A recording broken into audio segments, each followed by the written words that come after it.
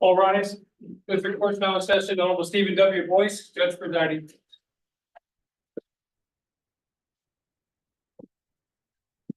All right, thank you. Please be seated. And Mr. Bader, if we can have the jurors brought in, please.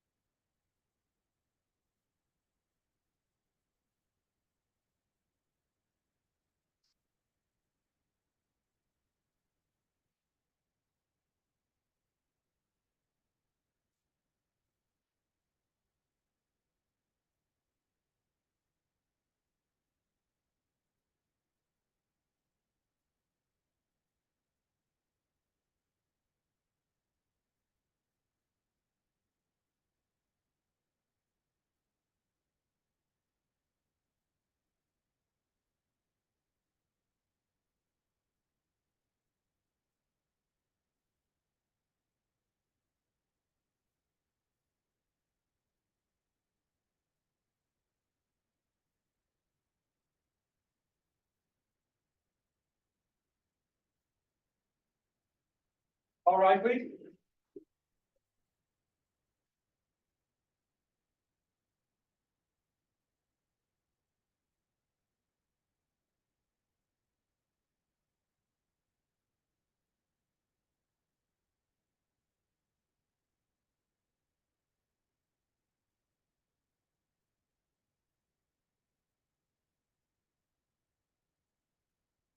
He's all present now for your honor. Thank you. Please be seated.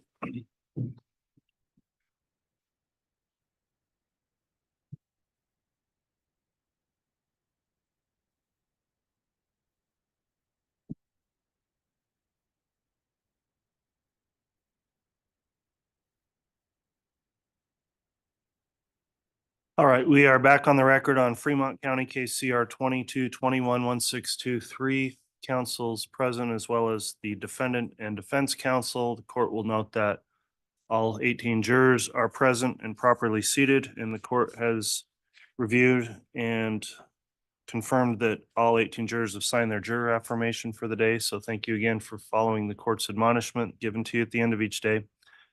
We're continuing with the case in chief of the state. I believe the state at this point is calling its next witness, and who's going to be conducting direct. Your Honor, the state will be calling Brenda Dye and I'll be handling that. All right, Mr. Wixom, then you can call your witness.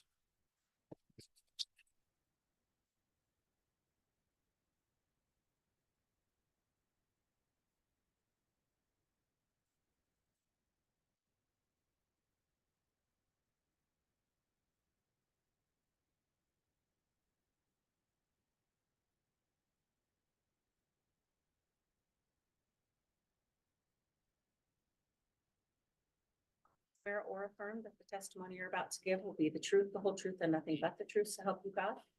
Thank you.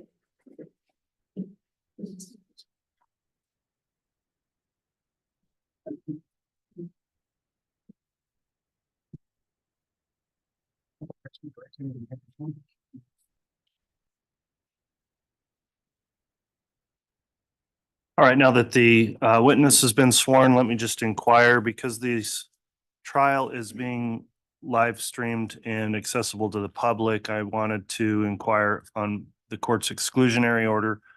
Ms. Dye, have you reviewed or watched any of the trial testimony that's taken place since the case started? No. Okay, and have you talked to anyone else about their testimony they've given in trial? No. Okay, with that affirmation, then I'll allow Mr. Wixom to commence with the direct, and I'll ask the witness, please talk right into the microphone so we make sure to pick up your words, and go ahead, Mr. Wixom. Thank you, Your Honor. Good morning, Ms. Dye. Good morning. Will you please state and spell your full name for the record? Brenda Dye, Brenda. Last name Dye, Dye. Thank you. And ma'am, where do you live? I live in Fremont County, Island Park, Idaho. And what do you do for a living? I am the Fremont County coroner, and I also work for Fremont County EMS as an EMT. And to clarify that for the jury, as an EMS, are you trained in life-saving techniques? Yes, As an EMS, are you trained in autopsies or any of those kinds of things? no. How long have you been the coroner? I took office in January of 2019. So when you say that you took office, you're an elected position? I am, yes. When you took office at that time, did you receive any specialized training as to how to be a coroner? Very limited training. I did attend a 2-day training in Boise. And then I attended probably a 4-day training in Las Vegas, Nevada in July of 2019. Since that time, have you received other training as Yes. a coroner? Yes. What training have you received? Every spring and fall training in Boise, here in Boise. And then every July, we have a training in Las Vegas, Nevada. And I've attended that every year since 2019. Can you explain to the jury what is the primary function and role of a coroner in Idaho? We respond to unattended deaths. We determine the cause of death. We make sure that our decedent gets to the proper funeral home. And then I sign off on the death certificate. I want to back up and have you explain a little bit. Does Idaho have an ME system, a medical examiner system? Yes, and here in Ada County, that's our closest facility to take our decedents for autopsy. Typically, in most counties in Idaho, do they have their own ME? No. I'd like you to kind of please explain what functions or things do you do to help determine a cause of death when you arrive at an unattended death? We conduct an investigation. We look for weapons. We look for medications. We look for the family to give us information, health history about for the decedent. And just for the jury's sake, from your perspective, how do you define an unattended death? Death that is not someone who's not directly under a doctor's care. And you just noted that one of the things you do is to look for weapons. Why do you do that? To determine cause of death. Why is identifying whether there's a weapon important in determining a cause of death? If it was homicide, suicide, medications for natural health history.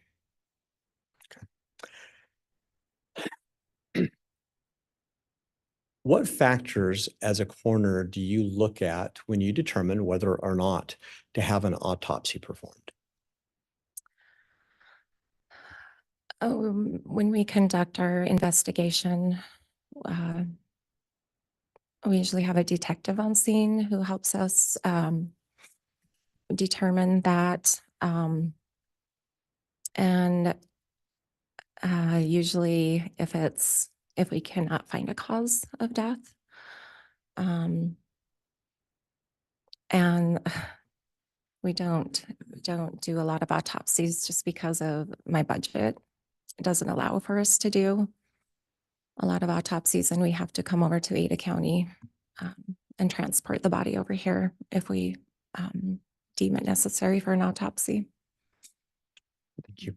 I'm going to ask you to define for the jury some terms that you might typically use as a coroner. Are you familiar with the term lividity? Can you explain to the jury what that word means? Judge, could I have some foundation as to how she knows about libidity? Mr. Wixom? Ma'am, how do you know what the word lividity means? My training and my EMS training for years. Will you please go ahead and explain to the jury what that word means? Yes, it's the It's the lowest point of the body that the blood pools when somebody is no longer living. And it pulls at the lowest point in the body, and it looks like a bruise. It looks like a red. Oops. Help the jury understand, how does identifying whether or not there's lividity help you in your role as a coroner? It helps me to know how the body was found, the position of the body at the time of death. Why is that important for you? To know if the body was moved. That's the most important, is to know if someone has moved the body or not. Perhaps maybe this is more of a common term, but can you explain to the jury your understanding of the definition of rigor mortis? Rigor mortis is stiffening of the body. It normally occurs 2 to 6 hours after the time of death, and then it releases after about 8 hours approximately. And why is identifying rigor mortis important to your role as a coroner? To determine the time of death. In addition to rigor mortis, are there other things that you look at to determine time of death? Yes, we can look at lividity, rigor mortis, the temperature of the body. A lot of times, well, the abdominal cavity is the last part of the body to lose its warmth. So if somebody is cold to the touch on the abdomen, they have been deceased for quite a while. And then when you are responding to an unattended death and are making a determination if an autopsy is necessary, what other factors besides those mentioned do you look at or consider to determine if an autopsy is appropriate?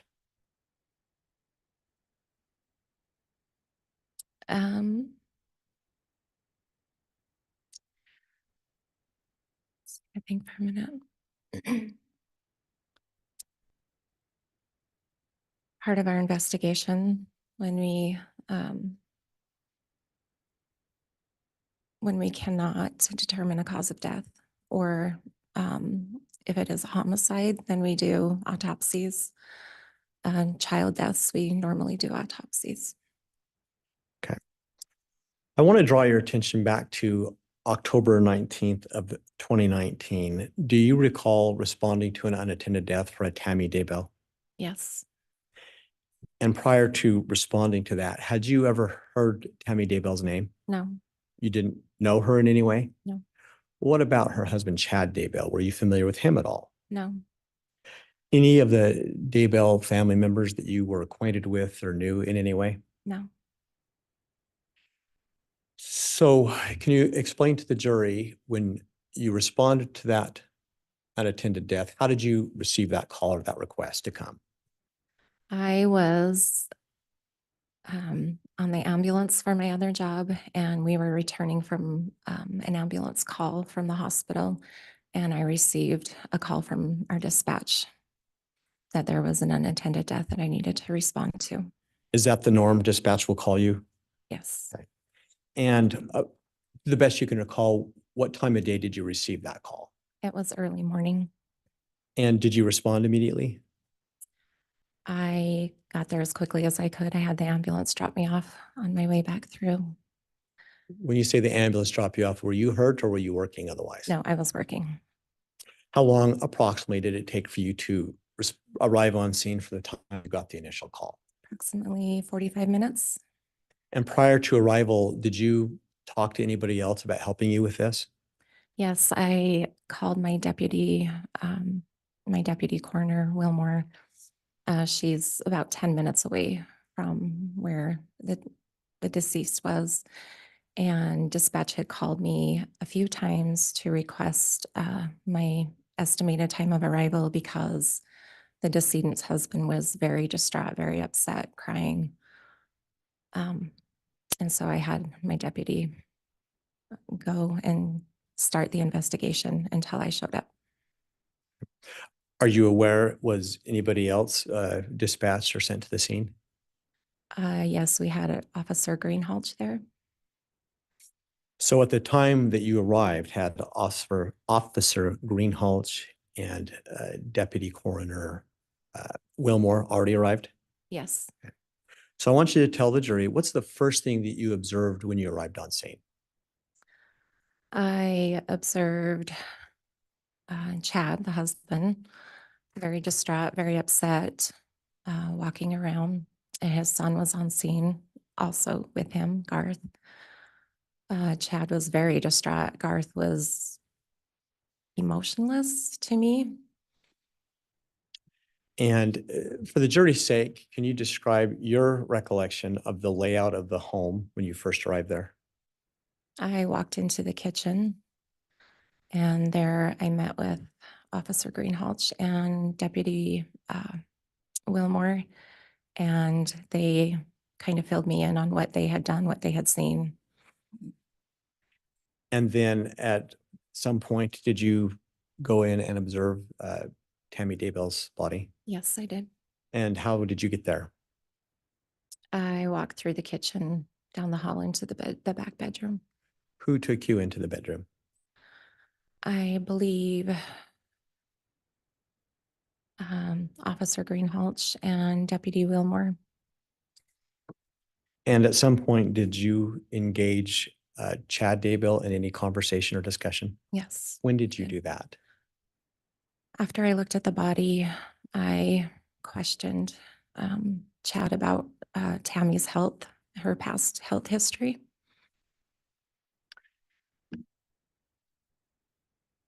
Your Honor, at this time, rather than republishing this exhibit, I would ask to have the witness provided the state's exhibit 295B is in David. Okay. And it was published yesterday to the jury.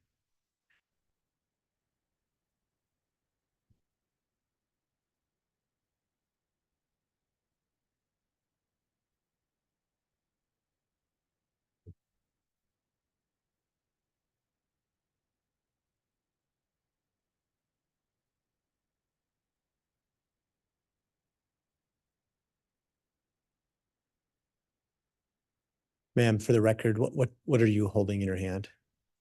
I'm holding a picture of Tammy, Yeah. deceased on the bed. In looking at that photo, on the back, but is there a mark on it? The exhibit. Yes, ma'am. Do you see that? Yes. Will you just note for the record what number that is? 295D. Thank you. Now flipping it back over and looking at it, just can you confirm for the jury, is what you see in that picture the same position that Tammy's body was in when you first walked into the room and observed her? Yes.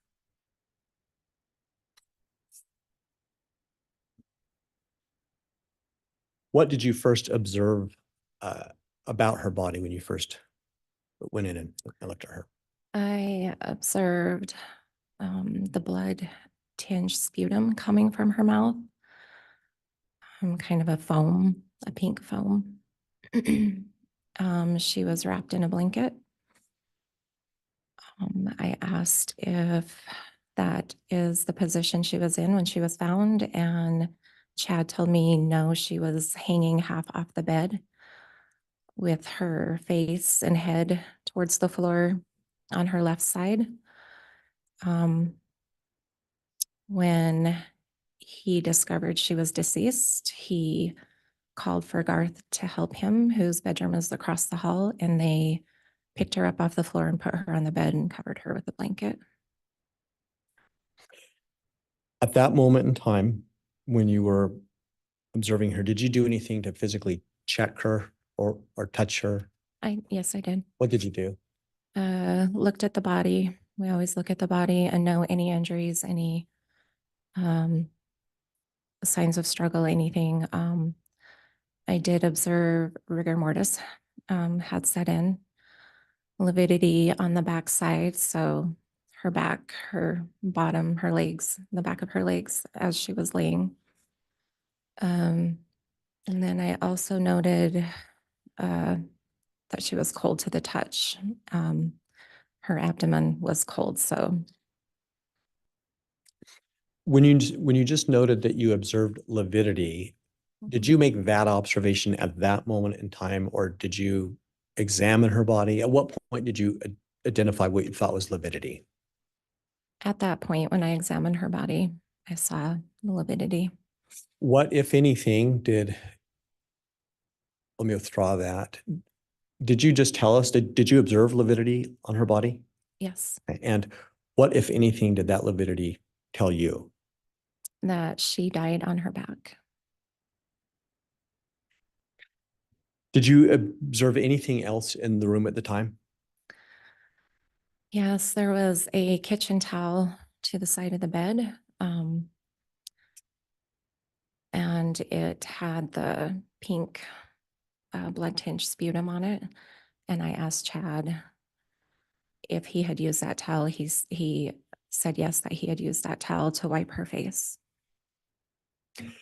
And you were starting to explain to the jury, Chad gave you an accounting of how he discovered her. Yes, he said that he felt her body roll off the bed, and that's what awakened him. And just because of the rigor mortis, lividity, the coldness of her body, I asked how that was possible if she had been gone that long. And he said it may have been from him pulling on the sheets and releasing her body as it fell.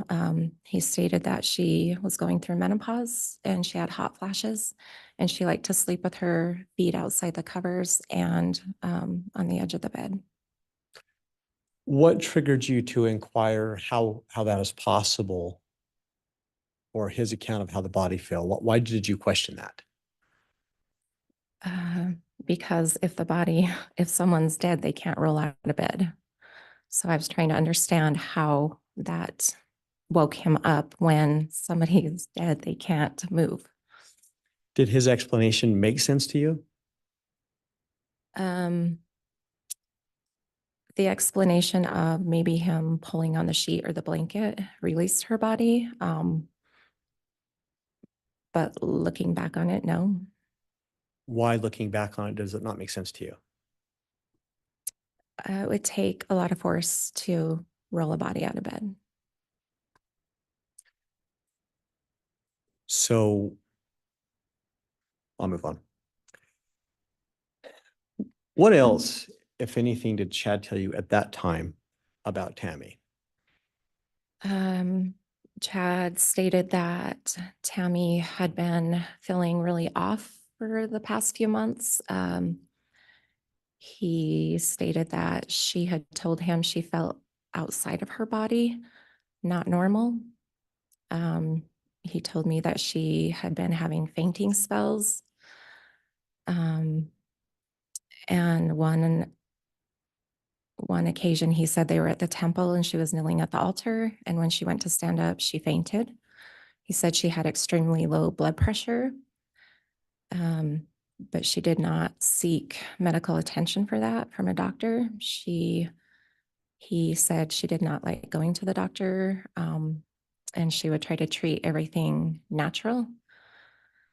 There was a lot of natural supplements and oils in the kitchen cupboard when we were looking for medications, and also a natural remedy book on her side table in the bedroom.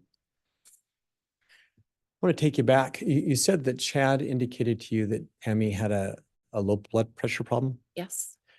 but she wouldn't go to the doctor about that. Yes, he said that she tested it like on a Walmart or Walgreens blood pressure machine. Did Chad give you any accounting of the timing of the night before and kind of how he perceived Tammy? Yes, he said about 12:30 she was having a coughing fit and she vomited in the bathroom. He helped her back to bed. She said she was okay. and then he went to sleep. Did he ever identify for you what time it was that he claimed he was woken up by her falling? Approximately 12. Oh, her falling out of bed. Yes. I think it was just before 6 a.m. in the morning. You indicated that there were some, I think you talked about supplements or oils that were found in the home. Yes. And did anybody tell you whether or not those were things that Tammy was using?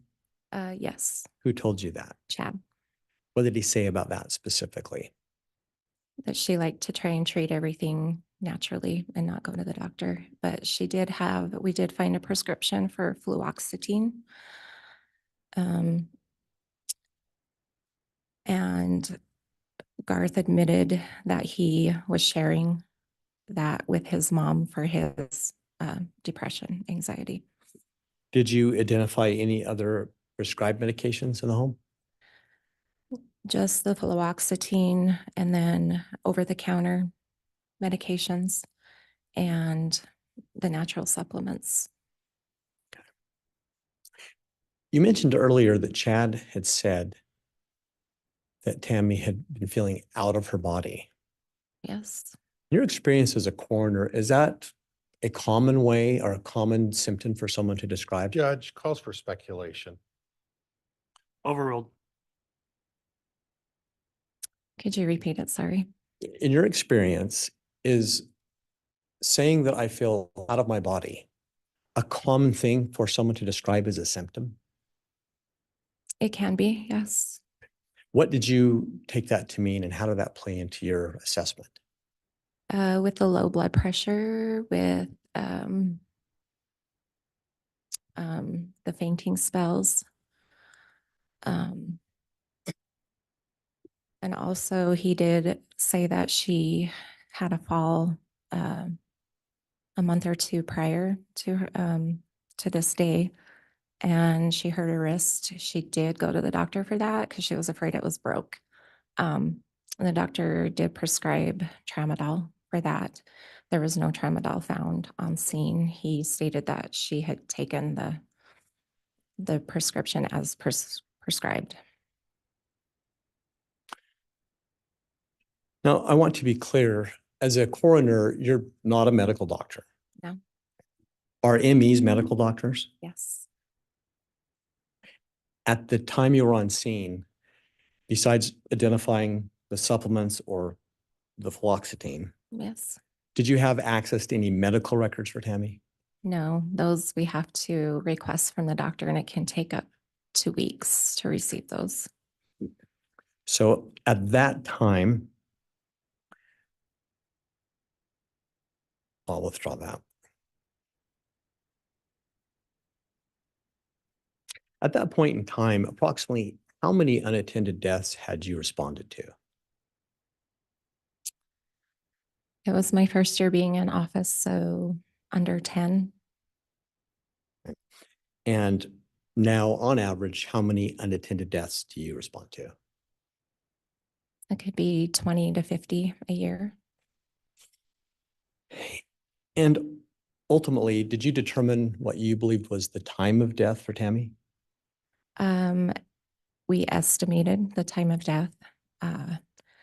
If we don't have an exact time, then we do an estimation of when she was last seen alive and when we get the call, and then lividity, rigor mortis, and the temperature of the body also plays into that. And ultimately, do you determine a cause of death? And are you the one who signs a death certificate? Yes. And did you do that in this case? Yes. What did you determine the cause of death for Tammy was initially? I determined it was pulmonary edema. Can you explain that to the jury? Due What to that a means? cardiac event. So pulmonary edema is the backup of fluid, blood in the lungs. And where he told me she had low blood pressure and the fainting spells, that can play into that part. And also I asked about any seizure-like activity because of the foam in the mouth. Chad did tell me that she did have shaking fits when she would faint. So her legs would shake and she would convulse. And how did you factor that into your determination of cause of death, that accounting from Chad about shaking fits? Uh, Seizure-like activity. And what led you to, you mentioned a second ago that you had included in your potential cause of death a heart attack. What led you to include that? A cardiac event just because of the extremely low blood pressure and the fainting, which if your blood pressure does drop really low, it does make you faint. Now, as a coroner, do you make a decision about an autopsy based upon a family's wishes? No. Is that something you consider though? Ultimately, the decision is up to me. If I deem one necessary, then I do it, regardless of family's wishes. In this instance, did you have a discussion with Chad or with the family about their feelings about an autopsy? I did mention it. Chad didn't seem to want it or not want it. But Emma was on scene, Chad's daughter, and she really didn't want her mom to have an autopsy. It's pretty extensive, and she didn't want her mom's body to have to go through that. So understanding that you make the shots in the call, do you still as a factor at least consider what the family is telling you about their wishes? If I deem it necessary, then I do order an autopsy. If I do not deem it necessary and the family requests an autopsy, then they're responsible to pay for that autopsy. Now, have you recently made any amendments to the death certificate? Yes. And what have you done with that? The manner of death was changed to homicide. The cause of death was changed to asphyxiation by suffocation. Can you explain to the jury, why did you make that change? Tammy's body was exhumed and a medical examiner from Utah autopsied her body. She had a very deep, Judge, I'm going to object at this point. She's calling to make conclusions that she doesn't have any foundation or we don't have any foundation to suggest she's qualified to make. And in addition, she's going to be reciting what another medical examiner may or may not have said. All right, on lack of foundation, I'll sustain the objection. Thank you, Your Honor. Ma'am, you mentioned that there was an autopsy performed. yes, Did you attend that autopsy? yes, Were you present for the beginning to end of the autopsy? yes, As you were there,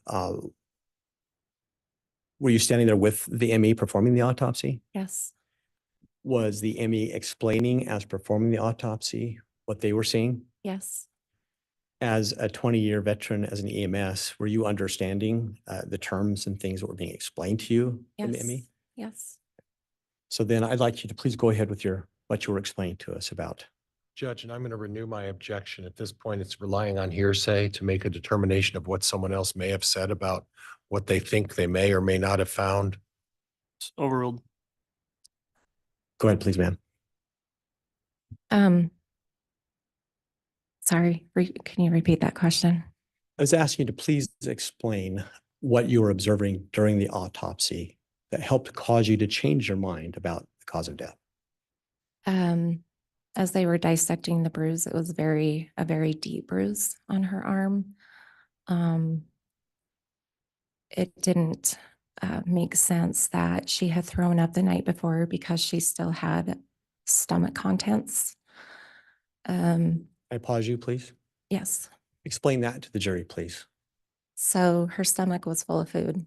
If she threw up, there wouldn't be food in her stomach during the autopsy. I was going to say, So I'm the one that signs the death certificate. I'm the one that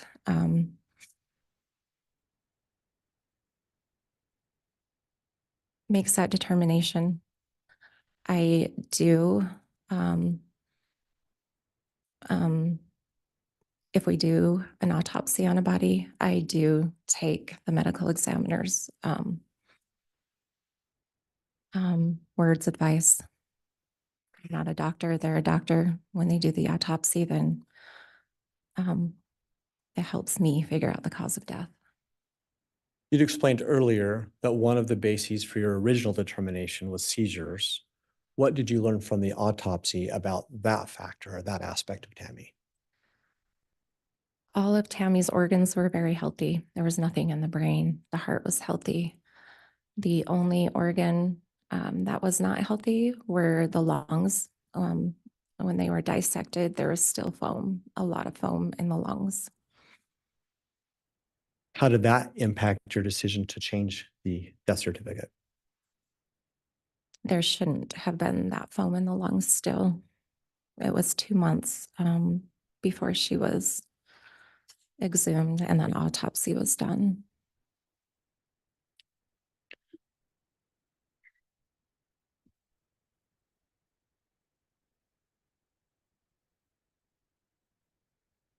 Is there anything else besides the autopsy that has impacted your decision to change the amended death certificate? Yes. What other things?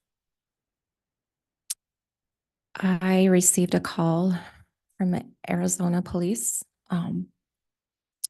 They wanted all of my coroner records. There had been a death in Arizona, and Chad's name was brought up. And there was also an attempt. And when I heard all those names and the investigation that was going on, and then it did change my mind. I didn't, if I had known that information, it would have been Who were different. the names that had been brought up? Lori Judge. Ballo, I'll withdraw. I'm sorry. I apologize. Lori Ballo, Alex Cox, Chad Daybell. You mentioned the word attempt. What did you mean by that? An attempt for Lori's niece's husband, attempt a shooting. At the time that you made your original determination, had you heard the name J.J. Vallow or Tylee Ryan? No, Did information related to those names also impact your decision to amend the death certificate? yes.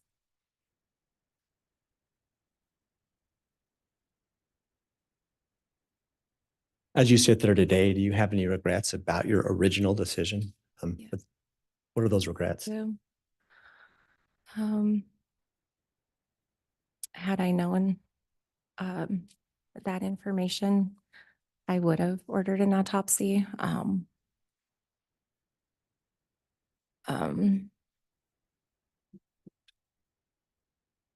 At that time, with my limited training and being new,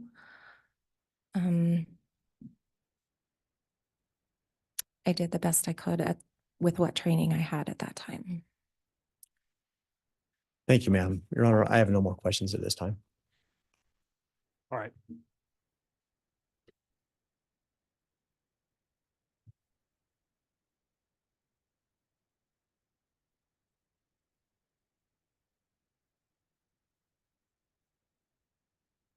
Cross-examination?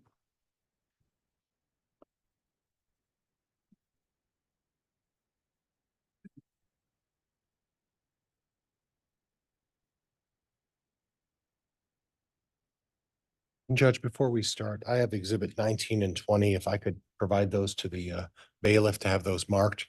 My understanding is 19 and 20 are admitted by way of stipulation of the parties. Okay, have they? And what are those, Mr. Pryor? Those are a death, 20 is a death certificate, 19 are pictures.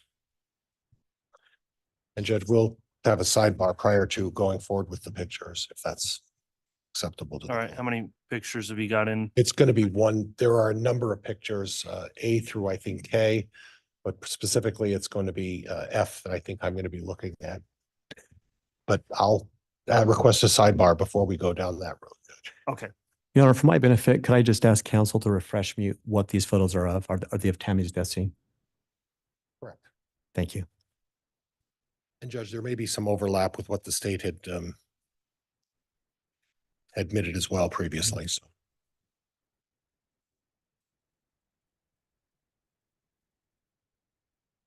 sounds like we have a defense exhibit 20 that's already been admitted. Is They that- may already be on there. then. Okay, so the death certificate exhibit 20 has previously been admitted. I didn't have a recollection of that, Judge. My notes didn't reflect that. I apologize. All right, thank you. So you can, yeah, if you can start there, and when we get to the pictures, if we have exhibits not yet admitted, we'll take those up in turn. All right. And Judge, whenever I can go forward. Go ahead. Thank you, Your Honor. Thank you. Thank you. Do that. So, and how would you like me to address you? Miss Dye or Coroner Dye? Miss Dye is okay? Okay. Yep. Miss Dye, you had an occasion to discuss this case with the FBI. Do you recall that? Yes, And that discussion took place at the Rexburg Police Department? yes, Okay. And as part of that discussion with the FBI, you had mentioned that you had worked for EMS for 20 years, yes. that you were an EMT for 5 years and an advanced EMT for 15. Is that still accurate? That was in 2019, so You have even more experience now. I have more experience now, yes. So when you're talking about an EMT and an advanced EMT, an advanced EMT is someone who is qualified to give medication. Is that right? Certain medication, yes. And there's also additional training as well, identifying medical emergencies. But in addition, there's also some training as it relates to death scene investigation. Is there not? Yes, And for 20 years, you had experience doing that, right? my main concern as an EMT is to save lives. I understand that, but if the life can't be saved, you're still as an EMT for 20 years, given a significant amount of training about the death scene investigation, are you not? If we can't save the patient before I was coroner, then no, I didn't. We would leave the scene. Okay. Now, when you spoke with the FBI, your testimony with the prosecuting attorney is you said something about taking a 2-day seminar. Is that right? Some sort of In 2-day training? Boise, in Boise, yes. And then you said there was some other classes or some other issues, right? That you took? There's a week-long conference and it's about 4 days, but yes, it's a week long Yeah. in Las Vegas, Nevada. And that's every what I was year. curious about, because you mentioned something about something else, but when you talked to the FBI, you described it as a week-long conference with the FBI as part of your training, right? Right, Is that right? yes. Okay. And what areas did that cover as part of that week-long conference?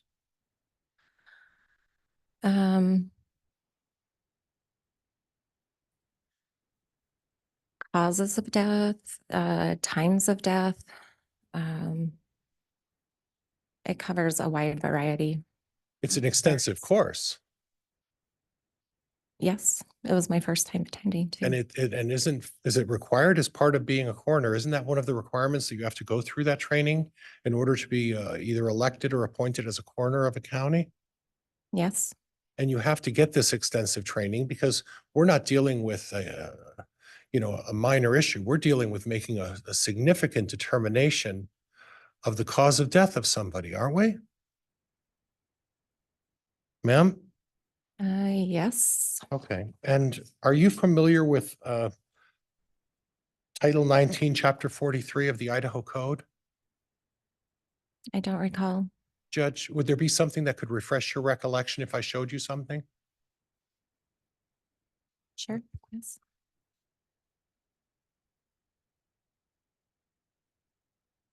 Yeah, if you wouldn't be so kind as to just read that, I'm not having it marked, just refresh it. You could read that, take the time to read that, and then when you're done, hand it back to the bailiff, and then we'll talk a little bit about it.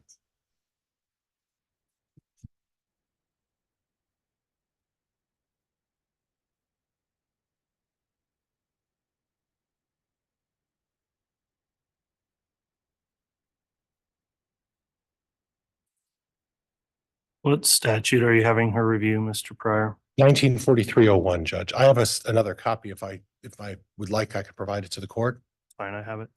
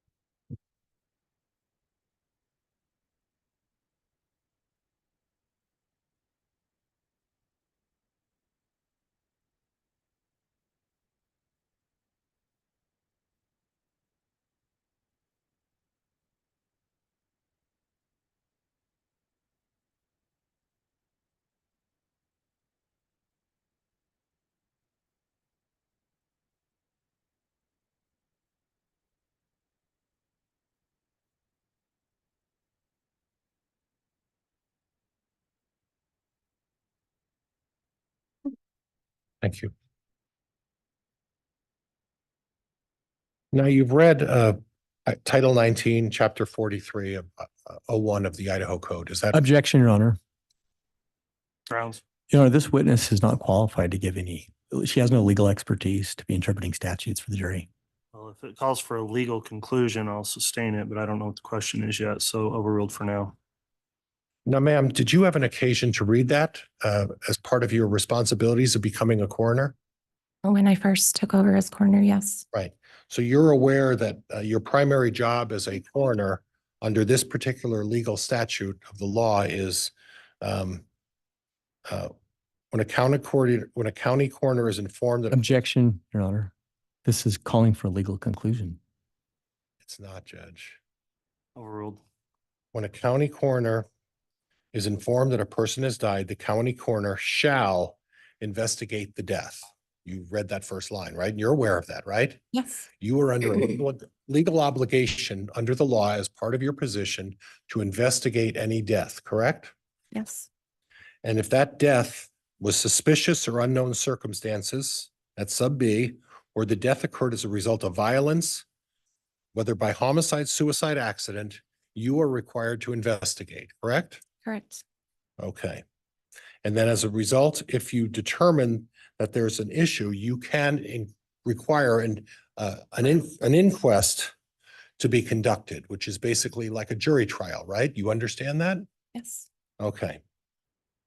And you are also to notify the police if you have any, before even doing an inquest, if you have any concerns under the statute that there's anything suspicious or out of the ordinary, you are to notify the police department and ask them to conduct an investigation. You understand that as well? Yes, and we did have an officer on scene that helped investigate this. And we have an officer respond to every death call that helps investigate. And I appreciate that, ma'am. But in talking to the prosecutor, you talked about, well, the lapidity caused me some concern. Remember you said that about lapidity, that was a concern of yours and your questions weren't answered, right? Well, at the time of the scene there, you said, you noticed lapidity in the body, that Tammy Daybell apparently had died on her back, right? Right. Okay. Yes. Was that of a concern of yours at the time that would cause you to say, maybe I ought to take a step back before I sign this death certificate? At that time, no. Okay, but you were fully aware of the lapidity that you're claiming had occurred at that point. Is that right?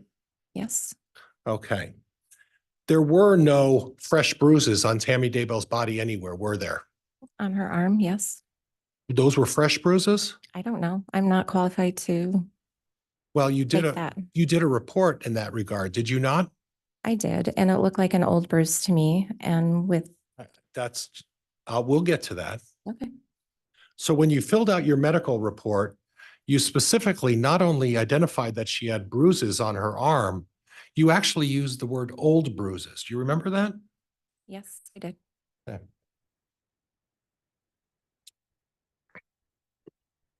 And these were not fresh or red or irritated or anything like that, correct? Objection, Your Honor. The witness has already indicated she's not qualified to determine that. Well, based on our observations all over, These weren't fresh bruises, were they, on her arms? These were old bruises, just like what your report says, correct? I can't answer that. Okay. But you will answer that on your report, when you decided to fill out a report relating to this case, that report said old bruises.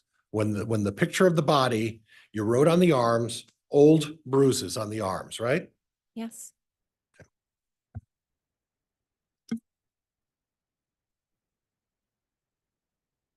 No other bruises on her body anywhere else, right? no, Nothing else that would deem to be suspicious on her body, correct?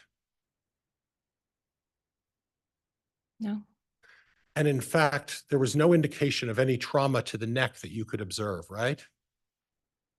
no, There were no scratch marks on her hands that would indicate any kind of a struggle, correct? no, There was no irritation on her ears or her face or her head that would give you any indication that there was any kind of a struggle. Is that right? yes,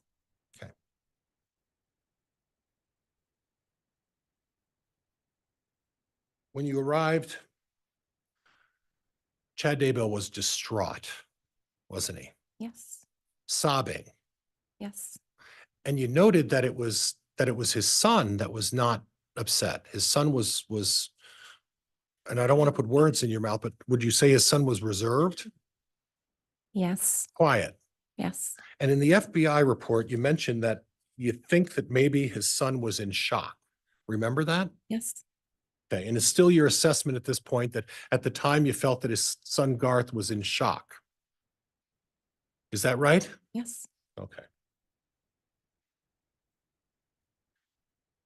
You went over to the nightstand, and on Tammy's side of the bed, you found the essential oils, right? the book, The what? the book The book. of essential oils of natural. Did you see any, I would represent you that Officer Greenell testified that she found a number of items in the bedroom. And you also saw cough medicine on Tammy's side. Is that right?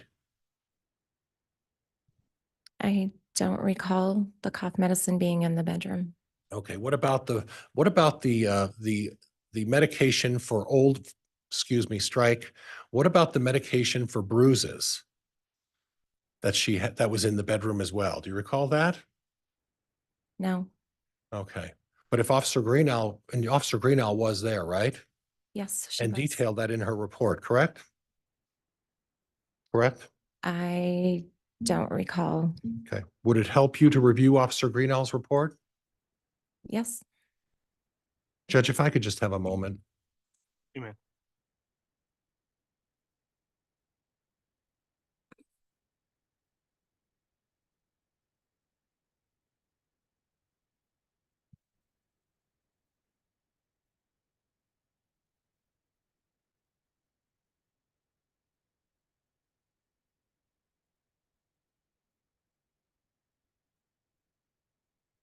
And Judge, I think while I'm waiting for this to load, I'll continue with some questions so we don't waste any time.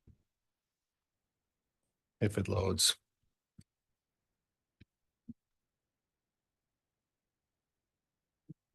So back to, I think where we left off is that Garth was, in your opinion, was in shock at the death of his mother, correct? correct. And Chad Daybell throughout this episode of being there with Tammy, for the most part, was sobbing and was highly emotional almost the entire time. Is that fair?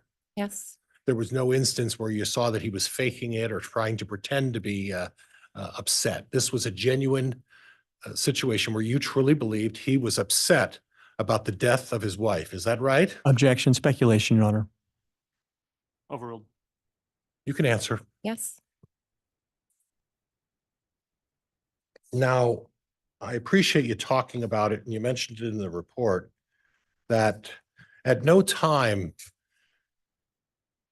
did the family ever try to prevent you from doing an autopsy in this case. Is that right? Emma stated she didn't want one done, but Okay. it's my choice, ultimately my Right. choice. Yes. Emma didn't want one done because she didn't want her mother cut up, right? Correct. Yes. She didn't want her mother subjected to being, she didn't want her mother treated that way as part of the examination. Is that what her primary and only concern was? Yes. Okay. And yet Chad was indifferent one way or the other. He didn't tell you one way or the other whether he wanted one or didn't want one. Isn't that true? Yes. And ultimately, it's not the family's decision whether this occurs. It's your decision whether this occurs. Is that right? Yes. And based on the facts as you saw them, you saw some old bruises that you identified in your report, right?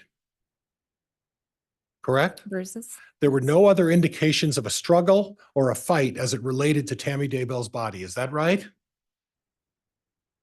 No, not that I noticed. No. Okay. No other indication right up to the time you dropped her off at the morgue that there was any problem with Tammy's body in any way, correct?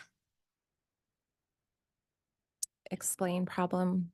Well, you didn't see anything as part of when you arrived to the time that you loaded her up and took her off to the morgue, there was never anything during that process that would indicate there was anything wrong with Tammy Daybell's body, right?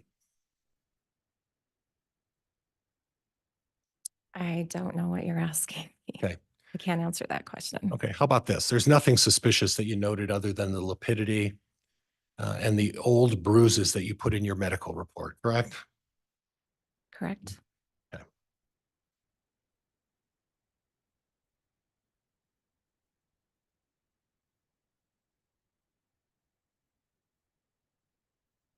Judge, at this point, I've got the report of his Officer Greenow. With the court's permission, I could give it to the bailiff. He could take it to her and she could scroll through. I think that would protect in terms of being able to refresh her recollection about the report, if that's acceptable to the court. All right, I'll let the prosecutor take a look at that first before it goes to the witness to make sure it's appropriately identified. Oh, it's okay. See, and then it has.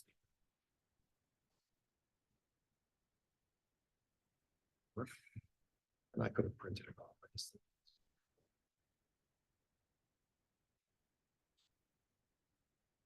Mr. Pryor, we've got that report also admitted as an exhibit, if that's But I easier. was also, maybe I missed it, but I didn't have that marked down, and if the court wants to, I don't, either way, Judge, either we can, I'd prefer the exhibit to your computer. all right.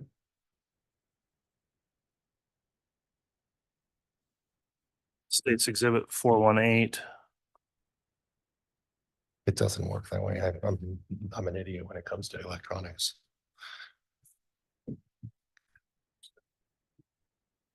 Oh, thank you. And ma'am, after you've had a chance to review that, would you look up and then just hand that back to the bailiff?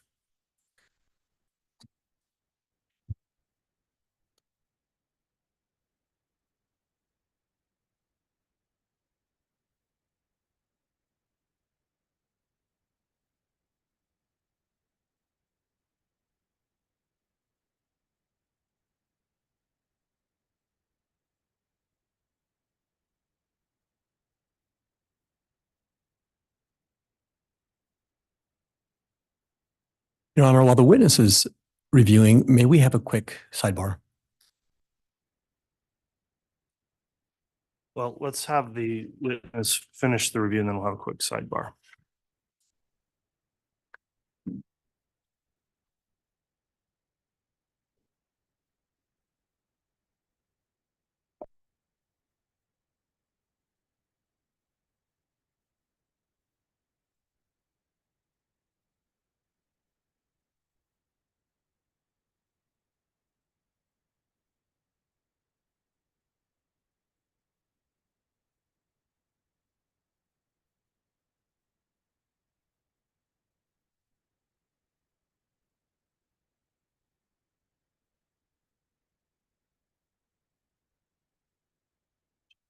Got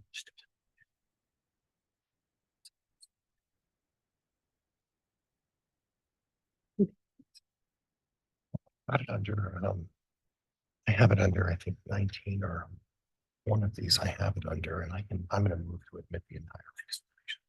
Yeah. I think the whole thing is. No, there's like 4 pages there in the whole thing, so. Yeah, oh no, that's okay. We can just correct that. I don't have a problem with that. And if you by stipulation, do you want to read over this so you know what's in the whole thing? Well, no, just use the up and down thing and you can start and.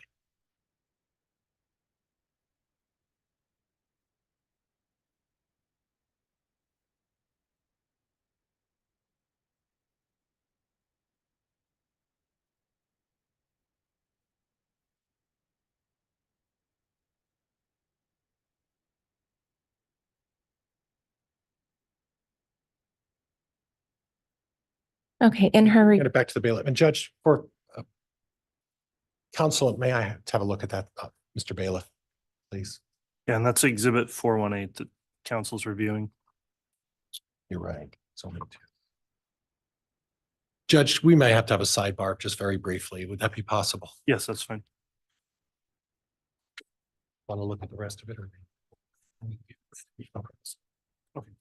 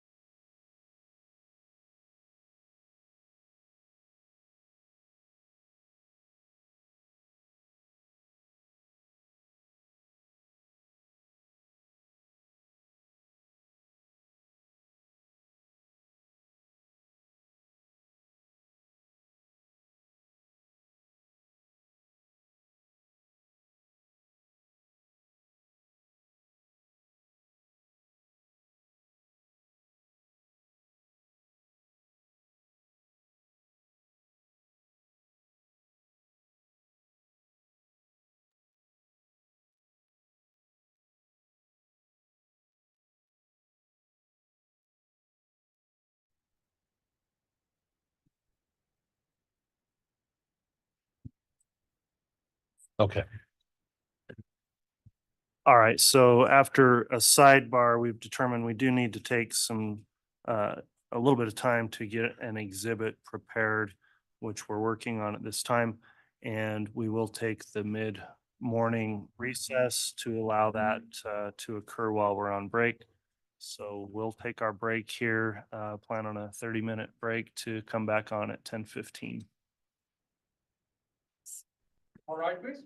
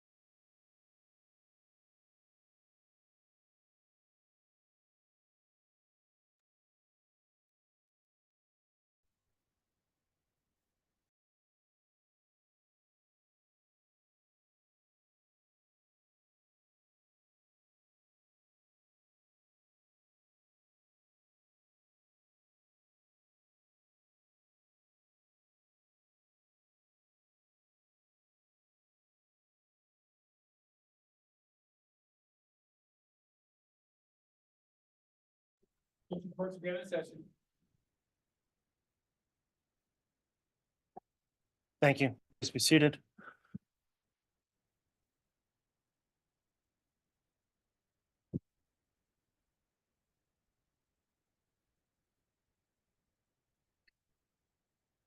All right, we can have the drop back, please.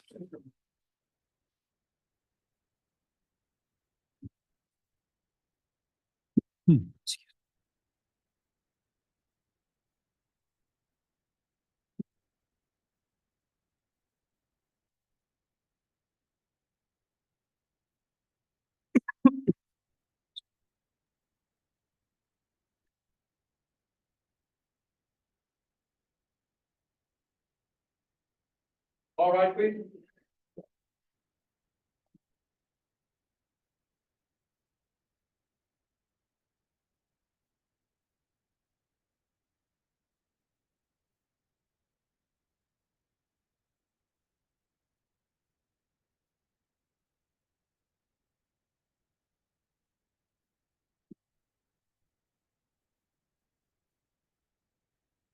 Please offer the counter for you. Thank you. Please be seated.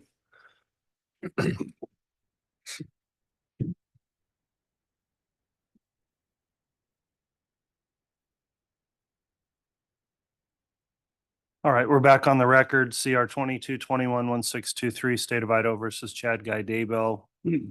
Completed our morning break. Maybe to help move things forward here, Mr. Pryor, I'll note that we have now Defendant's Exhibit 19, which is the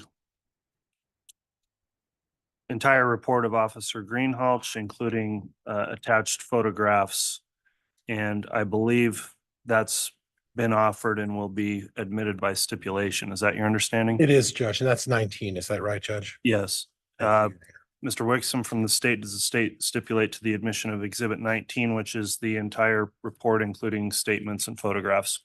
We do, Your Honor. Okay, that'll be admitted then as a single exhibit. And you can proceed with your continuing cross, Mr. Pryor. Now, Ms. Dye, as part of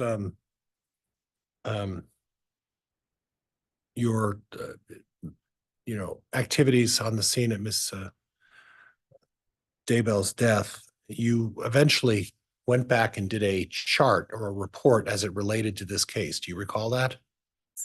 And part of that is to do a body chart and identify things of significance on that body chart. Is that right? Yes, Okay, and you in fact did that. Did you recall that? yes. If I were to provide you with a copy of the chart, would you recognize that chart? If I could have the bailiff approach the witness? Thank you, sir. Thank you. Oh, I'm sorry. I thought I showed it to you. Okay.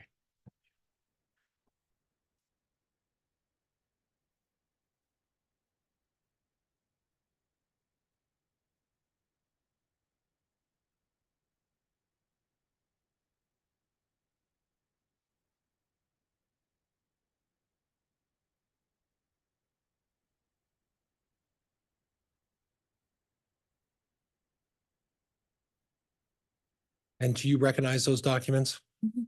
Are those the documents that you prepared after your examination of Tammy Daybell? Yes, And the date of those are 10/20/14, is that right?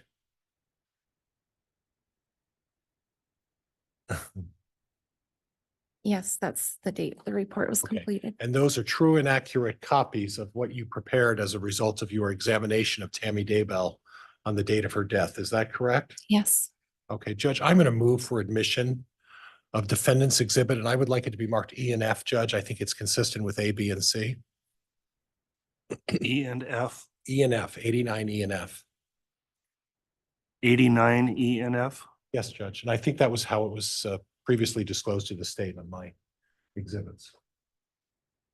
Any objection to exhibits 89 E and F? No, Your Honor. All right. Defense exhibits 89 E and 89 F are admitted. And again, two separate exhibits there, Mr. Pryor. It's a body chart in that Two body charts, Judge. two body charts. Thank Do you. you want to have that marked now, Judge, or how do you want to handle that? I'll grab them. I'll have the clerk mark that actually, so we keep it straight. You're getting your mileage in today. Sorry. You're walking today.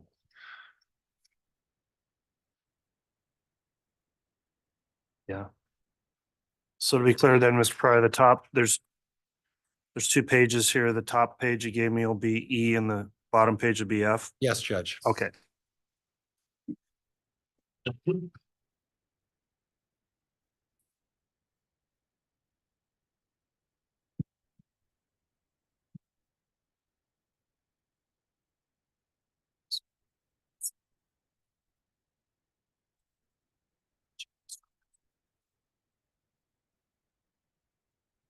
Now, ma'am, you've had may I proceed, Judge? You may.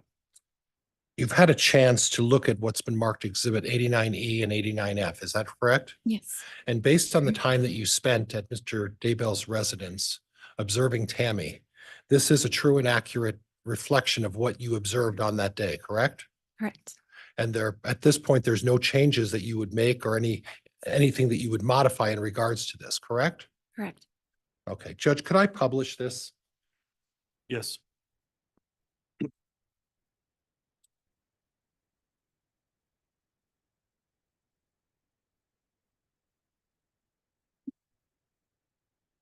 There's a light on that device, Mr. Pryor, that'll help with the shadow. Thank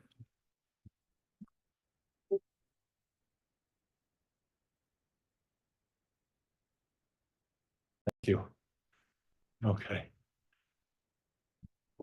So on your, and let me know when you're ready, ma'am. Yeah, go ahead. On your left, when you're looking at the screen, and it's the face down figure, up on the arm, we have a term. What is that term? Lividity. And blood had gathered there. Is that right? That's what that means? Yes. Okay, and then a little further to the right on the same figure, there's another word that, what is that word? Lividity. And then to the left again on the same figure down near the lower part of the back, there's another word. Lividity. And then down on the legs, there's another term. What's that term? Lividity. So from what I gather from this, there was lividity on her entire body. Would that be fair? Yes. Okay. So we weren't able with lividity, you aren't able to really make a determination other than the fact that she was laying flat at some point, right? Yes. Or she was laying on her front, one way or the other, right? On her back. Okay. So in your report, when you discussed this with the FBI, you had, based on all of your experience, you had said that the body had been dead for about 5 to 6 hours. Do you recall telling the FBI that? Approximately, yes. Okay, well, you said 5 to 6 hours. So that's what you testified to the FBI. Is that incorrect? No. Okay. So I guess the question is that Mr. Daybell mentioned that he was awoken by the fact that Tammy had slipped out of the bed when he pulled the covers. You recall that? Yes. And Tammy had fallen down and her head was on the floor and her leg was up on the bed. You recall that? That's what I was told. Yes. Okay. So if Tammy had died in the bed and had passed away in the bed, this lividity would be consistent with her dying in bed on her back, right? Yes. And if she fell down and that's what woke Mr. Daybell up, there wouldn't be lividity up in her head, would there?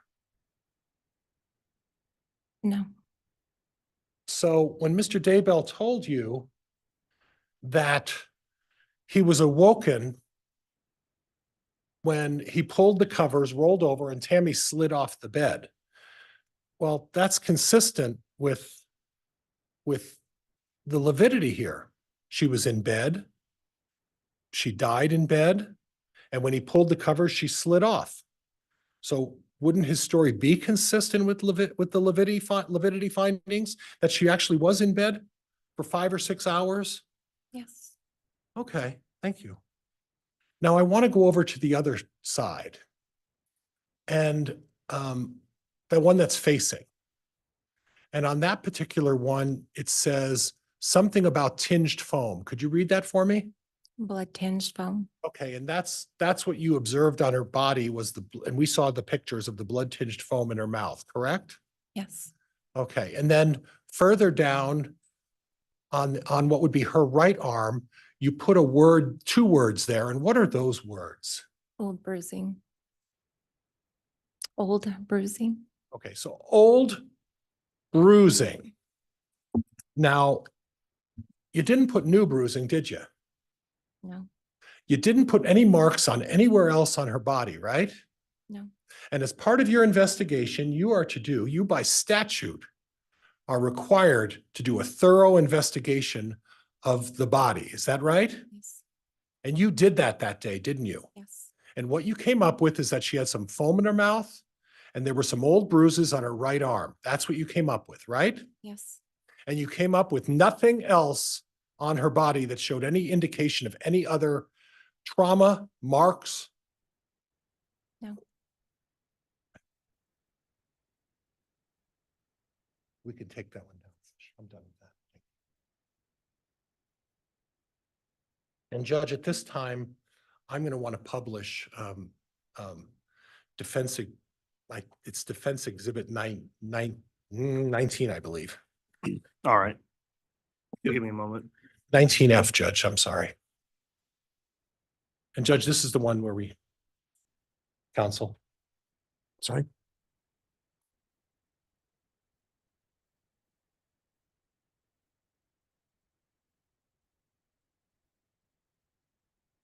This is just. Mr. Bailiff, would,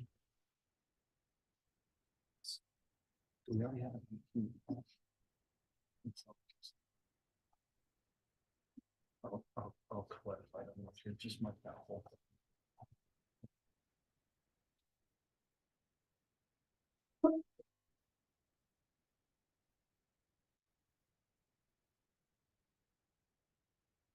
All right, again, Mr. Pryor, the way we're admitting and have admitted Exhibit 19 is just a single exhibit.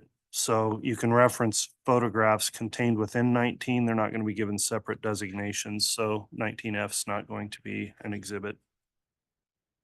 So you'll have to refer to it by, I guess, page number, because that's the way it came in as one document. We're not going to have the sub documents in 19. It's just one exhibit. and Judge, unfortunately, there are not page numbers on these. Okay, well, if you, I can identify it as, you can describe it or count through the pages, but Okay. it's one single exhibit. and Judge, this page number is a photo of Tammy Daybell's right arm showing some discoloration. Okay, and we've got the original exhibit here that's getting processed. We'll get that over to you here shortly. And you can publish off that court's. Judge, I've also got it on my screen. Could we do that by HDMI? You could do that as well if that's a So accurate. would you approach and look at this to see that it's a true and accurate same one, right? Judge, counsel has acknowledged it's the same picture. Okay, as long as it corresponds with the actual exhibit, Exhibit 19 is admitted. It's the paper document of the entire report with the pictures. If you want to select one of the pictures to publish, we'll do that. I understand this is also a photograph, death scene photograph. The court's not going to publish to the public. It's going to be published to the jurors and the parties only based on a graphic content. Your Honor, may I have permission to stand here during this part of the cross-examination so I can have a vantage point for the screen? You may.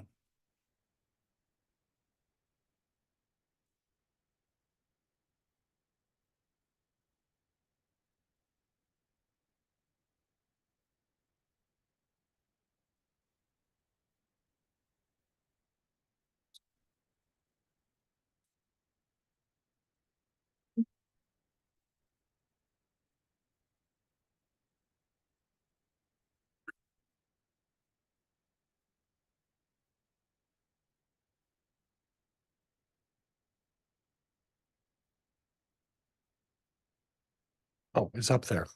The magic. So ma'am, you're looking at what's part of 19, Exhibit 19. Do you recognize that? Yes, And the old bruises that you were talking about, are those reflected on the two what look to be discolored marks on Tammy Daybell's arm? yes, And that's what you saw on that day, correct? yes, And those are the old bruises that you talked about that you identified on her body on that day, correct? yes. Okay, Judge, that's all I have at this point with this. I'll All right.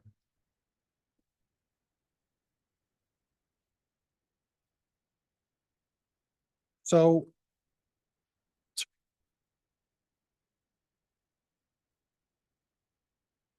you testified earlier and you used the words, if I don't deem it necessary.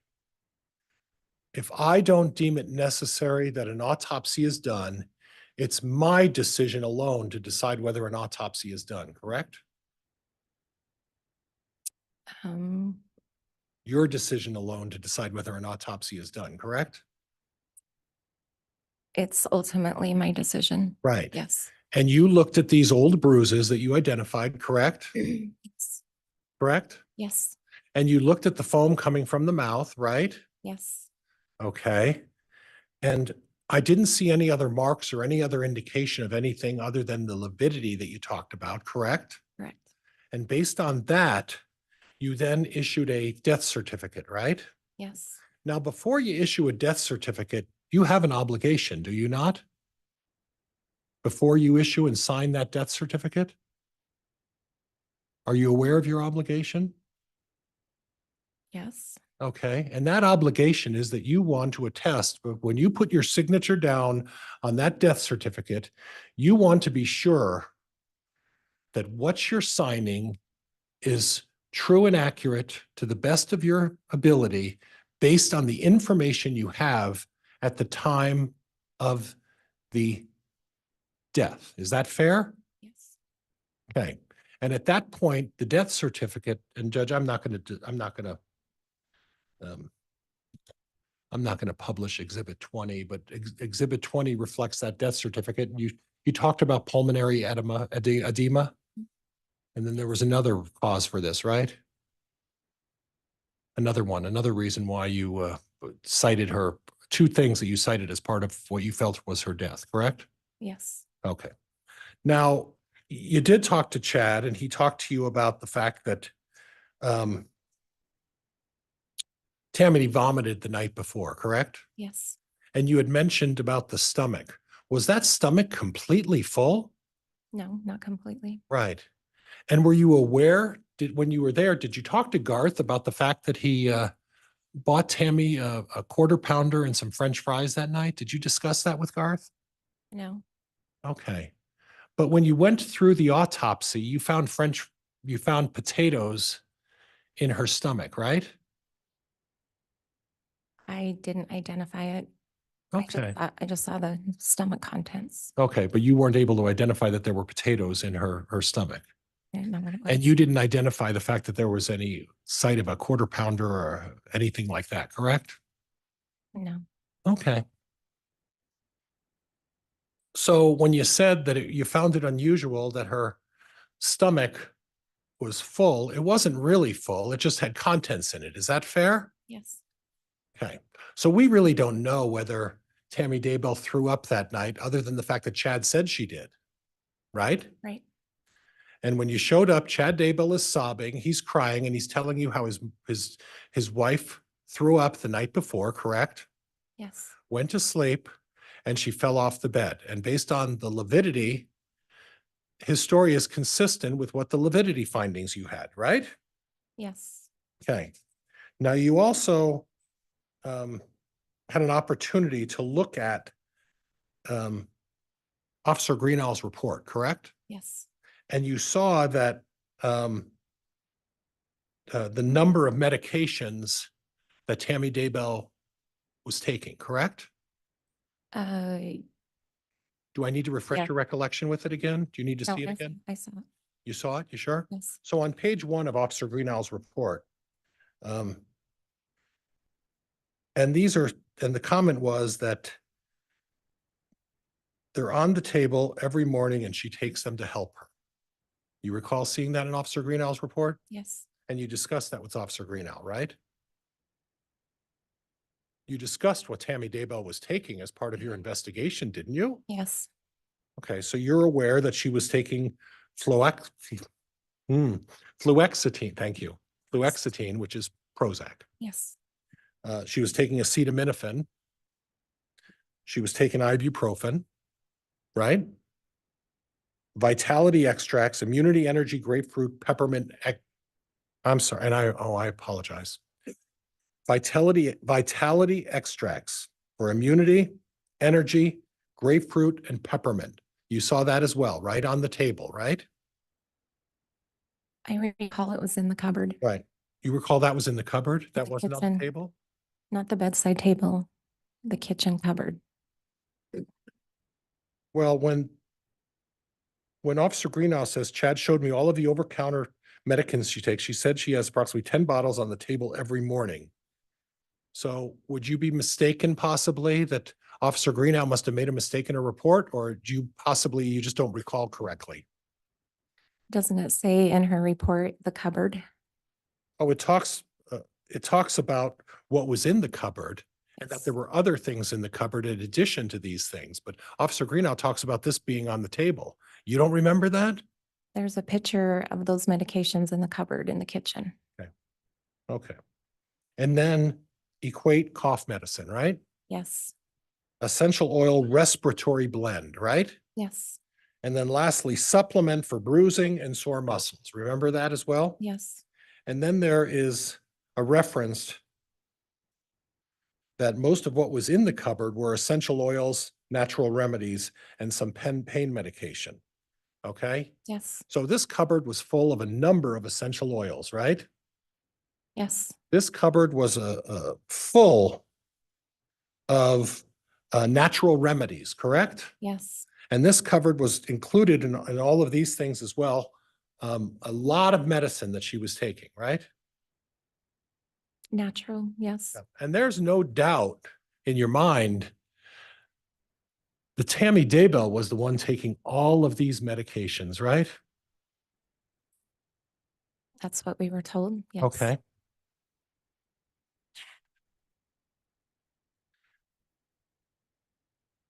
And Chad talked to you about Tammy having minor fits and shaking consistent with fatigue, right?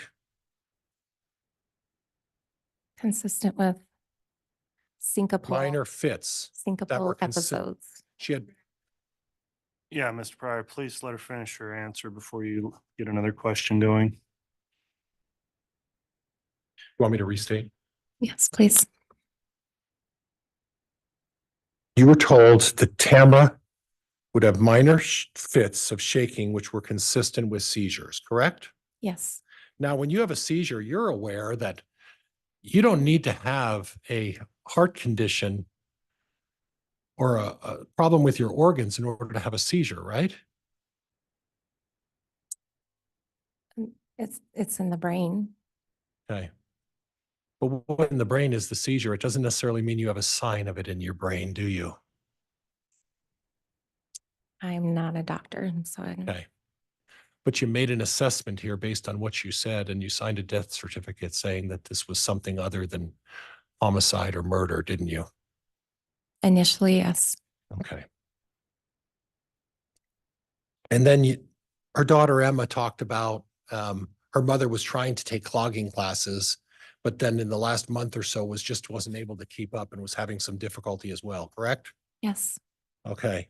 And there was some discussion that Chad was in the temple, and that's part of his faith. I guess we previously talked about a temple, and that's somewhere, I guess, where you practice your religious faith. yes, And during that time while in the temple, she fainted while she was kneeling down, right? yes, when she went to stand up, yes. Right. And there were other instances where she was having health issues and balance problems as well that were vaguely referenced in the report, right? Yes,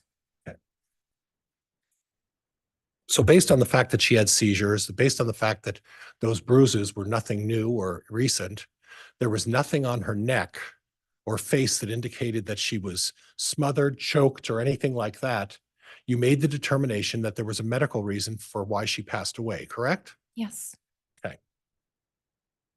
Now, that all changed though, right? yes, And then at some point, you received a call from some police officers in Arizona, right?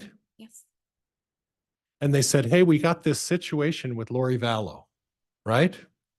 yes, And we got another situation with Lori Vallow and Alex Cox related to the name Brandon Boudreaux, right? yes, And the first situation was with Charles Vallow, right? yes. Did that officer happen to tell you at that time that Chad Daybell isn't implicated or involved in any criminal proceeding um, against either of those folks? Was that told to you at that time?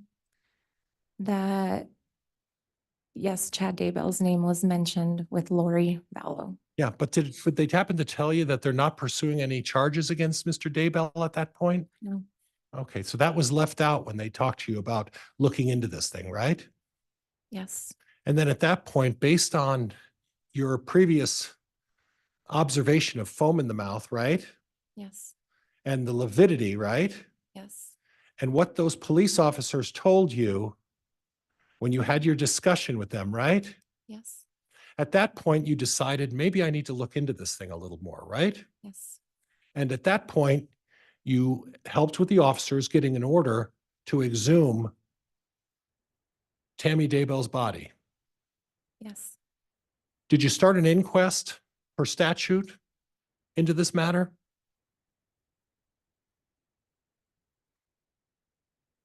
I, I, I, I can't answer that. Well, you can, because did you start an inquest? You read the statute. If there's an allegation someone has been murdered, homicide, suicide, you have the option to start a public inquest. Hold on before you answer. Grounds. Council should not be interpreting the law at this point, and I don't know if she's able to draw the legal conclusion. It's a yes or no question, but to the extent it's calling for any legal conclusion, it's sustained. Okay, well, yes or no? Did you start an inquest? No. No, Instead, what you did is you started working with the police officers and the prosecuting attorney on it. Objection argumentative. Sustained. At this point, you then notified the police that you wanted her body dug up, right? at that point, we were working with the FBI and Okay. police from different locations, Oh, yes. so the FBI was involved as well, right? Yes, I Okay. believe so. And at that point, there was an order to have Tammy's body removed from the ground, right? Yes, Now, as part of your your duties as a coroner, isn't it true that you're also supposed to notify families in regards to any death or suspicious death and let them know what's proceeding in these matters? I believe that was done. It was done? I believe it was. Do you know what family members they happened to mention that to, that they were digging their mother out of the ground? I don't recall which ones, no. Okay. And it was your duty to do that, so you don't recall your duty of having to notify them that they're digging their mother out of the ground, right? I work closely with the investigators Okay. through the sheriff's office, our detectives, and And I didn't ask you about what you did with the investigators, ma'am. I asked you whether you told the family you were digging their mother out of the ground. no,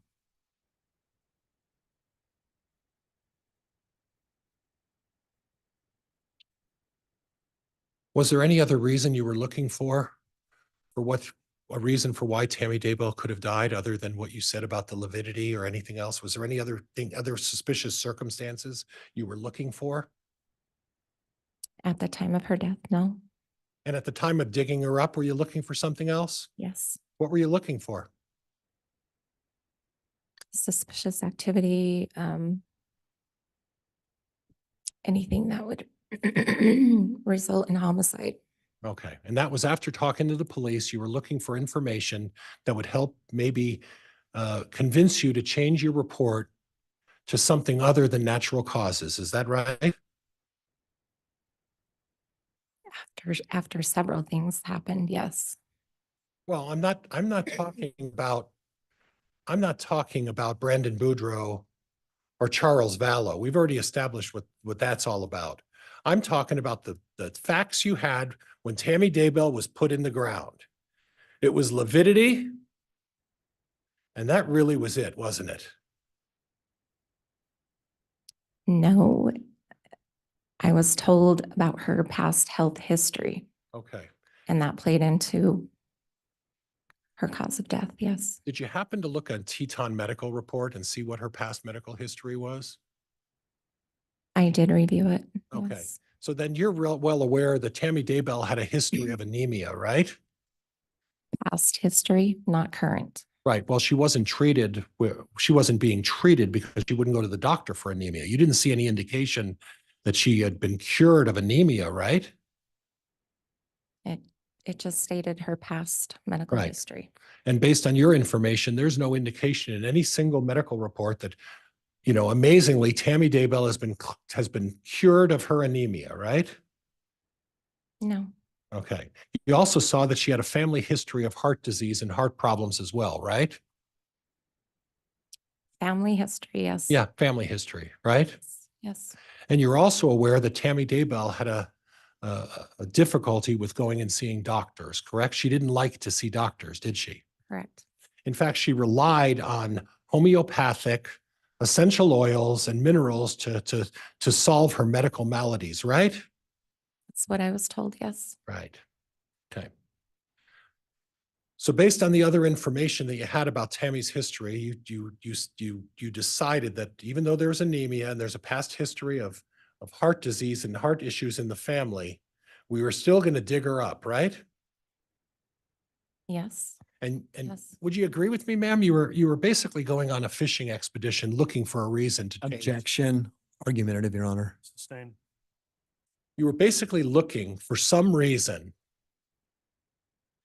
to dig Tammy up and try to come up with another cause of death, right? Objection again, argumentative, Your Honor. Sustained. Ask a question, please, Mr. Pryor.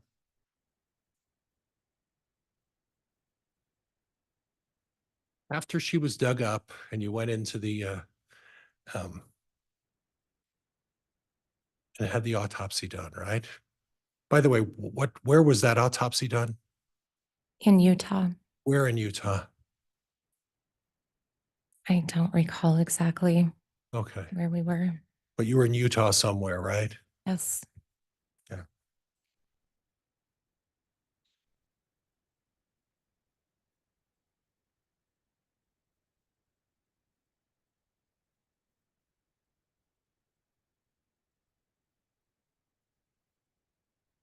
And Judge, if I could just have a minute. You may. That's all I have.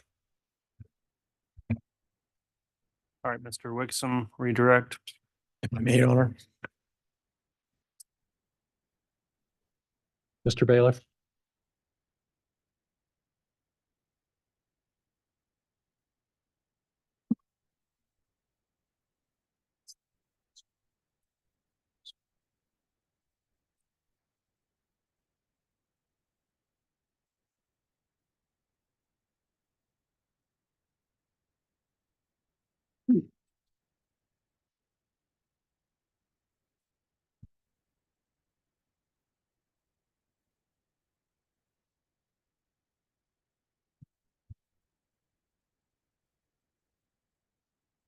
Ma'am, do you recall being asked several questions about what your legal responsibilities are as a coroner by the defense counsel? yes.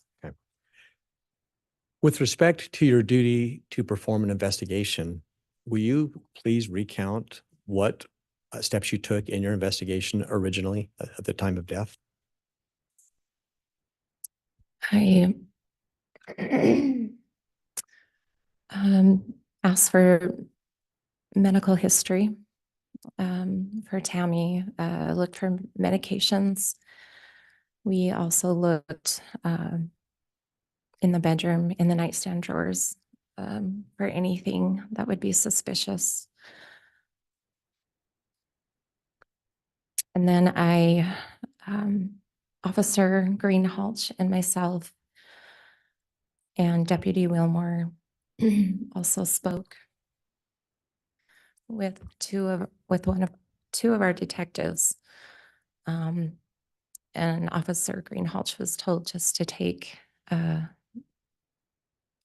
some good pictures and document well.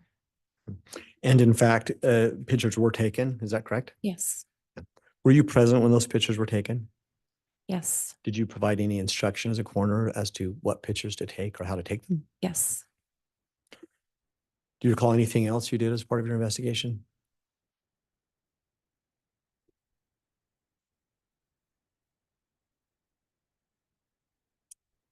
Let me ask this. Did you attempt to talk to Garth about the circumstances of his mother's death? I mostly just talked to Chad and Emma. At the time, Garth was just very quiet and just would nod when we would ask him questions or when Chad would respond. He was just really quiet. And with respect to a number of the questions, you Mhm. continued to tell the jury, that's what I was told. Do you remember responding in that manner? Yes, Who was the person on scene that was primarily providing you with all the information that you were relying upon? Chad Daybell. And at the time, did Chad bring up any issues about his connection to Lori Vallow? No, Did he bring up Alex Cox's name? no, Did he bring up the attempted shooting of Brandon Boudreaux? no. Defense counsel made clear that you had estimated an approximate time of death, roughly 5 to 6 hours before you arrived on scene. Is that fair? Yes, Likewise, you were asked questions about finding a number of supplements and other over-the-counter prescriptions on scene. yes. Was it even possible for you to ascertain how long those items had been on scene before you got there? No. Did you get any other information from Chad to verify that in fact she was taking those supplements and they had been on scene prior to her passing? I did not.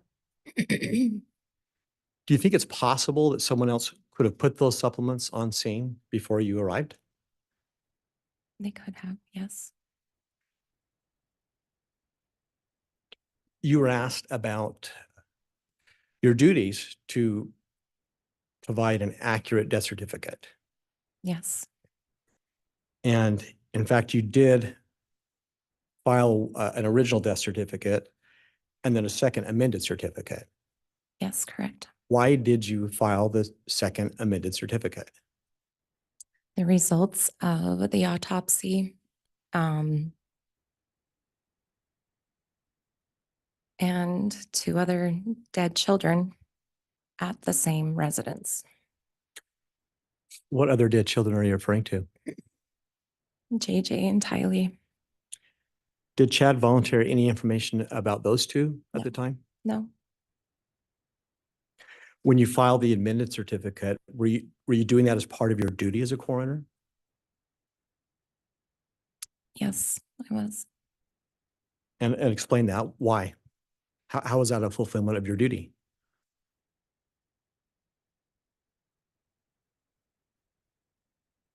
That was the conclusion of the investigation.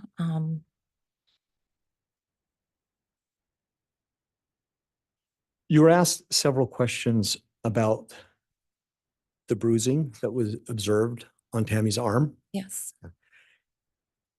Do you have any qualification as you sit there today to determine the age of bruising?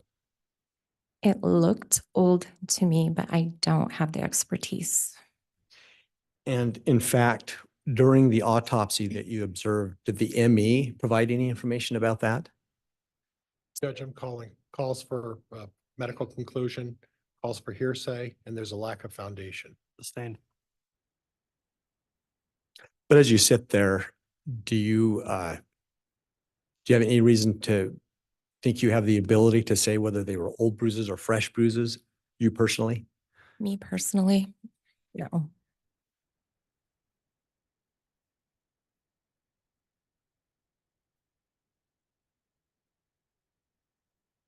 You were asked some questions about your duty to inform family if you feel like there might need to be further investigation and an exhumation. Do you remember that question?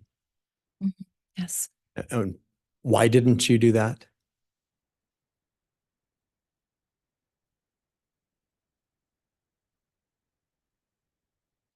I don't recall. I don't. Do you remember what you told the defense attorney a few moments ago? Our detectives, and officers, I believe they informed the family. So that was your understanding at the time. That was my understanding, yes. Were you ever given any information from law enforcement about how cooperative the family was during the course of the investigation? Judge, objection. I just asked it to They're- be. They're basing the response on hearsay, and the only way they get that is through hearsay, Judge. Yeah, the question was she given information? It is, it's eliciting hearsay, Mr. Wixom, it's sustained. May I argue on that, Judge? No, I made the ruling, so ask another question.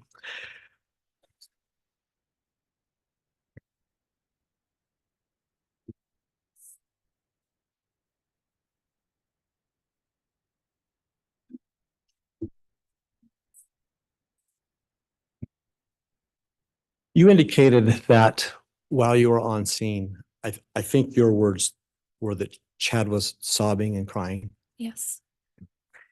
And is it fair to say that different people have different emotions when there Yes. is a grief situation? Were you able to observe or get any information about whether or not a few weeks later when Chad was marrying Lori Vallow, if he was Judge, crying or sobbing? objection, relevance. Sustained.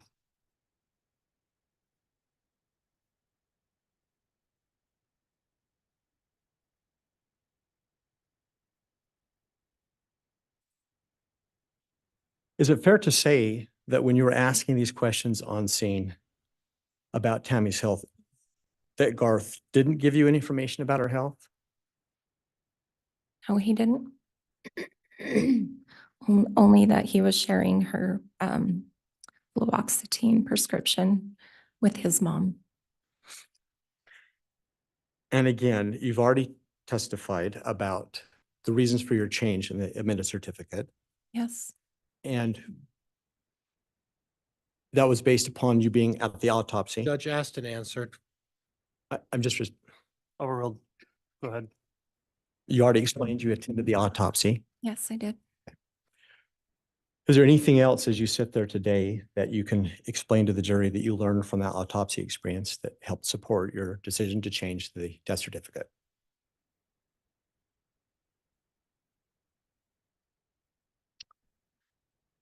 The expertise of the medical examiner. And the investigation that was going on.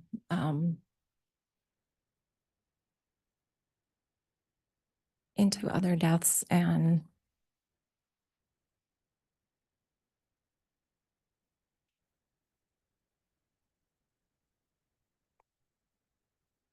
Anything further? Anything else? Your Honor, I don't have any further questions. Judge, there were some new subjects brought up about Alex Cox, Lori Vallow, as well as supplements on the scene and the windows arrived. I think I ought to be allowed to at least inquire on those two subjects. On the supplements on the scene, I'll allow that. On the other topics, I think that was within the scope Okay. of cross, so just on that limited point made by redirect on the supplements, you can recross.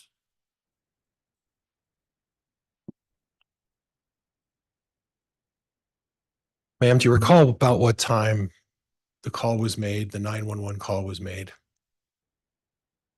I don't recall the exact time it was made, no. But you did say that you dispatched your deputy coroner, Tammy Wilmore, to be there because she could have gotten there within 10 minutes, right? Correct, yes. And the purpose for that is that she lives, we're not going to say the town, but she lives close by this residence Yes. and she could get there relatively quickly, correct? Quicker than me, yes. So when the dispatch 911 call was made, Miss Wilmore was there within 10 minutes, right?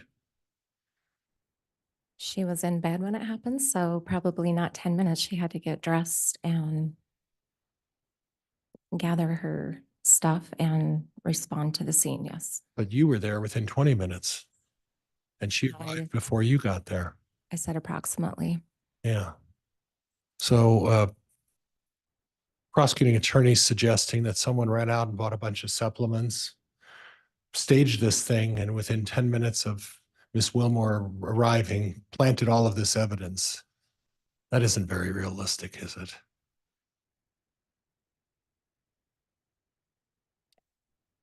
Could have happened before, Okay. All right. Fair days enough. before. Fair enough. Thank you, Judge. Nothing else. All right. That concludes the testimony then of Coroner Dye. Is the state seeking to recall the witness in the future?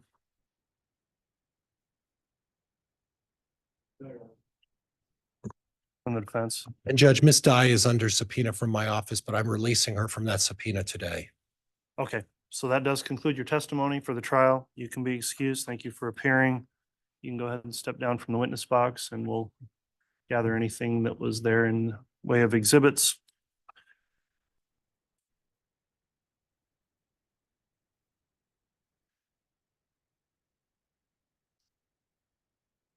All right, the state may call its next witness. Judge, at this time, the state would call Kelsey Harris.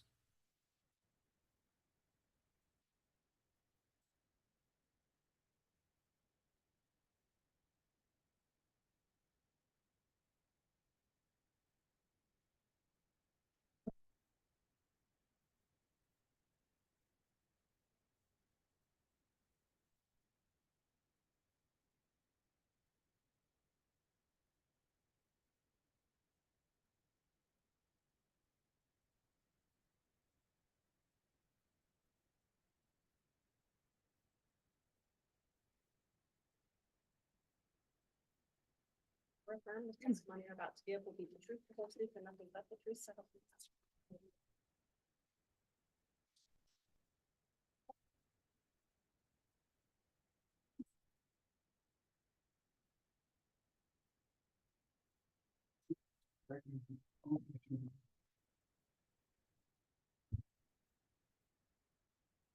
All right, the court will note the witness is now under oath. I do have a few questions before we start with the examination.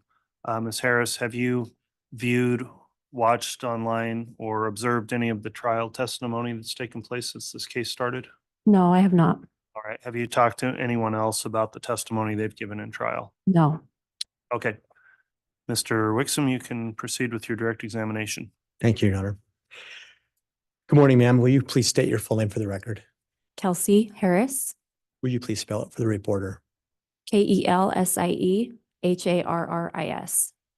And where do you live? Sugar City. Is that here in Idaho? Yes. Ma'am, do you recall knowing a Tammy Daybell? Yes. I want to draw your attention back to October of 2019. Did you have any association or interaction with Ms. Daybell back then? Yes. What was that association? She was a student in my clogging class in Sugar City, and she also worked at the school as a librarian. And at the time, I worked at the school as well. What did you do at the school at the time? I worked in the kitchen. Did you have regular contact while at work with Ms. Daybell? Yes, I saw her frequently. Would you, how often during the course of a week or a day might you have? contact? Every day I would see her. How would you generally describe your relationship with her? We were friends. We would see each other at class, in my class and at the school and have conversation more than just a hello. Okay. And you mentioned a clogging class. For the sake of jurors or any of us who may not understand clogging, will you explain what that is? So clogging is a fast-paced style of dance, and you wear clogging shoes that are similar to a tap shoe. It has 2 taps and it creates loud sounds and also different rhythm steps. And did you say you attended the class with her or you teach the clogging class? I was the instructor of the class. To the best that you can you recall what time frame was it that Tammy was attending that class? It was the end of August, early September until the time of her death in October 2019. How often was the class held? It was every week, a 60-minute class once a week. Did she attend regularly? Yes, every class.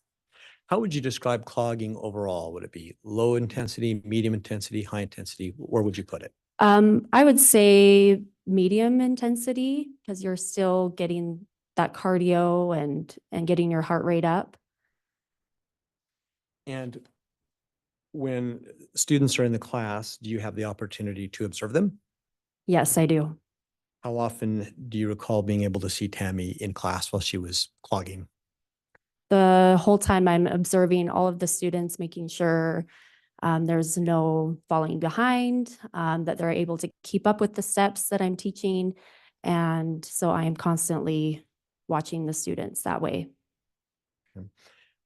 From your recollection, do you ever recall her falling behind in class? No, Do you ever recall any issues with her getting tired? no, Any issues at all that you recall with her ability to perform the clogging and keep up with the class? no.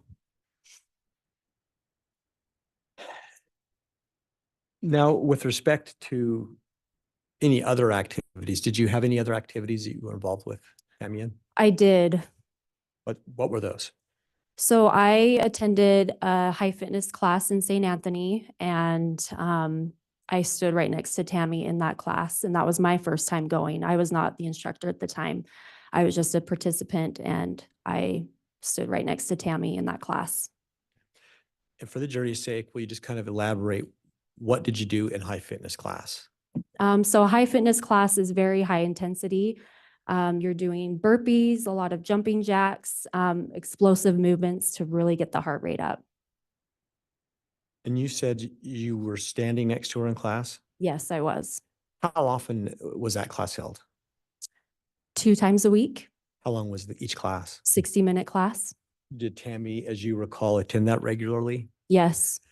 What time frame do you recall attending that class with Tammy relative to her death? It was about late September of 2019. And what did you observe, if anything, about Tammy's performance in that class?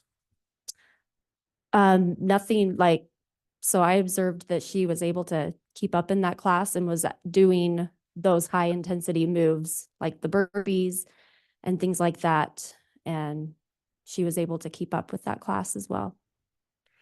And just as a comparison, how different was high fitness than clogging in terms of intensity? So high fitness is very high intensity. Clogging is still that cardio workout, getting your heart rate up. But as far as like the up and down movements, clogging, we're still moving at a fast pace. And Thank you. So just based upon your personal observations overall with what you saw in Tammy in those classes and the interactions at school, let me withdraw that and go back. With respect to your interactions at school and at work, did you have any occasion to observe anything that would give you clues about Tammy's health? no, So did you withdraw based upon what you observed in clogging and in high fitness? Did you ever see anything that would give you any questions or concerns about how healthy she was? no, Did you ever see anything about her struggling or not keeping up? no, not at all. Did she ever express any concerns about how she was feeling? No, And at these classes, did you talk to her regularly? I did. Yes. Thank you. Your Honor, I have no further questions. All right, thank you.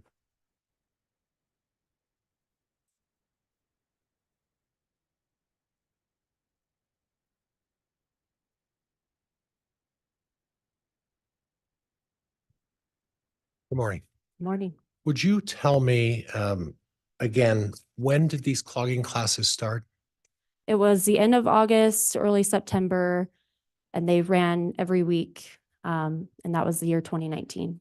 So it was once a week Yes, And let's say you started in September, so there were a total of 5 classes that Tammy attended before she passed away. Would that be fair?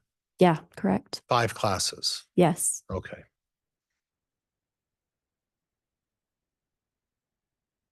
And the same thing for the other activity, the high intensity. She only went to one of those though, right? I could tell she went to more of those. I just attended the one class for my first time. Well, you don't know whether she attended more. You only saw her at one of those high intensity classes. Isn't that true? So yes, I did see her. Okay. And Now, I don't want to disparage anybody, but would you describe Tammy's figure as being a body of someone who was extremely fit? I would say she was a very fit woman. You'd say she was a very fit woman. Okay. I would.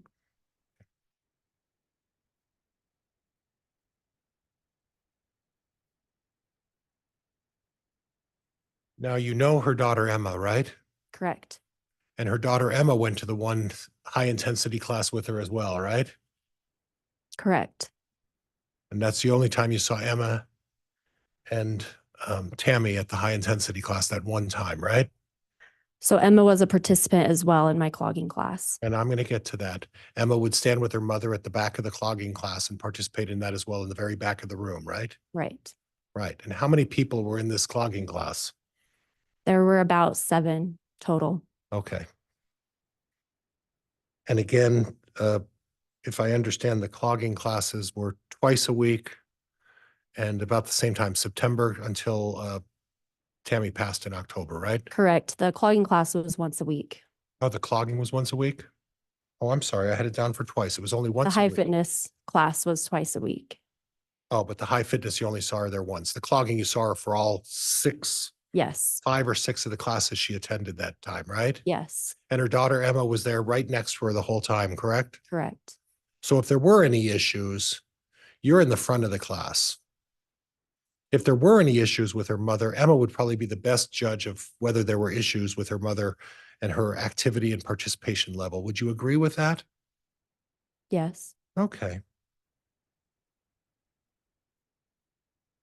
Now you said you worked at the school. You worked in the cafeteria or the food service portion of the Mhm. school. Yes. Tammy was a librarian. You also know that Emma was teaching at that school as well, right? Right. And it was frequent in her usual practice for Emma and her mother to get together every time they had an opportunity to do so, right? Objection, Your Honor, that assumes facts, not evidence. Sustain. Are you aware that whenever there was any free time during the school hours, that it was always Emma and her mother who would spend the majority of the time together? Yes. All right, nothing else, Judge. Thank you. All right. Any recross? Just a couple of questions, if I may, Your Honor. Very well. I'm sorry, redirect, Mr. Wixom. Which may, Judge.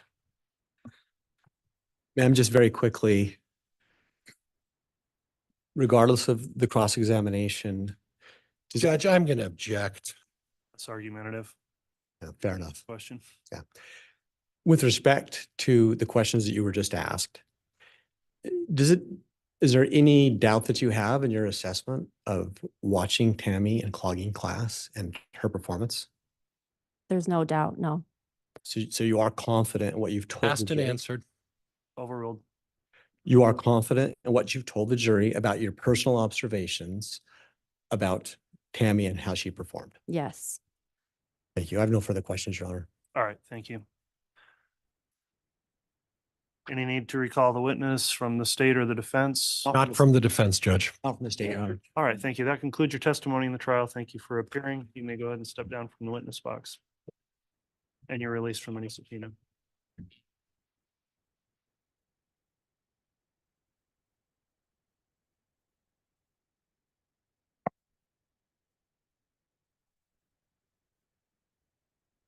All right, the state can call its next witness. Judge, at this time, the state would call Shanna Miller.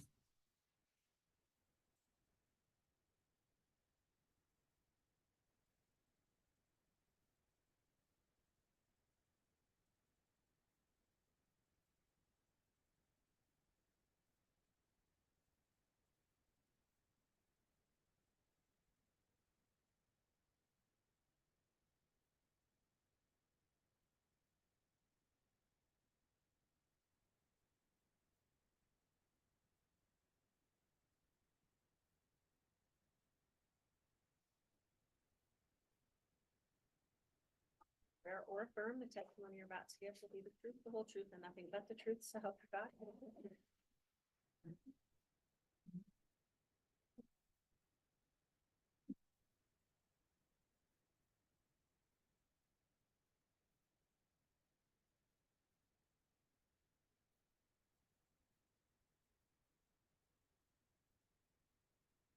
All right, the witness has been sworn. I'll just have a few questions before we begin with the examination. This trial, Ms. Miller, has been live streamed and publicly available for viewing. Have you observed or watched any of the trial testimony that's taken place? No, I have not, Your Honor. All right, thank you. Have you discussed with anyone else their testimony they've given in the trial? No, I have not. All right, thank you for that affirmation. Mr. Wixom, you may proceed with direct. Thank you. Good morning, ma'am. Will you please state your full name for the record? Shanna Miller, Will you spell it, please? SHANNAMILLER, And where do you live? St. Anthony, Idaho. And what do you do for work?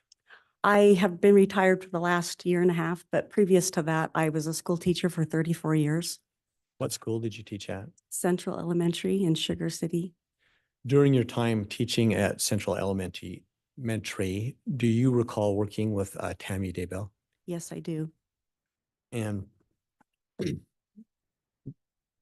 did you become aware back in October of 2019 that she'd passed? Yes. Could you explain to the jury how often and in what way did you interact with Tammy at your work? I was actually on the committee that interviewed Tammy for a job position at our school back in the spring of, I believe it was 2017.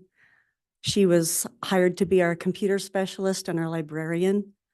She also helped out with the lunch count, checking the kids in as they went to lunch. So I was her colleague after we hired her. I also attended a high fitness class in St. Anthony with her and her daughter twice a week. And what was that high fitness class? It's called High Fit. It's a high intensity workout that lasts an hour. It consists of burpees, jumping jacks, lunges, squats, planks, all set to music. And how often did you attend that class? At the time, I was attending twice a week. Do you recall how often at the time, prior to her death, Tammy was attending the class? Yes, she and her daughter started attending, I believe it was the spring of 2018, and they attended up until her death in October of 2019. Were they regular attenders? Yes, When they came to class, did you have opportunity to interact with Tammy or observe how she was doing? yes, I was on the back row, so all I needed to do was look over. Yeah, I had opportunity to observe them. Would you feel like you had a good vantage point typically? Yes. What observations, if any, did you make about Tammy's performance in that class? Well, it is a very rigorous exercise that's highly aerobic. And at first, it's hard for anyone that's not in great shape to be able to have the stamina and the strength to be able to complete it. And at first, they weren't able to complete all of the exercises are set to, songs. So they weren't maybe able to do all of the exercises completely correct or finish them, accordingly at first. But as time went on, I would say after the first, I don't know, several weeks, maybe a couple months, they were able to complete the workout. With respect to, let's narrow it down to the last few months prior to Tammy's death, Okay. were there ever times that you saw Tammy lag behind? No, Did she ever stop or take breaks? no, Any indication to you that she wasn't keeping up in the class? no, Are you confident that based upon your interaction with her at the class and what you could see, that you would have observed that had she fallen back? no. You're not confident or? Oh, sorry. Can you rephrase that question? Sure. That's a long one. Any reason for you to think that you weren't able to have a good observation of Tammy and assess how she was doing? Yes, I was able to, yes, I would be able to be confident and to say that, yes, I did. And what about with work? I didn't ask. How often did you interact with Tammy at work? I would see her probably, I would say every day, sometimes several times a day. Uh, and when I took my kids to library, that was once a week. Computer lab was once a week, maybe twice a week. Can't remember for sure. And then every day as I took my kids into the lunchroom, she'd check the kids off as they came through the lunch line. I would see her then. Based on observations at work, do you feel like you were able to make any observations about her health or fitness from what you saw at work? I would say from the time that she started the fitness class, her confidence level in herself, I think her overall image of herself, I think it had improved. She looked like she was in great health and in great shape to me. And in terms of observing her doing her daily duties at work, did you ever see her get tired or worn out? No, What was your reaction when you first learned of Tammy's death? complete shock, Why is that? because hours before that, I had seen her at work and she was happy, healthy, conversing with the kids as they, guess the last time I would have seen her would have been, the kids were going through the lunch line. She was conversing with them, complimenting them, smiling. She seemed perfectly healthy to me.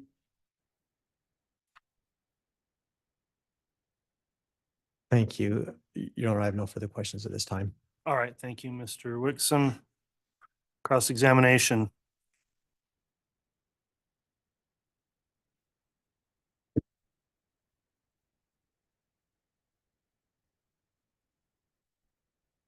Good morning, Ms. Miller. Good morning.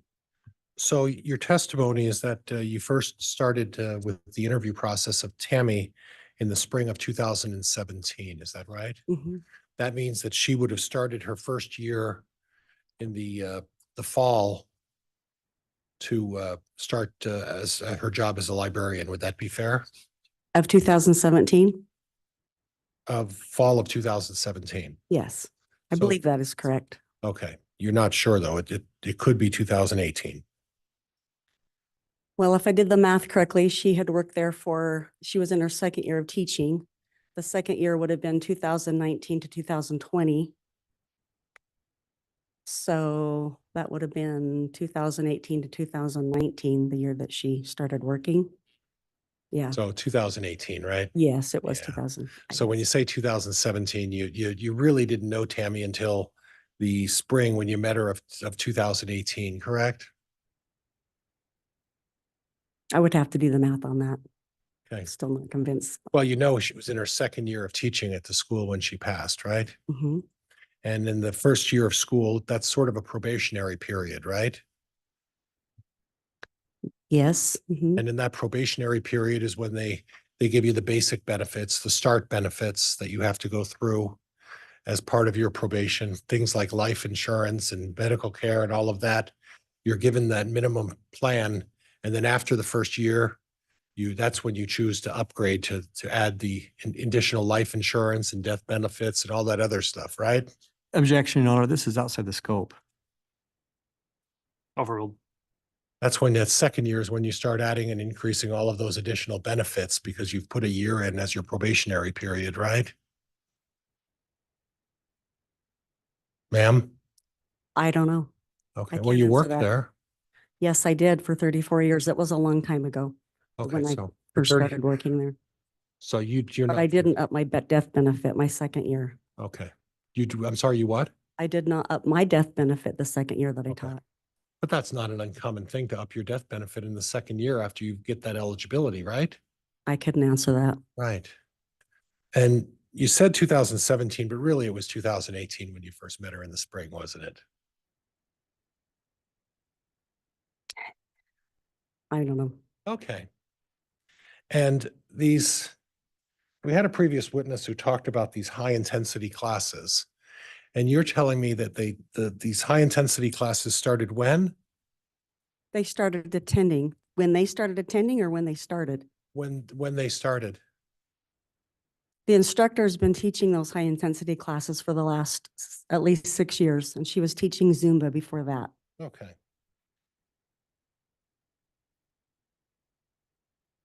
So your testimony is that you met Tammy in the spring of 2018.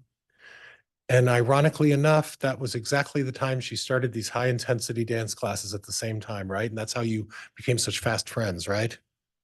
No, I became friends before that at school. Okay. With Tammy at school? Mhm. She wasn't working there. Well, shortly after she started working there, obviously we became friends. Okay, and she started working there in the fall of 2018 as the full-time librarian, didn't she? Yes. Okay. So isn't it true, ma'am, that the high intensity classes started in September of 2019? That they started in 2019? No, no, she had been attending for at least 9 months prior to that. Okay, Actually, it was more like a year and a half because she had started, I remember she'd started in the spring because her and her daughter had expressed that they wanted to get in shape for a 5K. And okay, so some of my coworkers said, well, you should come to High Fit and okay, that will help you get in shape. And that would have been in the spring. So she did it that spring and then that fall, then the following spring. okay. So in the spring of 2008, when you first met her, uh, basically what happened in the very first spring when you were interviewing her, she signs up for high fitness. She decides she's going to do a 5K. She's going to do all of these No, things. no, Ma'am, we let me hired finish her. My question, Well, please. Mr. Pryor, problem is it's argumentative, so just ask a question, please. I didn't hear an objection from the prosecutor, Judge. I know, but in fairness, it's in the long line of argument that she started responding. So just please go with questioning on cross. And you would agree with me that Emma was there for all of the times that Tammy was involved in that class. Would that be fair? I believe so. Okay, so Emma was standing next to her the entire time, right? They worked out next to each other. Okay. And did you watch Tammy the entire time that you participated in these high intensity exercises? Off and on. I mean, you're always looking around, seeing, what everybody else is doing, if they're following the instructor. And how many participants were in these high intensity exercise classes? Uh, It would depend. There could be as few as 15, as many as upwards of 24 to 30, depending on the night. Do you know Kelsey Harris? Yes, Okay, friend of yours? no. Well, coworker, colleague, Okay, you don't go to any classes with her, right? no. Okay. So how would you evaluate, if you were to make a determination, would you say that Tammy Daybell was very fit? Yes, So she had a low body fat, she had a petite figure, is that what you're telling me? you don't have to have a low body fat or a petite figure to be highly fit, but what I observed is that she had the stamina from the time she started to the fall that she passed. She had the stamina to be able to complete those rigorous Okay, workouts. okay. Judge, I have nothing else. Thank you.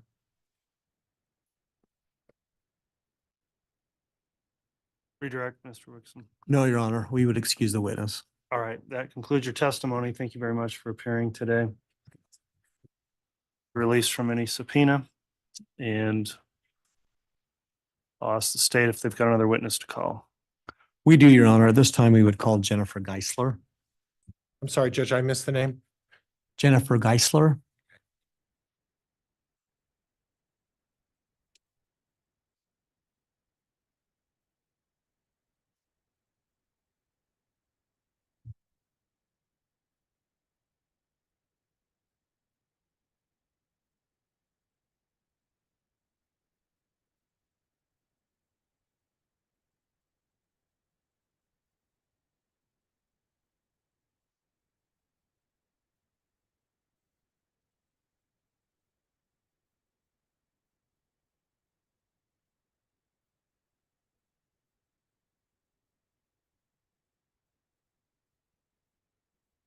I swear or affirm the testimony you're about to give will be the truth.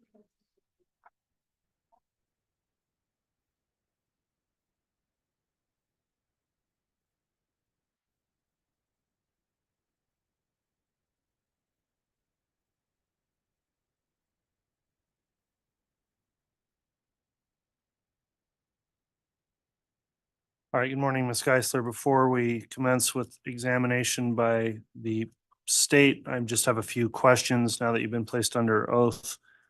This trial has been broadcast on a court YouTube channel and publicly available to view. Have you observed any of the trial testimony since the case began? I have not. Okay, have you discussed with anyone else the testimony they've been in the trial? I have not. Okay, thanks for your responses. Mr. Wixom, you can inquire on direct. Thank you, Your Honor. Ma'am, will you please state your full name for the record? Yep. Jennifer C. Geisler, And will you please spell that? JENNIFERCGEISLER. Thank you. And where do you live? I live in St. Anthony. And where do you work? I work at Central Elementary. What is your job there? I'm a first grade teacher. Yep, first grade. How long have you worked at the elementary school? It's been about 26 years. I want to draw your attention back to the summer and fall of 2019. Do you remember working with Tammy Daybell? I do. Can you explain to the jury, well, first, did you have interactions with Tammy at work? I did. She was our librarian. Could you please explain to the jury how often or frequently you interacted with her and what capacity? I would probably see her at least every day going back and forth in the hall. I took my class to library once a week. And so I'd stop and talk. Frequently, probably about 2 to 3 times a week, I ate lunch with her. Our first grade team eats lunch first and we go into the lunchroom, our teacher workroom, and Tammy usually would come in and eat with us. How would you describe your relationship with Tammy just overall? Just friends. We were good friends. And while working with her, what did you observe about her personality overall? She was just super friendly, always bubbly, happy. She was a person that you would like to be around. Was that the case in the late summer, early fall of 2019 before she passed? Yeah. Yep. And did you ever do anything or associate with Tammy outside of school? I did. What did you do? So she came to, it was a high fitness class that we had up in St. Anthony, and twice a week, I had invited her and Emma to come up and give it a try. And they came up and joined us. It's about an hour twice a week at night. And so they came up and exercised with us. Was she regularly attending the class after you invited her? She did, Did she come both classes each week? most often. When she was in class with you, did you have any opportunity to observe how she was doing in class? So most of the time I was up in the front row. Tammy and Emma are in the back row. So I didn't get to see them through every song, but some of the songs you turn around and you can see they were always funny and giggly back there, and would sometimes add their own moves into the songs with them. And then at the end of the class, my sister and I go back and we kind of check everybody out. I punch her base cards. And so as they come through, could talk to Tammy and Emma as they came through. Did Tammy ever make any comments about how she was doing in class? She loved it. She always thought it was just fun. Did you observe how she was performing? Did she seem to be keeping up in the class? Yeah, she did. Like when they come through, usually when you finish, you're pretty sweaty. And as she came through, she was as sweaty as everybody else. Do you recall ever seeing any times where she had to take a break or got short of breath, anything like that? Not that I recall. When was the last time that you personally recall interacting with Tammy? It was the Friday right before she died. What was that interaction that you had with her? I ate lunch across the table from her. And what observations, if any, did you have of her health that day? Just like a normal day. She was healthy, happy, talkative. She was sitting by her son, Seth. He was substituting that day, and just a normal day. What was your reaction when you had learned that she passed? I was super surprised. that she had passed Why? because she was just so healthy just the day before. And I was just talking to her.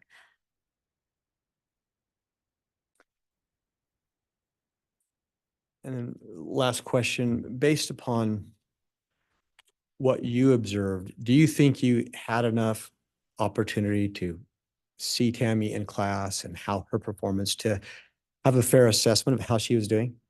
I do.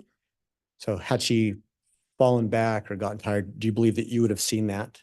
Yeah. How far away were you from her in the class typically? You know, I'm terrible at distance. I was like, she's probably 3 rows back. And it's just in their small little elementary gym. Do you feel like you could see her well? Yes. Thank you. Your Honor, I have no further questions. All right.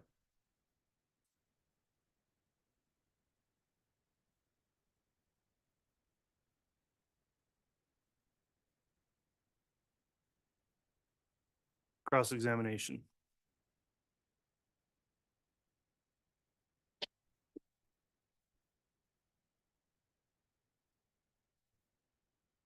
Good morning. Good morning. About what time did Tammy and Emma sign up for the Zumba class? Mhm. I don't remember the exact day. Okay. Do you remember talking to Officer Mattingly about that? I do. Okay. Would it surprise you to learn that you told Officer Mattingly that Tammy had been in the Zumba class for around 4 months? Yes, I think About what you said? that's about what I said. Okay. You also told Officer Mattingly that you didn't know whether Tammy was doing the high workout or the low intensity workout. Remember telling him that as well? I remember telling him I didn't get to see her with every song, but as I turned, you could look back that way. Okay. And you were in the front row, right? I am. And Tammy was in the back row. Yes. So in order to see Tammy, you would have had to purposely turn around and observe her, right? Yes. And to your knowledge, Emma was at every single one of the classes with her mother, correct? Yes. She would come with her mom. Now, you first met Tammy when? When she started teaching or was our librarian hired at our school. 2018? If that's when, I can't remember when she was hired. Okay.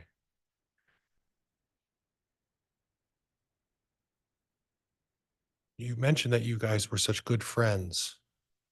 You never went over to her house, though, did you? No, just like school friends. Oh, school friends. So you would just talk periodically during the day, right? Right.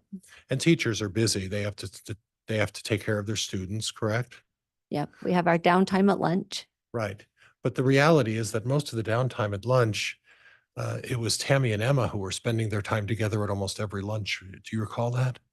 So Tammy would come in and sit with us to eat. Emma taught 3rd grade, and so her lunch was a little bit later in the day. But they would spend time during the lunch hour together, right? Possibly, yes. Yeah. Okay. Judge, I don't have anything else. Thank you. All right, thank you. Redirect? May I have just a couple of questions? Yes. Thank you.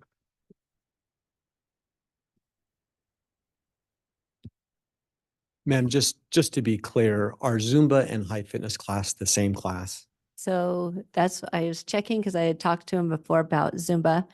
When I had asked Chrissy just before, how long have we been doing high fit? And she had clarified that we've been doing it for 6 years. And so it was more high fit when Emma and Tammy started coming. High fit is more intense. You got lots of jumping jacks and burpees and tuck jumps, and it's a lot more physical workout than Zumba. Zumba's a little bit more dancey. I think you just were asked some questions about eating lunch with Tammy. Is that a yes? Yes. Okay. Did you have the opportunity to observe what kinds of food she ate or how healthy her eating was? Yes, because if I followed her through the lunch line, I always commented she took all the vegetables. I would usually follow through and skip the vegetables and take the cookies and stuff. And I had commented to her that she eats super healthy. I wish I ate as healthy as she did. During that last several months before she passed, did you ever observe her to gain or lose any weight? Judge, this is going beyond scope. Is sustained. No further questions, Your Honor. All right. Any recross? If the court tells me where they're going to allow me to go on recross, I will. Just on those very first comments about her testimony.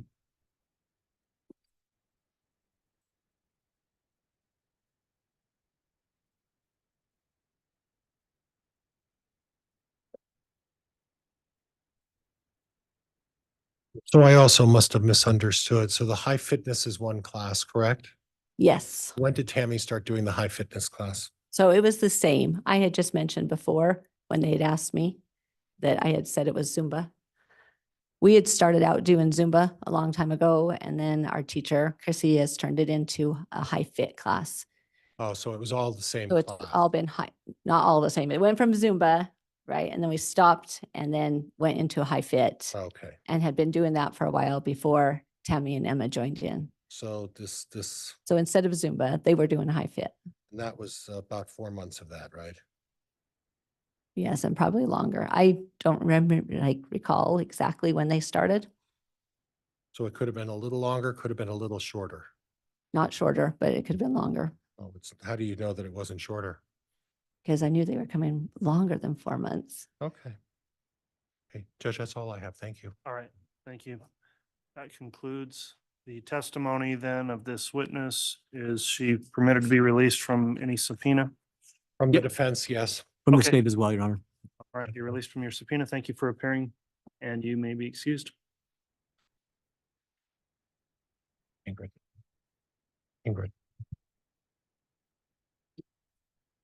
You want to get into another witness or do you want to take the lunch recess? Your Honor, the next witness will be a little more lengthy, and so I think we would probably end up at a weird stopping point. So we would request that we maybe just break 10 minutes early.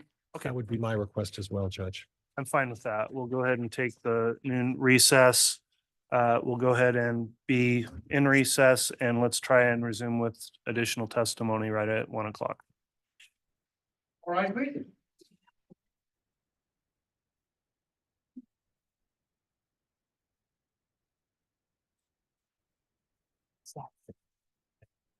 And I did just one thing.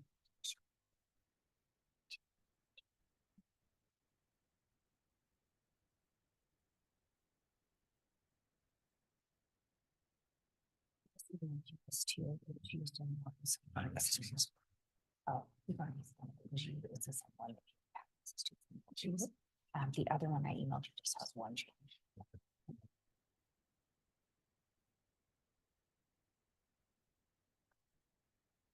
Okay, folks, thank you very much.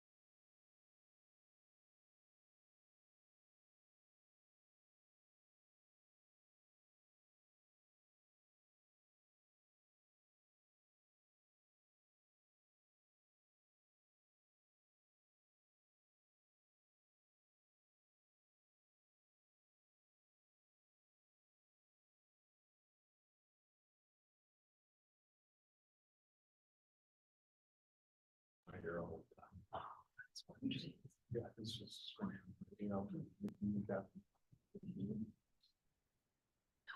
Makes both sense. And then when I turn it down, someone was pretty cancer. There's no one.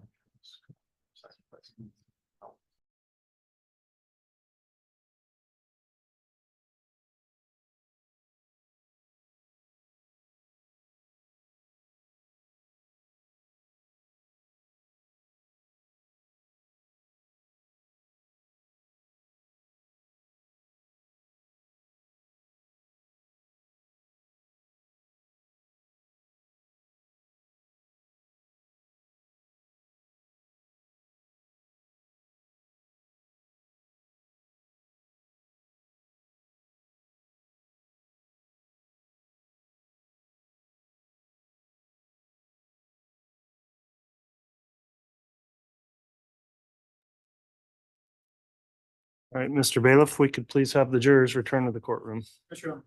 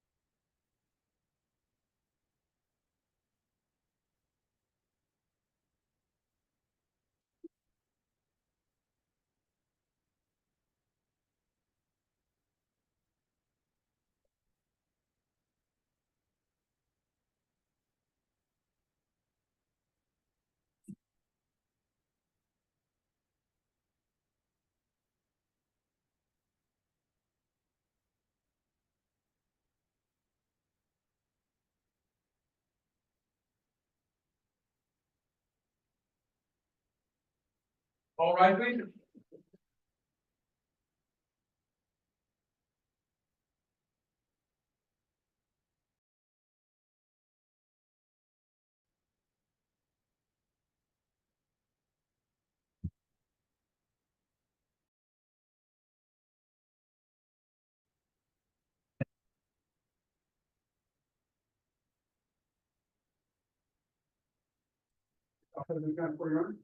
Thank you. Please be seated.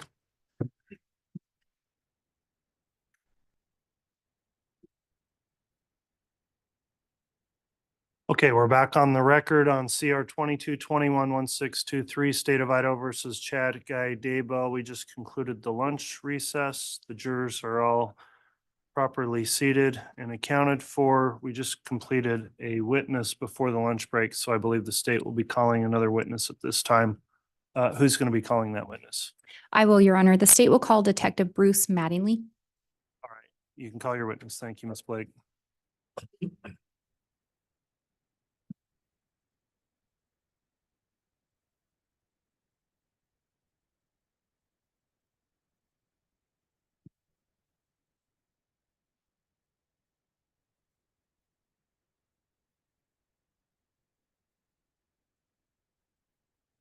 Swear or affirm the testimony you're about to give will be the truth, the whole truth, and nothing but the truth, so help you God. I do.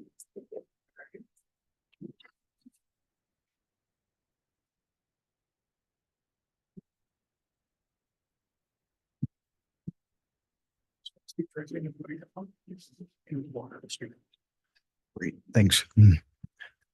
All right, now that the witness has been sworn, let me just inquire before we start with direct. Detective Mattingly, since this trial has been broadcast, have you reviewed either in person or on the broadcast any of the trial testimony that's taken place since the case started? No, Okay, have you discussed with anyone else the substance of their testimony? No. Okay, thanks for that. Ms. Blake, if you'd like to inquire, you may. Thank you, Your Honor. Detective Mattingly, would you please spell your name for the record? Last is Mattingly, Mattingly. Where are you currently employed? Fremont County, Idaho Sheriff's Office. How long have you been employed with them? I'm going on my 23rd year. What is your current title and or position? Current title is Detective Sergeant for over detectives. How long have you held that position? I've been a detective for the last 7 years. Have you held other positions then within the Fremont County Sheriff's Office? I have. I've worked in the jail, worked on patrol, and as a resource officer. Do you have any specialized training in order to be a law enforcement officer? I do. I graduated from the Post Academy and I earned my basic, intermediate, advanced, and master certificates. Were you working in Fremont County on October 19th of 2019? I was. Were you on shift that day? No, I was not. Did you end up receiving a call from someone about an unattended death? I did. Who called you? That was Deputy Allie Greenhall. Do you know why she ended up reaching out to you? She reached out to me because she could not get a hold of the on-call detective at the moment. And when we talk about an unattended death, can you explain to the jury what that is for purposes of law enforcement? Yeah. A unattended death is any death, whether it's natural, self-inflicted, or otherwise accidental, that has gone on other than one that's not being attended to by a physician. So if a physician is not present when someone passes away, you may respond out to an unattended death. That is correct. At the time in Fremont County, as a detective, did you respond out every time there was an unattended death? No. When would you respond out as a detective? Depending on age, circumstances, possible signs of reasons for death, any obvious wounds or anything that might throw a flag up to whoever was on shift or taking the call. And when you talk about whoever was on shift or taking the call, what position would that individual hold within the sheriff's office? That would be a patrolman. And was Deputy Greenalch a patrol officer at the time? Yes, she was. When she reached out to you, did you end up speaking with her on October 19th? I did. Did you learn who the decedent was? Yes. And who was that? Tamara or Tammy Daybell. Had you ever heard that name before? If I had, I couldn't recall at that time. Had you ever heard the name Chad Daybell at that point in time? No, I had not. When you received the call, did you end up asking questions of the deputy? I did.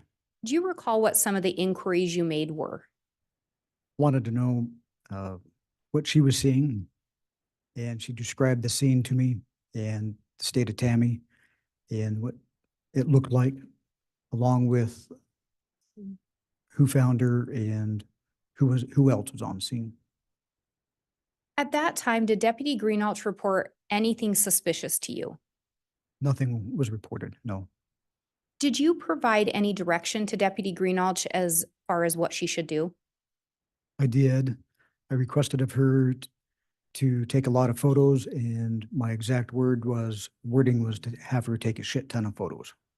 Did you request she do anything else that you recall? To talk with the coroner when she got on scene and discuss whether or not to do autopsy or retrieve blood. And from your understanding, who makes the determination as to whether or not to have an autopsy performed? Final decision comes down to the coroner. So that is not a decision ultimately up to law enforcement. No, it is not.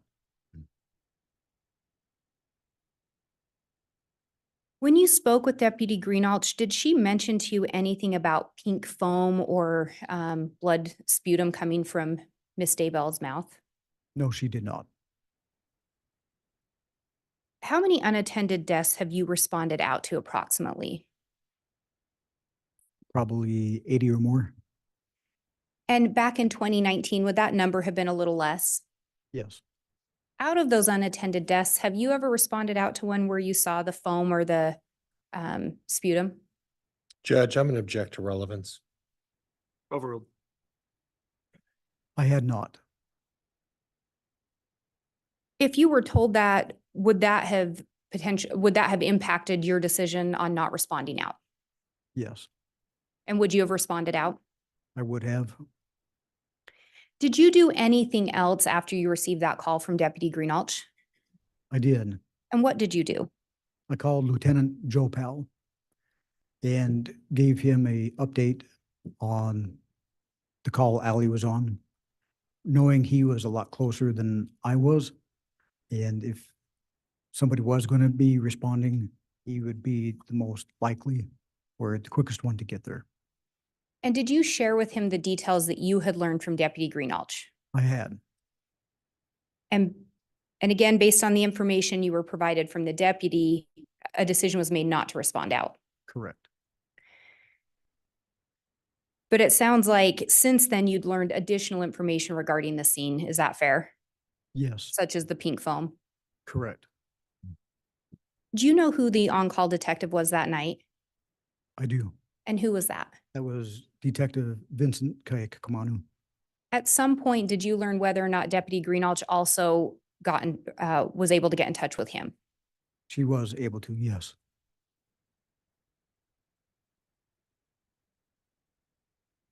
So initially, is it fair to say that on October 19th of 2019, outside of the initial response from the deputy, there was not an investigation launched into Tammy's death? Correct.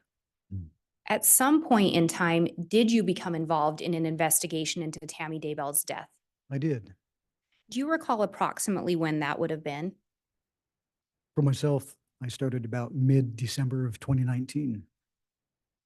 Do you know when Fremont County Sheriff's Office became involved?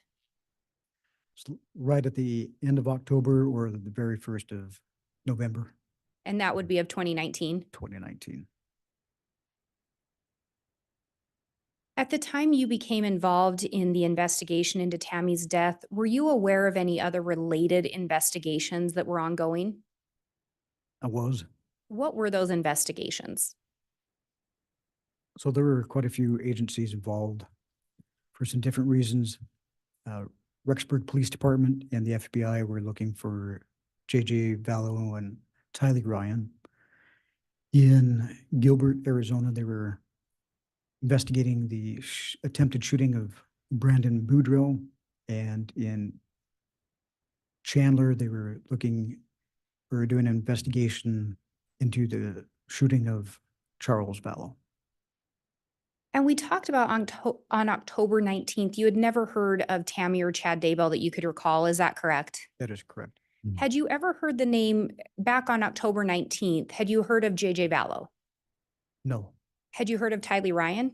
no, Had you heard of Lori Vallow? no, Alex Cox? none, Had you heard of Charles Vallow? no. So you learned of these individuals later when you became involved in the investigation. Is that fair? That would be correct. And would it be fair to say that it was a joint investigation? It was, yes. Was your focus in regards to the investigation on the death of Tammy Daybell? It was. Were there specific areas of the investigation that you personally focused on? Correct. Yes, there were.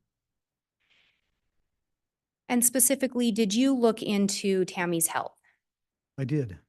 What were some of the things you looked at in relation to Tammy's health? So one of the things we looked at in the beginning was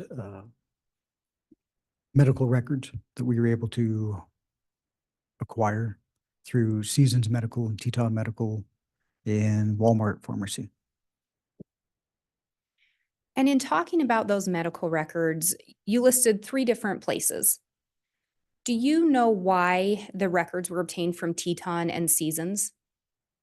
Those were the places that we could find that she had been to when we did our background on the prescription monitoring program through Idaho. It showed she had some prescriptions from those medical facilities, so we were able to get the records from those. And are you personally the one that received those records? No, I was not. At some point, did you review those medical records? I did. And we talked about how you located those. And actually, I'm going to withdraw that and back up. When you reviewed those medical records, was there any indication to you in your review of health issues related to Tammy Daybell?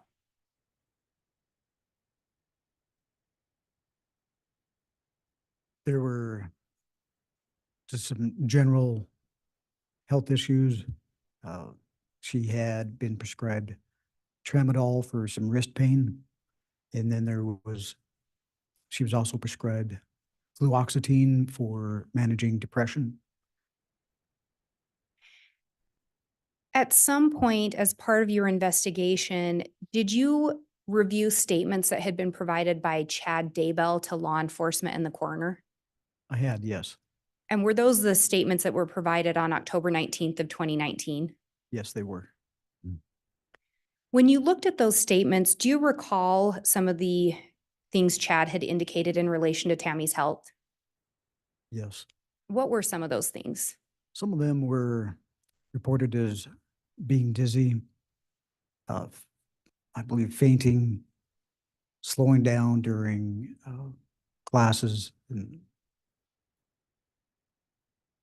When you looked at the medical records, did you see any indication or reference to Tammy having any dizziness or dizziness spells?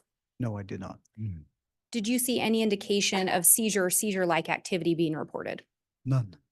Did you see any indication regarding low blood pressure? No. Did you see any indication that would reference or explain a slowdown in activity? I did not. When you looked at those statements from Chad, did you actually review the report from the deputy on scene? I did. And did you learn who else was on scene or there when the initial deputy arrived? Yes. And who else was in the residence? Garth Daybell. In those reports, did you ever see Garth, any indication from Garth that he had concerns about his mother's health? No. Did you ever see any indication from Chad regarding Tammy having a prior history of anemia? No. Did you ever see any indication that Chad had reported he was concerned because of a history of heart conditions in Tammy's family? None.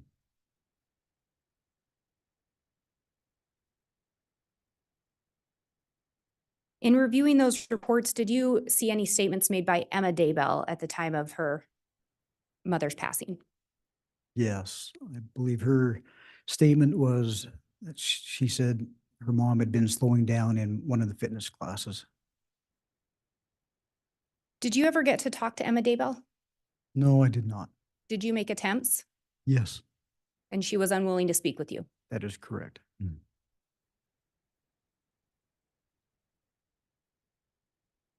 When we talk about the medical records and how you located those, did Chad Daybell ever tell you about any other medical providers? Or did you learn if he told anyone about any other medical providers in law enforcement? No, there was no other mentions. Did anyone in his family, any of his children ever provide you information regarding other medical providers to look at? No, they did not.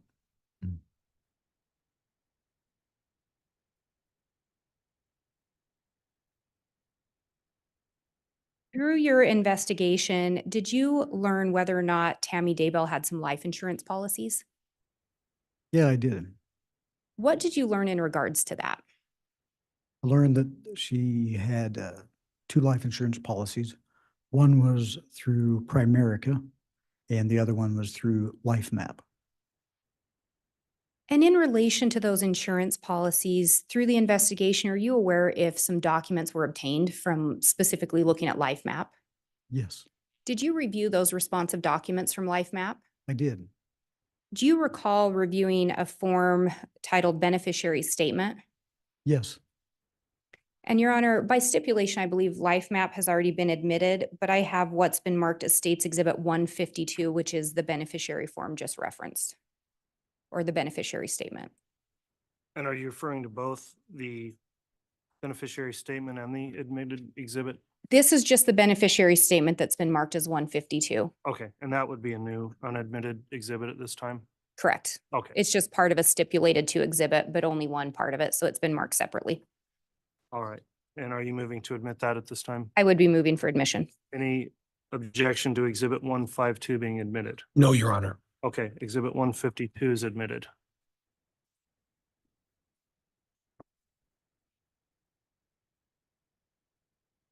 And Your Honor, if I can, I have a courtesy copy for the court and then the actual exhibit. If I can have the exhibit handed to the witness. Thank you. Yes.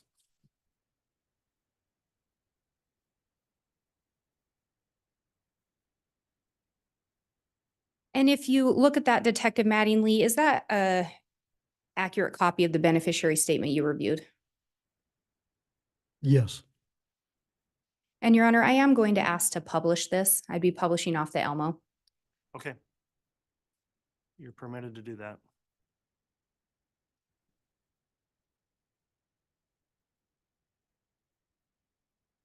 Do you want the exhibit published? I have a copy, but would you like the actual exhibit published? Yes, please.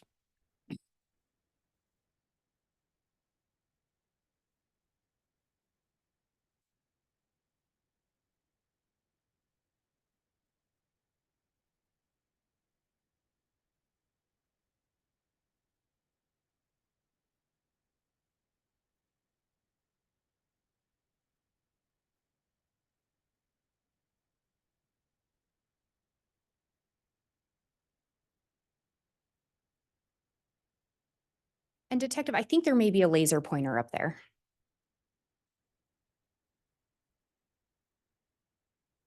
If that's beneficial as we look at this. Could you pull that down for a second and we'll have a quick sidebar?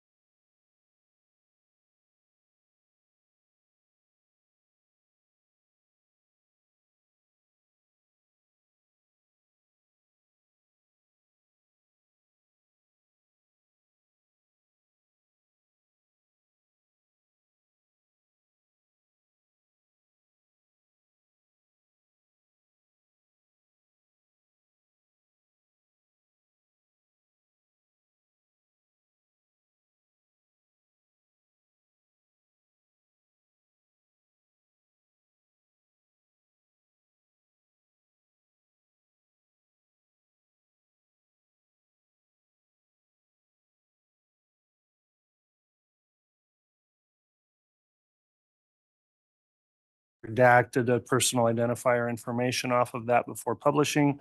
So you can continue, Ms. Blake. Thank you. Thank you, Your Honor.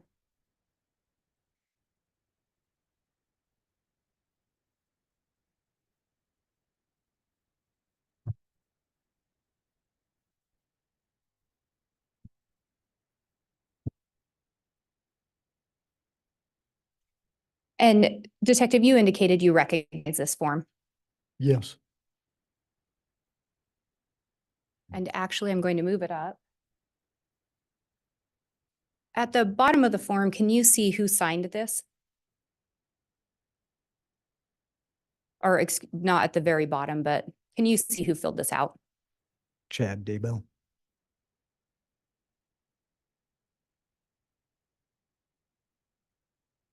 And actually also, do you see the date that he signed this? It'll be 10/30/2019.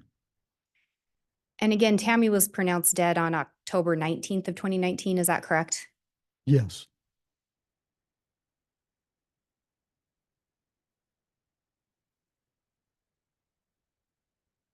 And then if we go back to the top. Judge, Yes. I don't know what's going on, but I'm seeing motion in the jury pool. Is your monitor not working? Oh, we got a monitor not working. Thanks for, Looks like Somebody's- maybe none of them are. okay. See if we can get that sorted out. Thank you.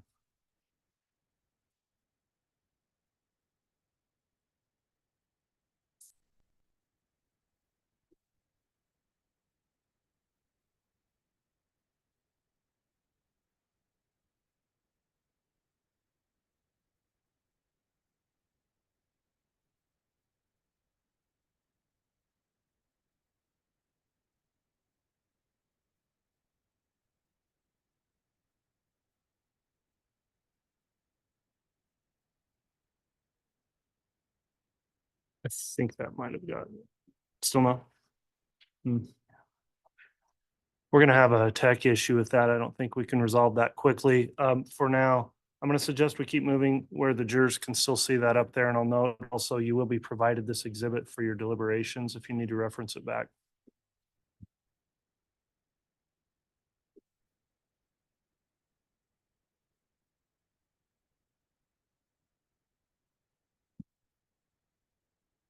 Detective Mattingly, when we look at this form, we've already indicated it was filled out by Chad Daybell, correct? correct. And on there, there's a designation about when the health of the deceased first became impaired. Do you see that under the medical information? I do, that'll be on the left. What was the date that Chad Daybell wrote in there? October 18th, 2019. So the day before Tammy died is when he indicated her health became impaired? Yes, And I guess let me back up there. The day before Tammy was declared deceased, he'd indicated her health had started to have changes. yes.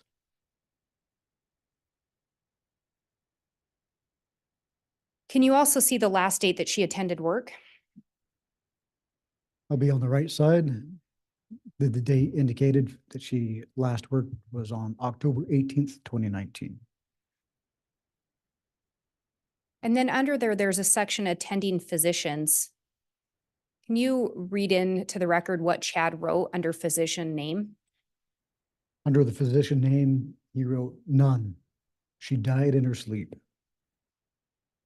So on this particular form, Chad Daybell didn't indicate that she was seeing any medical provider. Correct.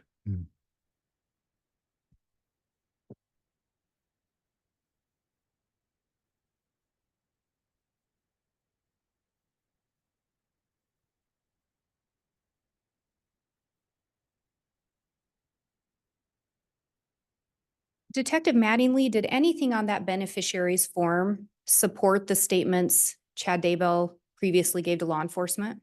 No,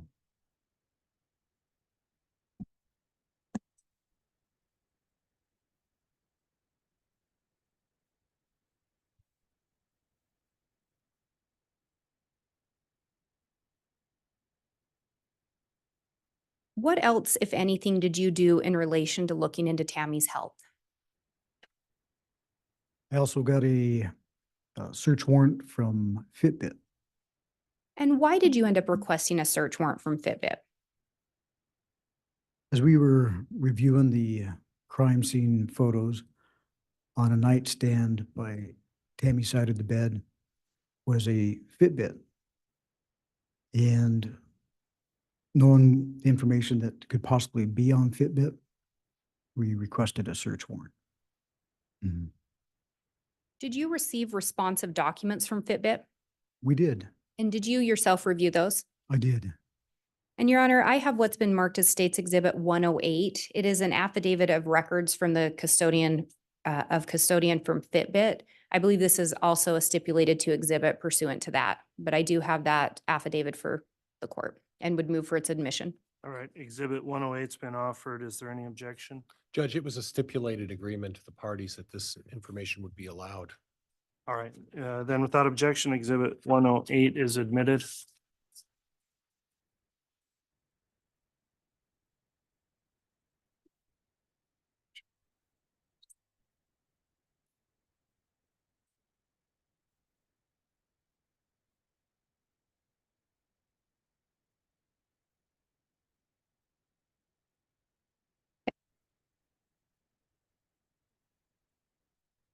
And Detective Mattingly, in looking at that, have you seen that document before? Yes, I have. And you reviewed the responsive documents that that's referencing? Yes.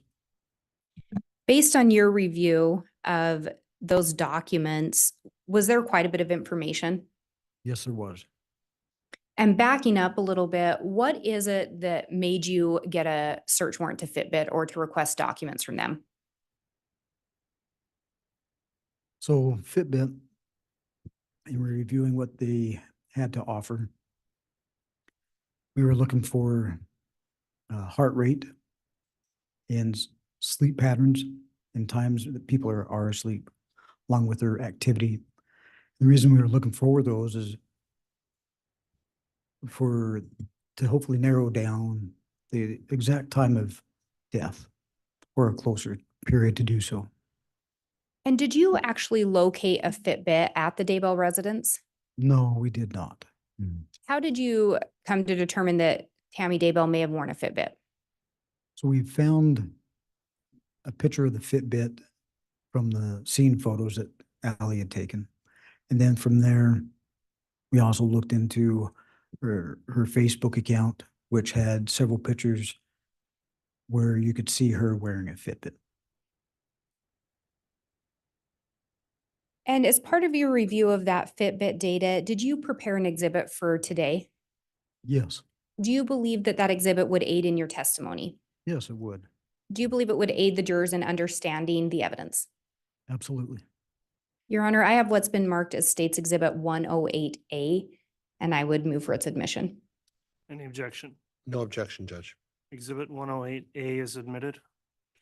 And similarly, Judge, this is actually going to be a jump drive, but I do have a print off as a courtesy. Okay. Are you going to be publishing this, Ms. Blake? Yes, Your Honor.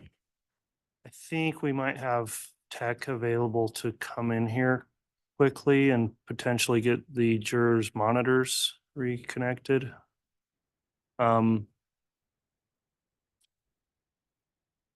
Okay, they're on their way. Let's take a real quick, just stand up break and maybe the jurors can be excused to the hallway for a minute. And I'm hoping this will just be quick, but we'll see if we can get those monitors working again. All right, please.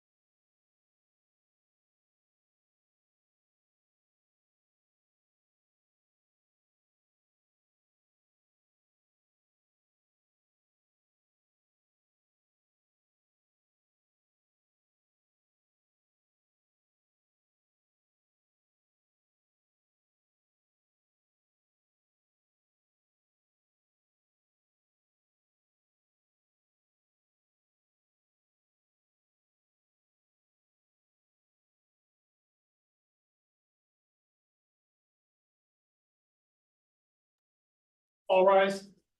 District Court again in session.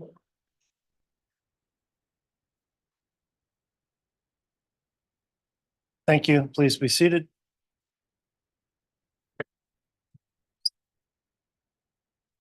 All right, we can have our jurors return, please.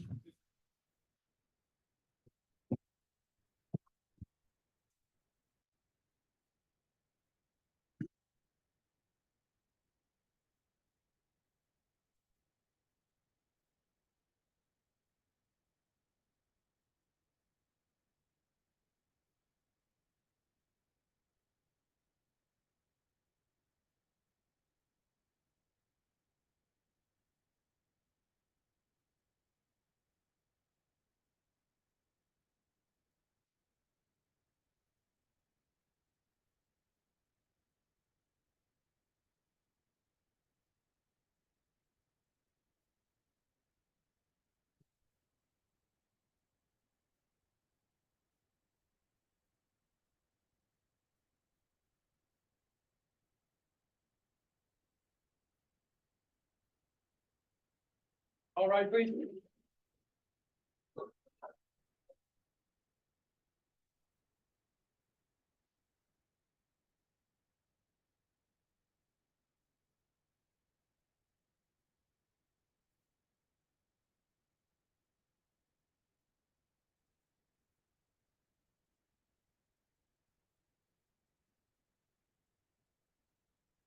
Here's our president account for you, Art. Thank you. Please be seated.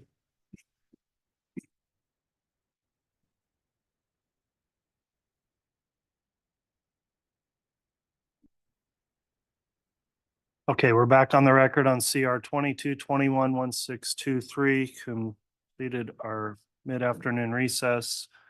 Ms. Blake, if you'd like to continue with direct, you may. I'll remind the witness you're still under oath. Yes, Your Honor.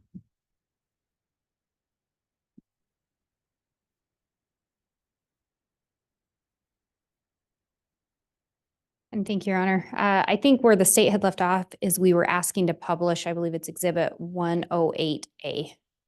And you may do that.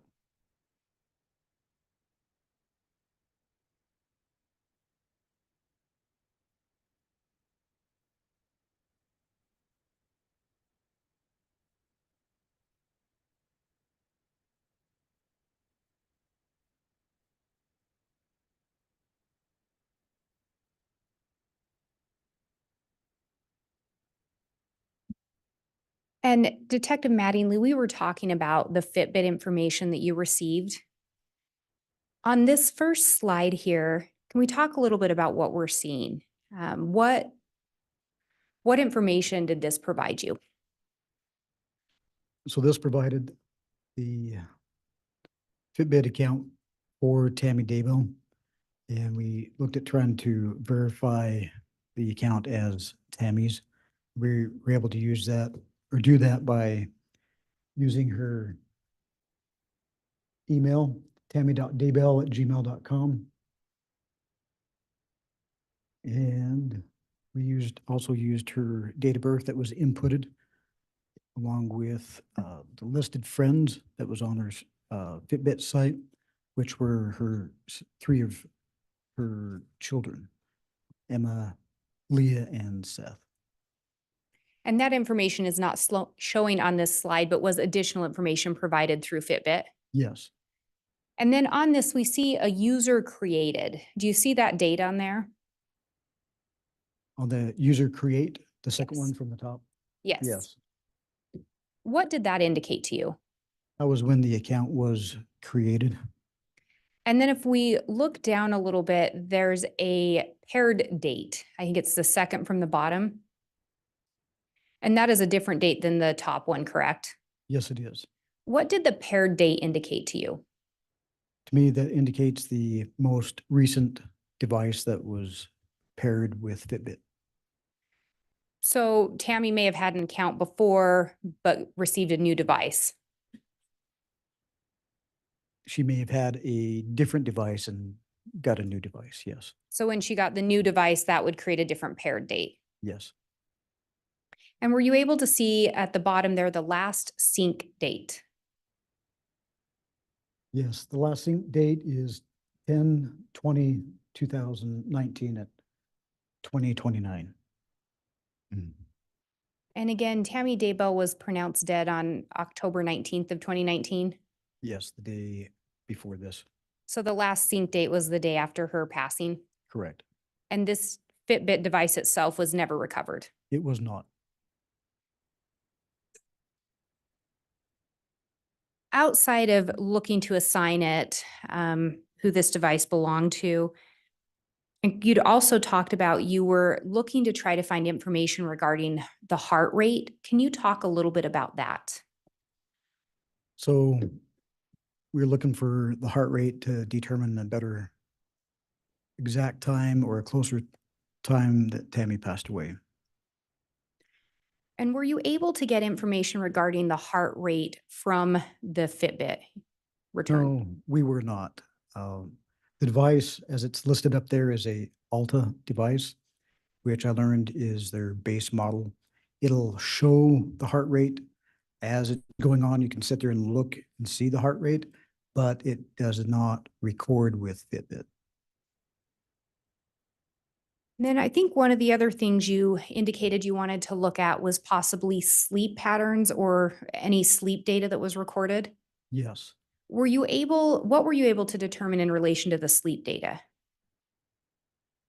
The sleep data was very sparse from day to day or month to month.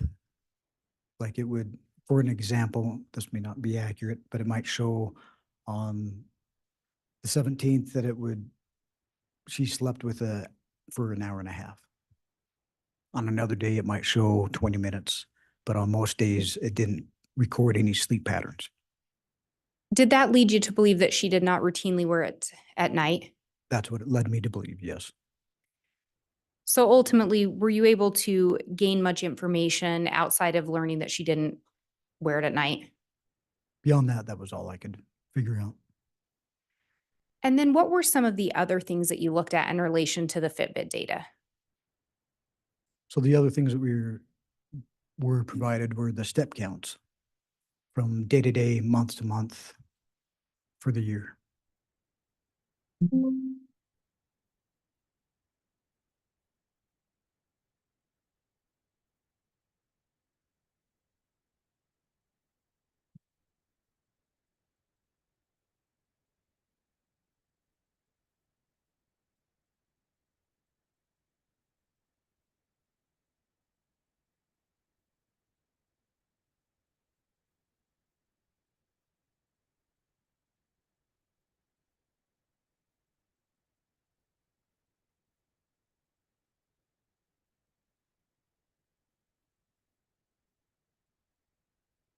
And if we look at this next slide, can you talk about what we're seeing here? So these are the steps per month that was recorded by Fitbit when Tammy wore her device. And when we see it starting with October and goes down to January and then a grand total steps, was this January of 2019 through October of 2019? Yes, So it's going in the opposite order. correct. When you reviewed this, did you make any determination with regard to those steps in relation to your investigation? So when I was reviewing the steps, the numbers to me looked fairly big, but I didn't know what that meant as far as activity. Was it above average, normal, or below? I wasn't sure. So looking at those numbers, I was able to also research via the internet and found out the CDC recommended guidelines were recommended to have at least 10,000 steps per day. And these were the amount of steps that she took for those months. And out of those months, was she generally above average? Out of all the months, generally she was above average. There were a few months that she was not. And the months that she was not above average, was she close to the average? Yes, she was. Any indication to you that there were months that she severely slowed down in activity? Nothing that was severely slowed down, no. And when we look at that last month of October, again, Tammy was pronounced dead on October 19th in the early morning hours. Is that correct? Yes, So that is not the full month. that is not a full month. From your review of things, did it appear that she was on track to be above average for the month of October of 2019? Yes,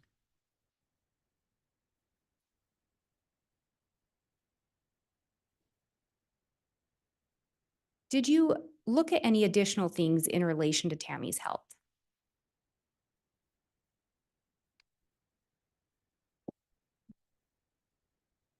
Outside of the Fitbit?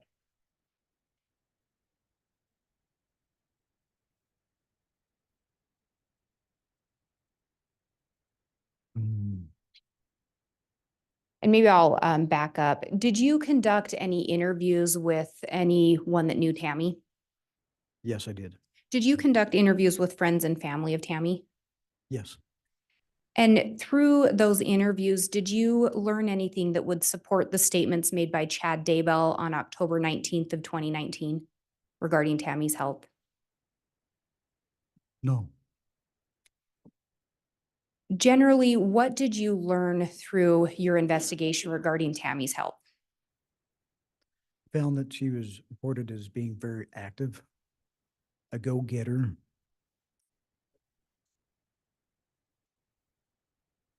Ms. Blake. When you conducted the interviews, did you interview multiple of Tammy's friends or coworkers? I did. Did you interview some family members? Yes, Out of everyone you interviewed, was there any indication that Tammy's health was slowing down? none, Was there any indication that Tammy had seizures? none, Any indication Tammy had low blood pressure? no, Any indication Tammy had fainting spells? no, So from all the interviews you conducted, anything to support the statements made by Chad Daybell on October 19th of 2019? there was none.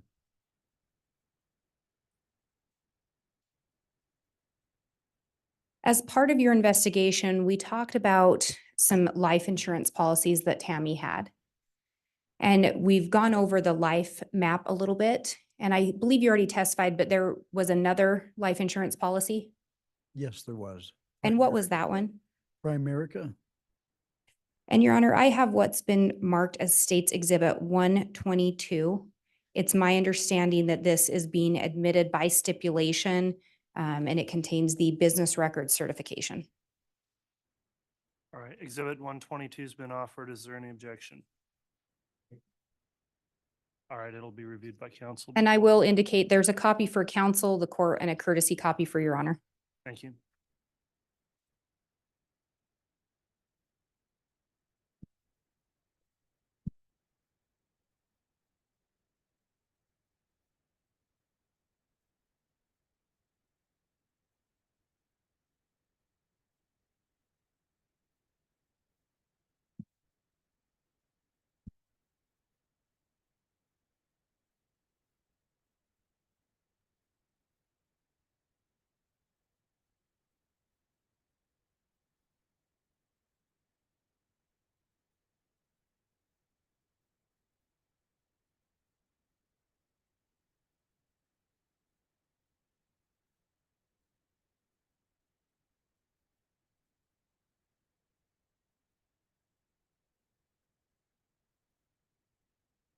And Detective Mattingly, I'll just have you look through those pages.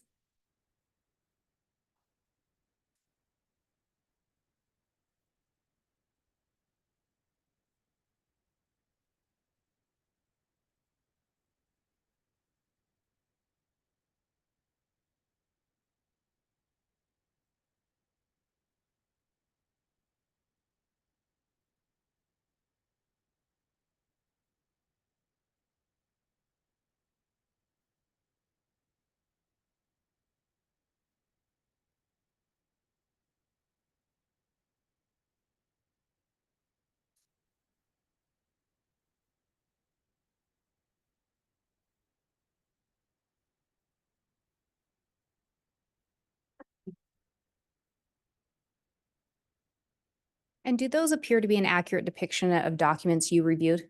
They are. And in relation to the life insurance policies, were you able to determine the total amount of life insurance on Tammy Daybell?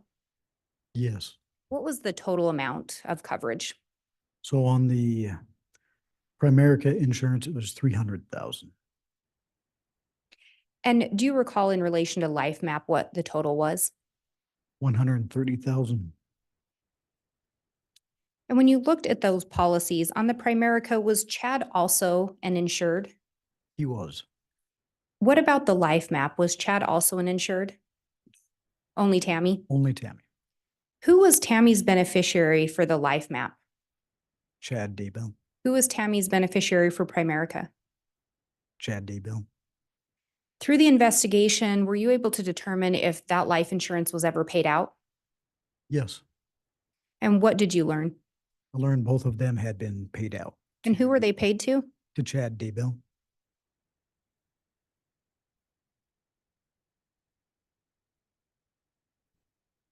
I have no further questions at this time. All right, thank you, Ms. Blake. Which one? I guess I maybe do just need to clarify, was that last exhibit admitted? I don't think we actually got that admitted on the record, so you reviewed it. Is there any objection to it being admitted? We've now discussed. I just don't know if we officially put that in the record, so I would move for its admission. Thank you, Ms. Blake. It is admitted now. Thank you. Thank you.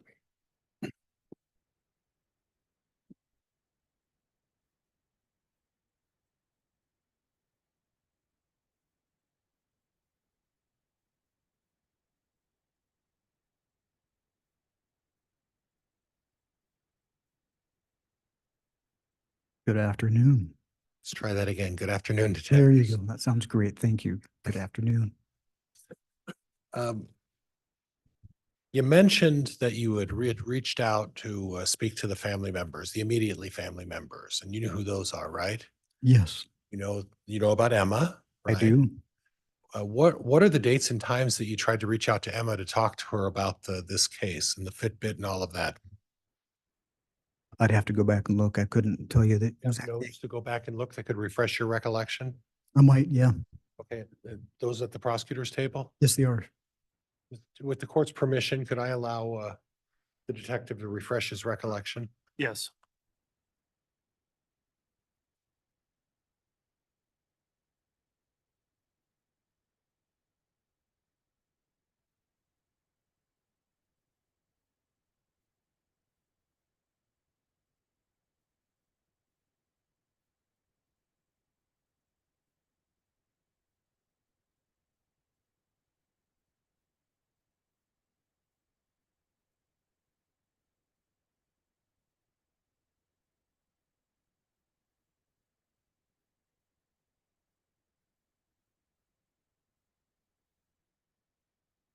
Your Honor, could I ask for that last question to be repeated back?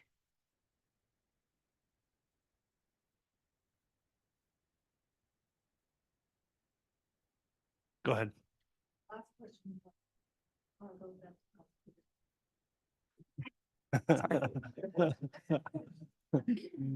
Could I have the one before that? Thank you.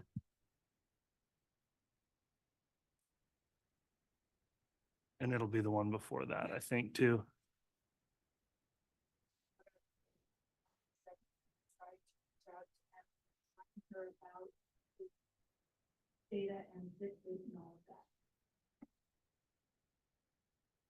Thank you.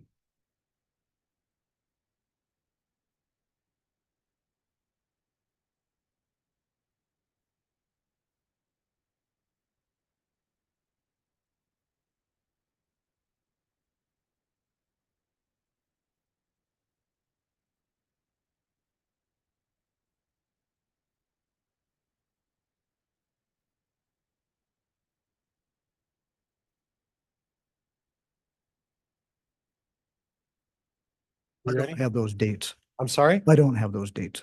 Oh, you don't have any dates in your notebook reflecting that you tried to speak with Emma Murray? No, Do you have any recordings or any body cams or anything that would help you in determining whether you actually ever did talk to Emma Murray? yes, those were recorded. Those were recorded? Was recorded, yes, Attempts to talk to Emma Murray? yes, Okay, but you don't know the times. I don't. You don't know the frequencies. The frequency with which you talked to her, how many times? I talked to her one time. Do you know what time that was? It would have been in the afternoon after school. And what month was that? No, that was so long ago, I can't tell you an exact month. Okay. You approached her after school? I did. Okay. Did she try to talk to you? No, And that was recorded, you said? yes, And how was that recorded? By body cam or an audio? audio. And you still have possession of that audio? Yes, we do. Let's move on to Garth. How many times did you try to talk to Garth? I was not assigned to talk to Garth. Okay, so you never spoke to Garth That about one I any of did these. not. You didn't talk to him about this Fitbit or anything else, right? No, Okay. And you're the one who was the responsibility to do the research and the investigation on this Fitbit, right? yes, Okay. Okay. And as far as the insurance is concerned on their mother and Chad, that area was within your exclusive purview as well. Is that correct? we shared that. With who? That would be with some of the FBI to review the numbers. Okay, but essentially you were the contact guy and the initial guy to look into it. Is that right? Yes, Okay. Mhm. So you didn't talk to Garth. What about Joe Murray? no, that he refused as well. Okay, he refused? When did you try to talk to him? I did not. Okay, We split those assignments up. okay. Okay, so Emma Murray is Chad's daughter, right? Correct. And Joe Murray is married to Emma, right? Yes, Okay, and you know Joe Murray because you went and the family you're talking about, you talked to Ed and Charlene Murray, right? I don't know if I've ever met Joe, but I have. I met didn't ask you Ed. that. I asked you whether you talked to Ed and Charlene Murray. That one, yes, I have talked to them. And you interviewed them, right? I did. So when you're talking to the prosecutor about contacting the family to discuss this, really what you're talking about is the Emma's in-laws, right? In addition to, yes, In addition to who else in the family? talked with Sam or Tammy's sister, Sam, Okay, and her husband, Jason. okay. They didn't live in proximity to Chad, right? They didn't live within close proximity of Close Chad. proximity? No, they did not. Okay. And you're aware that Emma lived kitty corner from Chad's house, right? At the time, yes. Mhm. You're also aware that Emma and Tammy had a very, very close relationship, right? I've heard that, yes. Right. And Joe lives kitty corner with his wife Emma, directly kitty corner from Chad's house as well. Right? Correct. Okay. And you're also aware the other person you didn't talk to was Garth. And Garth actually lived with Chad and Tammy for a significant amount of time. You remember that? I do. You didn't talk to Garth though, right? No, Okay. And then Chad's other child, Seth. Did you ever talk to Seth? no, I did not. Okay. Did you ever talk to Chad's daughter, Leah? No, Did you ever talk to Chad's youngest son, Mark? no, Okay. But the last three, Garth, Seth, Leah, and Mark, you didn't even reach out to try to talk to them, did you? I did not. That was for Okay. somebody else to do. Okay. But nobody else reached out to talk to him either. Are you aware of that? No, I believe they did. Okay. I guess we'll see then, right? So the interesting thing I noted was that on the map, I think of the MapQuest insurance, it talked about the last known health issue, right? Remember that when the prosecutor brought that up with you? I do. Right, and he put down October 18th, right? Yes, Right, and you were aware by reviewing Officer Greenall's report that that was the night that Chad talked about Tammy throwing up and having cough fits, right? yes, So that would have been the last known health issue that she would have had the night before she passed away, right? Objection, Your Honor, this misstates the evidence. Sustained. You're aware that Chad had to take care of Tammy in the middle of the night because she was having fits and throwing up the night before she passed away, right? Officer? Pardon me. That's what I had heard, yes. Okay, all right. Now,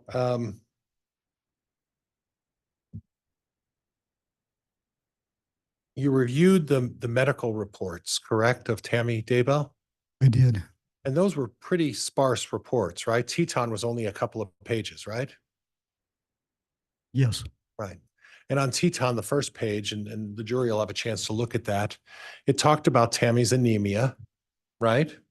As a past history, yes. Right. And it didn't show anything in the future that Tammy's anemia was ever cured or resolved. You never found any information about that, did you? None was disclosed as being Right. resolved. It was just listed as past, meaning to me, it's done, it's over. Well, you don't know if it's done or over. Are you a doctor? I am not. All right. Do you know whether anemia could actually be cured or not? Through an online search, it says, yes, it can be. Okay. But it takes a certain amount of medication, it takes a certain amount of treatment, takes a certain amount of prescription drugs and a series of treatment to at least stabilize it. That's what you read, stabilize it, right? No, I didn't read that about stabilizing. Well, the question is, where's that medical history that she treated it and cured it? I don't have that. Well, you don't have it because it doesn't exist, right? Correct? I don't know if it exists or not. We just don't have that. Okay. But what you do have is that Tammy had a habit of not wanting to go to the doctors to get treatment for anything, right? Objection, Your Honor, states facts not in evidence. Sustained. Are you aware that Tammy did not like to go to doctors and didn't like to get treatment for various medical maladies? Objection, Your Honor, calls for speculation. Overruled. You can answer that, sir. Would you repeat the question, please? Tammy didn't like to go to the doctor, right? Correct. Okay. And at the time that she was discovered to be dead, are you aware of all the herbal and medicinal medicines that were in her cabinet at that time? Yes. She was doing a lot of self-treatment with oils and herbs. Do you recall that? I do. Okay. Okay. She was also taking Prozac as a result of that, right? A result of some depression, excuse me. Objection, Your Honor, misstates the evidence. Sustained. Were you aware that she was taking fluoxetine? I have difficulty with that as well. Fluoxetine. Fluoxetine, thank you. Yes. I'll say it wrong 10 more times and everybody's watching me say that, right? Fluoxetine. You were aware she was taking that. Yes. Generic form of Prozac. Yes. Okay. Mm. And that was for depression. And in addition to taking the fluoxetine, she was also self-treating with essential oils, with herbs and a variety of other remedies, self-help remedies. You're aware of that as well, right? Objection, Your Honor, calls for speculation. I'm asking if he's aware of it, Judge. Overruled. Are you aware of it? Yes. Okay. And you're also aware that at the time that Chad was interviewed, he was sobbing, he was crying, and he was emotional, right? I heard that. Yeah. And at the time that he was still able to say, listen, she had fainting spells, she had dizziness, she had all of those conditions that she described in Officer Greenall's report, correct? Yes. Now, your wife dies and you discover her because she falls out of the bed. You call 911 and then police officers start interviewing him. Objection, Your Honor, that's a narrative the state would move to strike. Sustained. So Chad's sobbing and crying, and you're expecting him to recite exactly what her medical history is at the time that he's emotionally distraught about his wife's death, right? Objection, Your Honor, argumentative, and it's a narrative. Sustained. The fact that that Chad Daybell was sobbing, would that be a position in your experience where someone would be able to effectively provide information about their medical history and all of the things that may have been going on with their wife? Through my experience, yes. Oh, so when someone's emotionally distraught, they're able to recite everything in your experience, right? Objection, Your Honor, asked and answered. Sustained. And then we have Garth Daybell, who was described as quiet and reserved. And there really was no effort to talk to him, right? Right? That I don't know. Okay. And as someone who's going through shock as described by, Brenda Dye, would you expect that he'd be also able to dictate or explain to you what his mother's health history is? Objection, Your Honor, calls for speculation. Overruled. You can answer it. Given time, yes, through my experience. Given time, right? After he gets over the fact that they discovered their mother dead on the floor, after that, you give him enough time, he could probably get around to it, right? Yes, Okay. You don't know how much time that would be though, right? it varies from individual. But your experience doesn't tell you that it's instantaneous, right? Correct. Right. Just like Chad Daybell sobbing, it's not going to be an instantaneous answer, is it? Objection, Your Honor, argumentative, asked and answered. Sustained. Now, on the life insurance policy, the Primerica account, and let me know when you're ready. Good. Okay. On the life insurance policy, that Primerica account for the 300,000 was established in 2002, right? April, I believe, yes, 2002. And on that life insurance policy in 2002, Chad had one for Tammy, right? Yes, And Tammy had one for Chad. yes. And the beneficiary in the event that Chad passes away would have been who? Tammy, And in the event Tammy passes away, the beneficiary would have been Chad, right? correct. Okay. And they set that up back in 2002, correct? Yes, And there was no action on that, right? No other modifications or changes of any significance, correct? correct. Okay. And then we go to the map, I'll forget the word, MapQuest, I think it is. Life map. Life map, I'm sorry. No, you're, Life map, thank you. On Life map, initially, the insurance was set at 50,000. initially, yes. Right. And as part of your investigation, were you able to determine that that 50,000 was the base that was available for someone in their first year of employment at the school district? Yes, Okay, so Tammy was automatically given the initial 50,000, right? yes, she was. And then after the first year, that's only where she would have been eligible for the additional upgrade to the rest of the insurance, correct? She would be available, or she had that option to do so. Right. She could have done it or she could not have done it. Yes, And that's very cost-effective insurance. Did you look into that? it is. Very inexpensive, right? It is. Okay.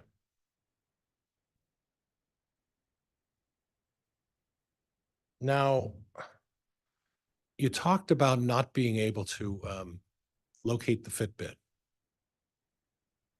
Can you tell me who was wearing the Fitbit on the 5 or 6 months that you put those numbers up on the board? I cannot. We don't know who was wearing that Fitbit. We don't know if it was Emma, right? We don't know. You didn't talk to Emma. You don't know who was wearing it. I do not know. You don't know how it was used or how it was. What you're doing is you're explaining to this jury that what you have are basically numbers, right? I do have numbers. And what you don't have is you don't have who was using it, how they were using it, or when they were using it, correct? We know when they were using it. Okay. Now, I know that you talked to Ed and Charlene, right? Yes, So you have some insight a little bit about Tammy and her use of that Fitbit, right? I do. Right. And as part of that, you were able to learn that there was a family competition when it came to the Fitbit. Remember that? I do. And do you remember when Charlene mentioned on the recording that you taped, and thank you for recording it, that Charlene said that she would go to bed at night and she'd be. Objection, Your Honor, hearsay. Sustained. Were you able to gather some information as to the competition between Tammy and the rest of the family regarding the Fitbit? Objection, Your Honor, calls for hearsay. Overruled. Okay, you can answer. Yes, And at this point, you were also able to determine, as a result of this competition, that certain activities took place. Certain people would go to bed at night being ahead on their Fitbit device. You learned some information about that? yes, Okay. And through your investigation, you learned that that person was Charlene Murray, right? correct. Okay. And you also learned as a result that the next morning, surprisingly, Charlene would find that she was now behind on the Fitbit race, right? Yes. And do you recall which family members were involved in this so-called competition? So if I remember correctly, there was Ed and Charlene and Tammy. Okay. And in interviewing the Murrays, Ed and Charlene, this was a little bit of a, Tammy was a competitive person, That's what I understand. Yes. didn't like to lose. Right? Yes, correct. She did not. Okay. But you don't know how that Fitbit was used when you calculated these numbers, correct? Correct. And you don't know who was using that Fitbit and running those numbers up, right? I do not. And you also don't know the manner in which those Fitbit numbers were accumulated on the particular device. Is that correct? Correct.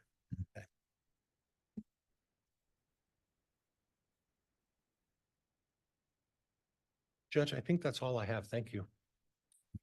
All right, that concludes cross-examination. Ms. Blake, if you'd like any redirect, you may. Thank you, Your Honor.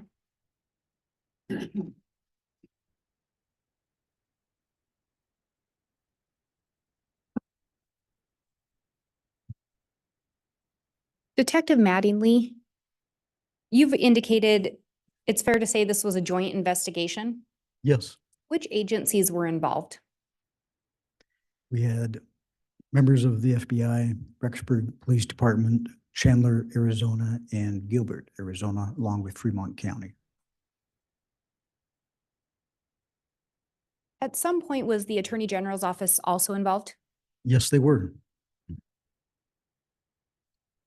And when it came to, you were asked a lot about interviews with Chad's children just Yes. now. Yes, And I think you'd started to say that different duties were split between different agencies and investigators. Is that fair? that is fair. Did you review and discuss the case with other officers? Yes, Based on your investigation and your understanding, were any of Chad's kids, did any of Chad's kids come forward with information? Overruled. Did any of Chad's children voluntarily come forward with information? not one. Do you recall attempting to speak with Emma about the results of her mother's autopsy? Yes, Would that have been around February, sometime in February of 2021, it could have been, I don't know. sometime after the autopsy results were received? After the autopsy results, yes. Was Emma willing to hear about those results? No, Was Emma willing to speak with you? she was not. Did Emma provide you any information about her mother's health at that time? Nothing.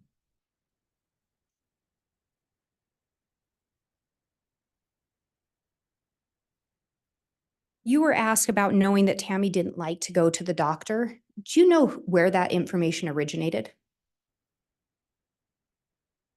I believe that came from Chad and his children. You didn't personally know Tammy. Is I that did correct? not. So the only information you had to go on is what was provided by Chad and or his kids. Yes, And you were asked similarly if Tammy would self-treat with homeopathic medications or other things. Do you know where that information originated? that'd be through Tammy's family, Chad and her children. So you don't personally know whether or not she used those homeopathic medicines I or don't. treatments, I don't. just what's reported by Chad and his children. Yes, Then talked a lot about the Fitbit. On that first slide, we saw that it was registered to Tammy's Gmail. Is that correct? It was. And I think you'd also mentioned seeing Tammy wearing that in Facebook photos. Do you recall that? I do. Any reason to believe Tammy wasn't using the Fitbit? I don't. And Your Honor, I'm going to ask if I can be handed State's Exhibit 152.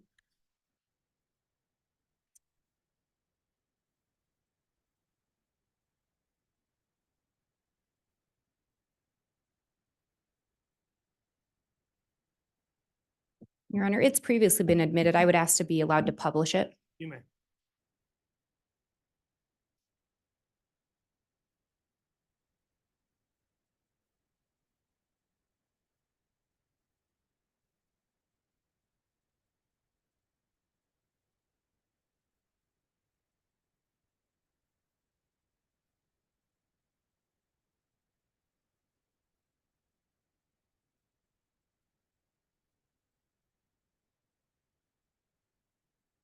Trying to make that a little easier to read.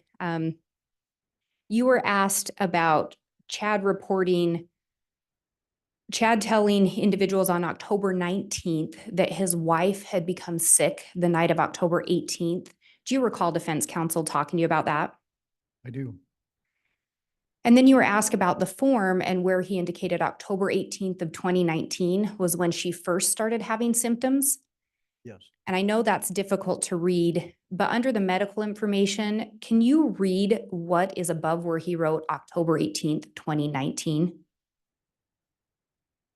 And if you can't, I can have the exhibit handed to you. No, I believe I can make it out. When did health of deceased first become impaired? So it indicates when did the health first become impaired? Correct? Correct. And what was Chad's response again? October 18th, 2019. I have no further questions. All right. I don't know if we got outside the scope of any direct or cross, so I'm going to deny recross.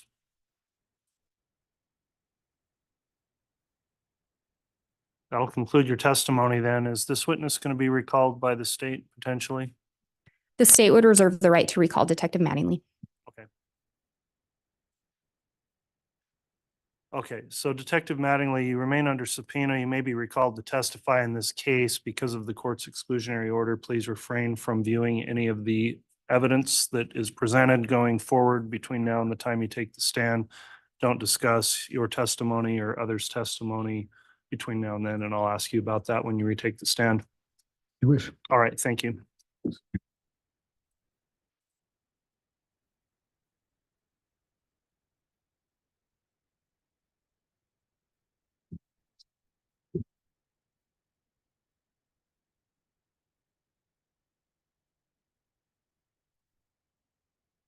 All right, the state can call its next witness.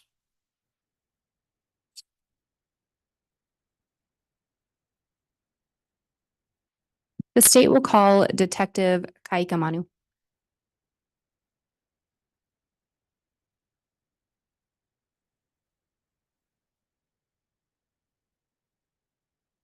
solemnly swear or affirm the testimony you're about to give will be the truth, the whole truth, and nothing but the truth, so help you God?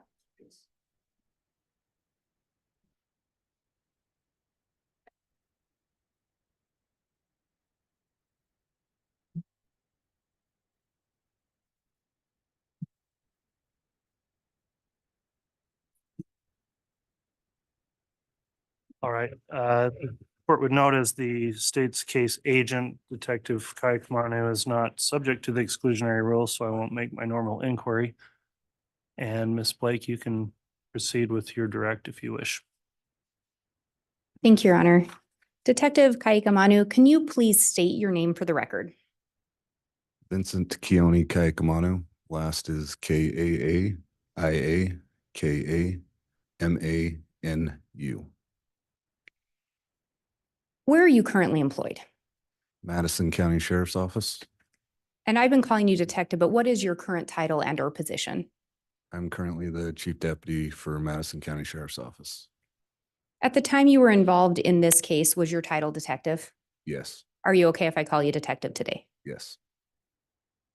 Where were you employed prior to working in Madison County? Fremont County Sheriff's Office in Idaho, How long were you employed with them? about 18 years.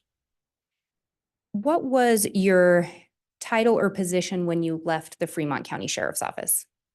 I was a sergeant over detectives and school resource officers. And what position did you hold prior to that? I was a regular detective and then a patrol deputy prior to that. Do you have any specialized training in order to be a law enforcement officer? I do. I went through the Idaho Post Academy. I currently hold my intermediate, my basic, my advanced, and supervisor certificate. Throughout the years, roughly around 2,500 hours of training, and training is always ongoing. And in October of 2019, you were working in Fremont County, correct? Yes, And what was your title at that time was detective? yes. Do you recall if you were working on October 19th of 2019? I was the on-call detective that night. Do you recall missing a call that night or Yes. in the early morning hours? Yes. Why did you miss that call? Earlier that night, I was called out to assist Idaho Falls PD in an officer involved shooting incident. Do you recall approximately when you were called out to assist in that? Around 11 o'clock p.m. on the 18th. And when did you finish up with your assistance in that matter? I got home around 4:30 a.m. After missing that call, at some point, did you end up making contact with the deputy? I did. And who was the deputy? Deputy Allie Greenholge. Did you learn why she had called you? I did. What did she call you about? When I made contact with her, she informed me that she was on an unattended death. And as the on-call detective, did you always respond out to an unattended death? No. When would you respond out? We would respond if there's anything suspicious after talking with the deputy that's on scene.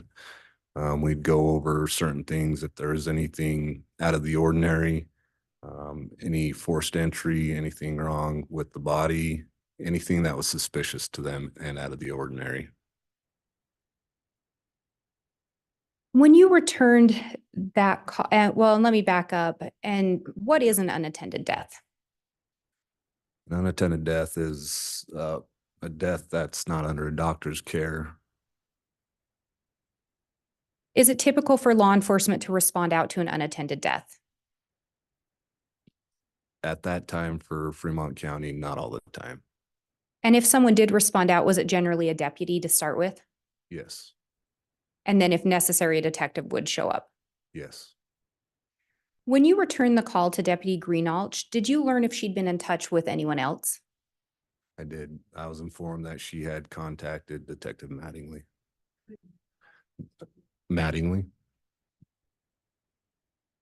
When you reached back out to Deputy Greenalch, did you ask her questions?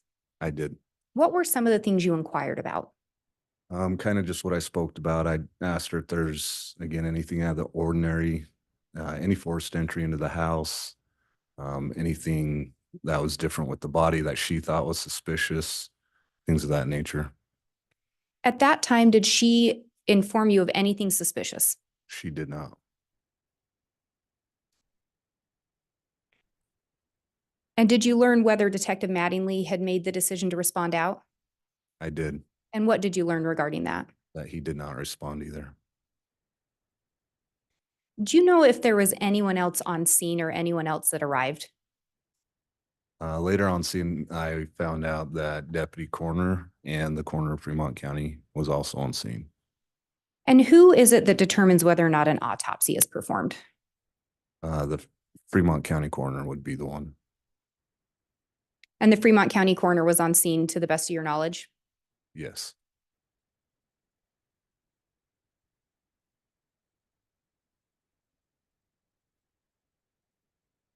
And is it fair to say that on October 19th of 2019, outside of the initial response, no investigation was opened into Tammy's death?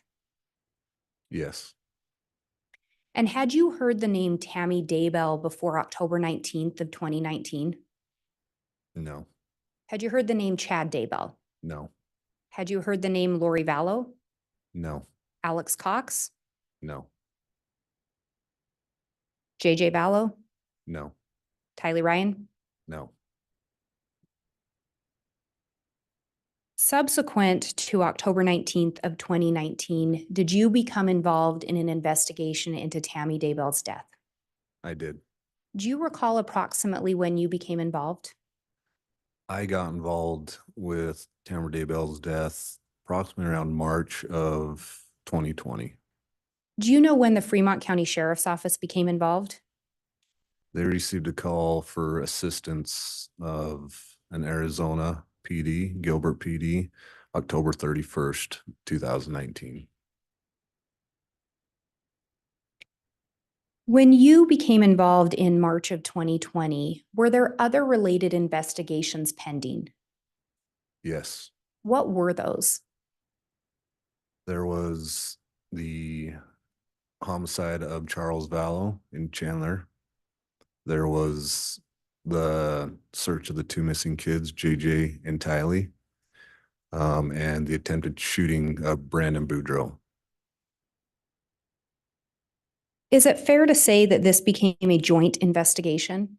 Yes, Did you assist with other aspects in those or some of those other investigations that were related?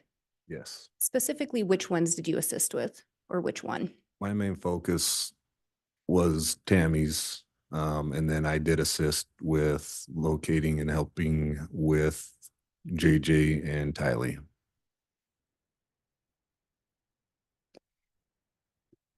As part of your investigation into Tammy's death, did you review an incident that had happened earlier in October of 2019? Yes, Do you recall the date of that incident?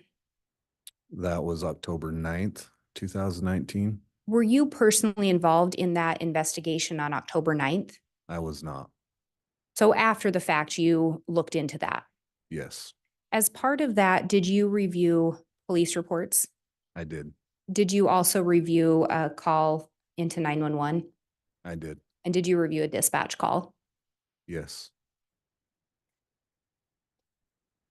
And do you recall what the nature of the report from October 9th of 2019 was? It was a suspicious event, and our deputies were dispatched to that. And did it involve a report of a gun or a paintball gun being pointed at someone? Yes.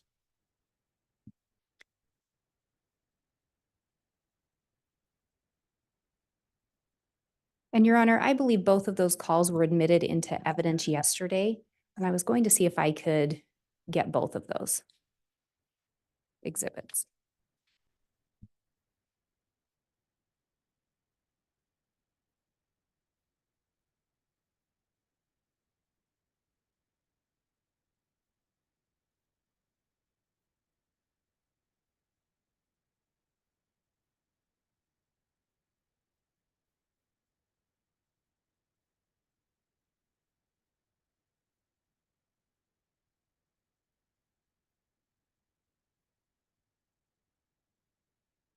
And Your Honor, those have already been admitted as exhibits. I'm going to ask to publish State's Exhibit 232A.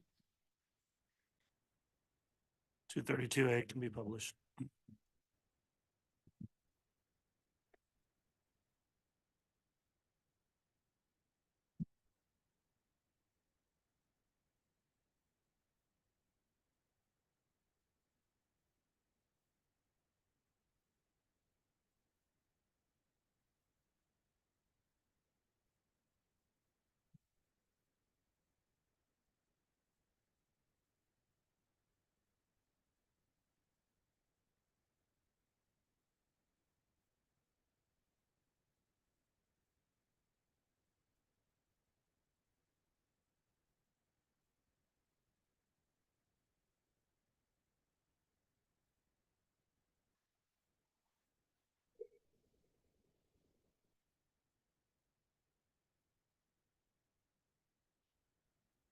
911, where's your emergency?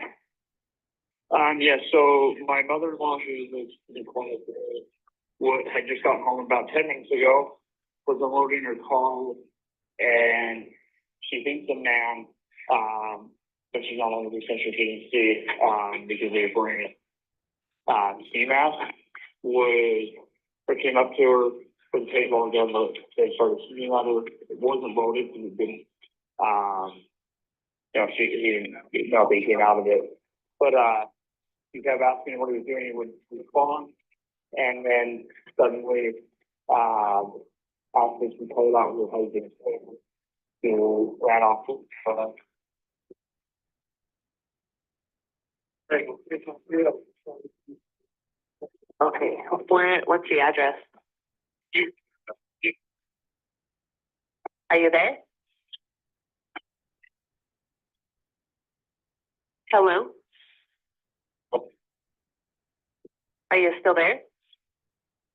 Yeah, can you hear me? Okay, now I can hear you. What's the address? It's 199 North, 1900 East, Rexburg, Idaho, 83440. That's my address. She lives in the corner. I don't know what her address is. Okay, I need her address. What's her location? I think it's 201, I think is her address. 201 North 1900 East? North, yep. Does she know which direction he ended up running? We headed east, back behind their house. Okay, and did she give you a description of the clothing? I didn't get one from her. I can follow that.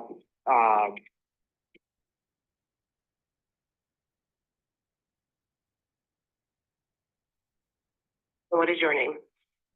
My name is Joseph Murray.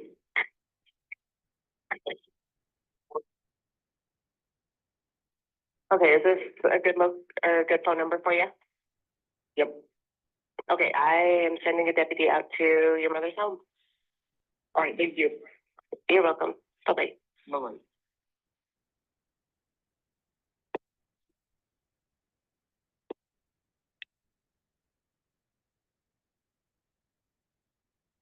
And Your Honor, I would next ask to publish State's Exhibit 232B. You may.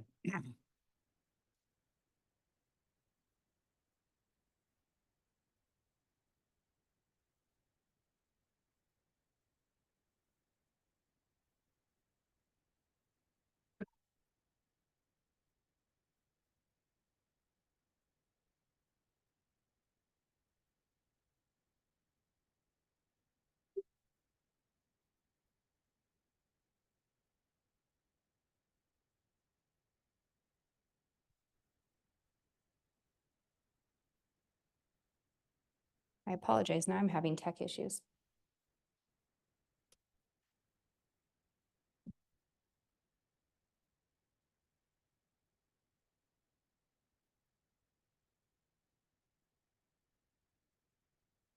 October 9, 2019, 21 hours, 49 minutes, 20 seconds. Fremont County Sheriff's Office. Hi, I need to report something. Okay, go ahead.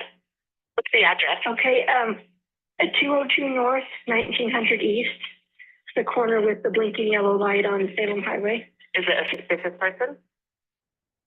Yes. Okay, what was he wearing? He was all dressed in black and he had a ski mask on. And he said the blinking light now is where you saw him? No, he's gone now because I pulled up into our driveway and I was getting stuff out of the back seat of my car and suddenly he was there and he had a paintball gun and he was and he was going to shoot at me. And I kept asking him what he was doing because I could tell it was a paintball thing.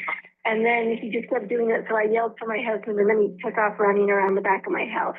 Okay, give me just 1 minute. Stay on the line with me. Okay. October 9, 2019, 21 hours, 50 minutes, 28 seconds. And that was North 1900 East? Yes. October 9, 2019, 21 hours, 50 minutes, 43 seconds. In what direction he was going? He went behind my house and it's so dark out here, and I just went in the house and got my husband and son, and then they went out and looked, and he was long gone by then. So he was on the north side of my house, is where he went to get away. Okay.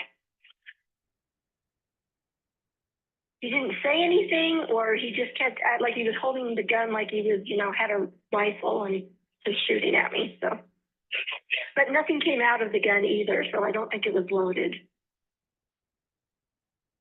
Okay, what is your name? My name is Tammy Daybell. Okay, I will pass your information on to my deputies. We actually just had a previous call about this individual, so they're out in the area looking now. Okay, yeah, I think it was my son-in-law who lives diagonal from us that called you guys already. Oh, so okay. Just wanted to make sure it got reported. So, let's see. And what's your son-in-law's name? Joseph Murray. Okay, yep, it was him. Okay. So, all right, I have a deputy that will be out at your home here shortly. Okay, thank you. Yep.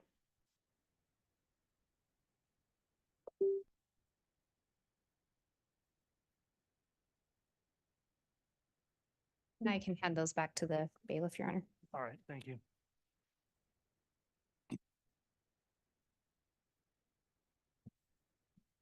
Detective Kaikamanu, do you recall reviewing those calls? Yes, And particularly, there's the call from Tammy Daybell into dispatch, is that correct? yes, And she describes the incident. yes, Did you hear how she referred to the weapon? yes. How did she refer to it? When she first called in, she referred to it as a paintball gun. Throughout that conversation with dispatch, she also describes it as a gun and a rifle.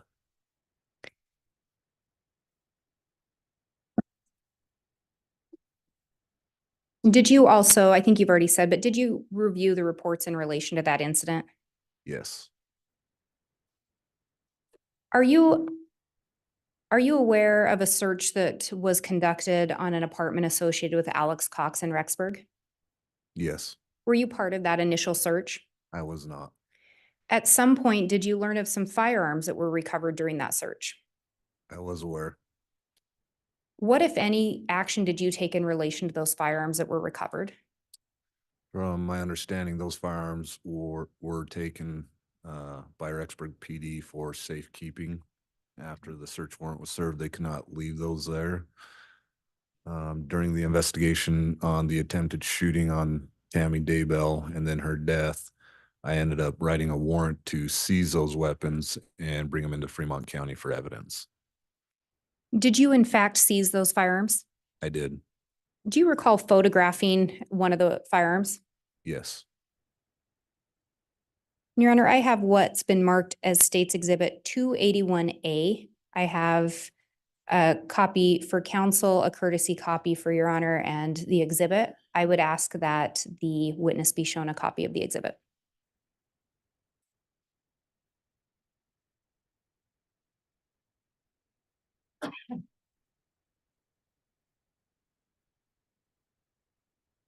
Thank you.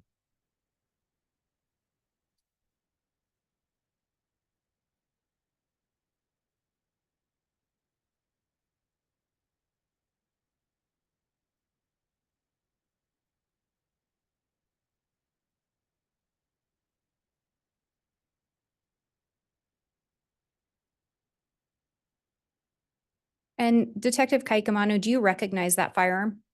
Yes. Is this in fact one of the firearms that was seized? Yes, it was. What about this particular firearm caught your attention, if anything? The ones that were seized, this one, to me, looking through them, resembled or could be looked at as a paintball gun during this incident of the attempted shooting on Tammy. And Tammy had also used the word rifle. Yes, Is this in fact a rifle? it is. Did you take this photograph? I did.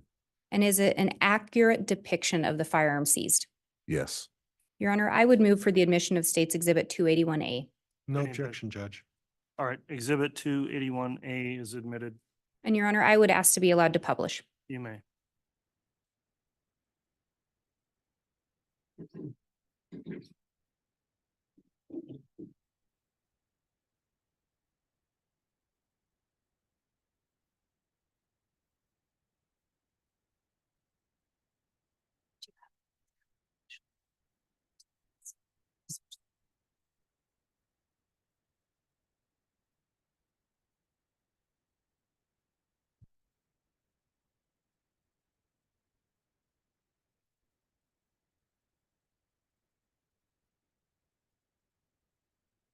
And Your Honor, just to have a clear record of it, the state had begun to publish our copy. I've swapped that out and we have published the official exhibit, Okay. Thank you, but it Ms. was an exact copy of it. All right, we'll note the actual exhibits now being published for the jurors. Thank you, Your Honor. Detective Kaikamanu, I believe there is a laser pointer up there if that's helpful. You indicated that this could resemble a paintball gun. I want to talk to you a little bit about your experience with paintball guns. What experience, if any, do you have with paintball guns? Growing up, I shot paintball guns all the time.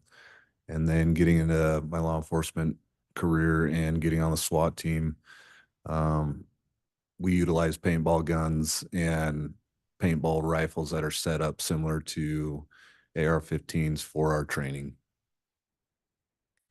And what experience do you have with assault rifles? Again, before my law enforcement career, I'd shoot them. And then once I got into law enforcement, we were issued a AR-15 and we would train with them. We train with them in SWAT training and we go to the range and shoot. And you talked about that you were issued an AR-15. What is different between this and an AR-15? So this rifle that you guys are looking at is actually a 6.5 Grindle. The ones that I was issued is an AR-15 that shoots 223s or 5.56. So the caliber is just that different. The lower is all the same. You just need to switch out the upper. And based on your experience with both assault rifles and paintball guns, what part of this firearm did you believe could appear to be a paintball gun? So if you look right here where this scope is, it is on the top of the rifle. On a paintball gun, the hopper is sometimes off to the side a little bit, just right about there on the rail. But in my experience, they've made paintball guns so advanced now that it could be on the top or on the side. And do they make some paintball guns to resemble assault rifles? Yes. And what is the hopper on a paintball gun? What's the function of the hopper? The hopper on the paintball gun is where you put your paintballs inside, and that's what holds them. And when you shoot them, that's what comes out of the barrel.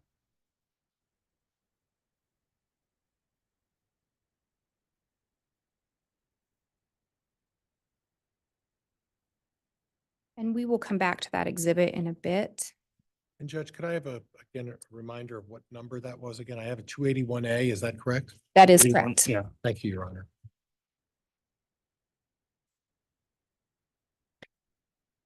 As part of your investigation, we talked earlier that on October 19th of 2019, you had not heard the name Alex Cox. Is that correct?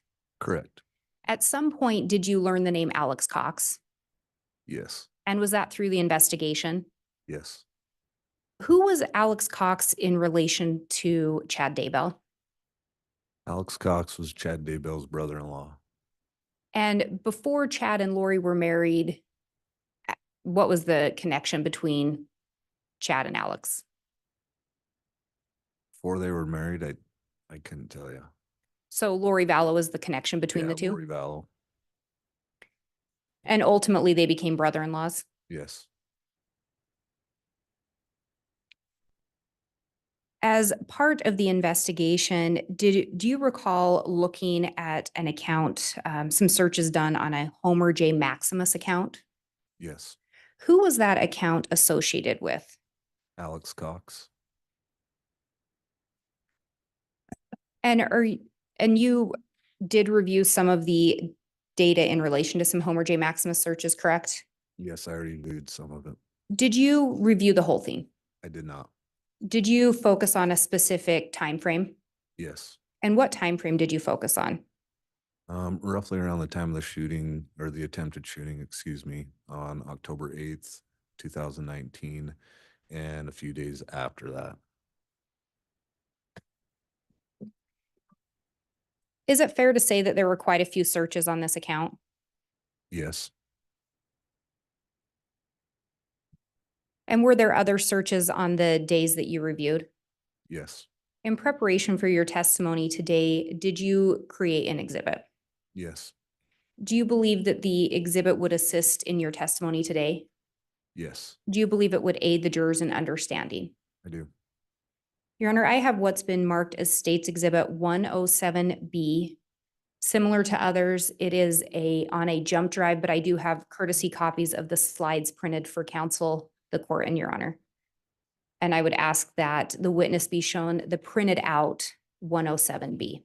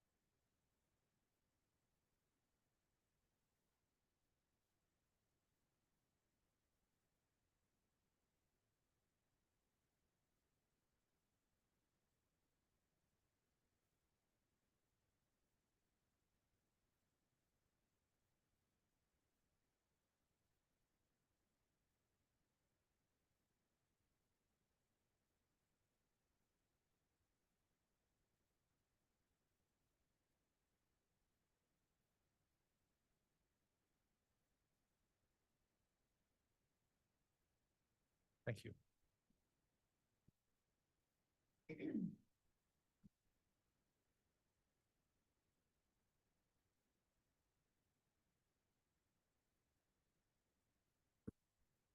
And if you could look through those slides, Detective.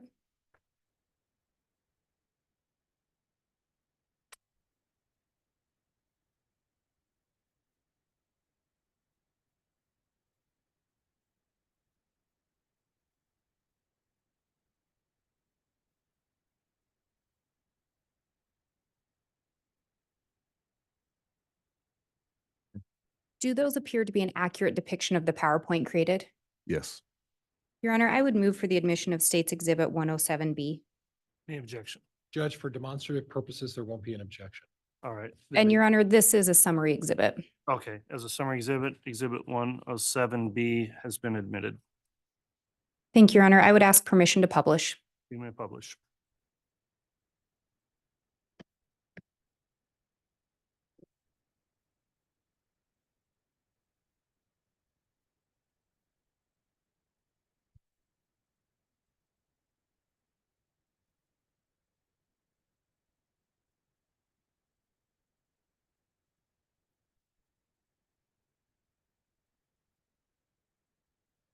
And Your Honor, I have the HDMI cable plugged in, but this is not my screen showing. Okay, we will see.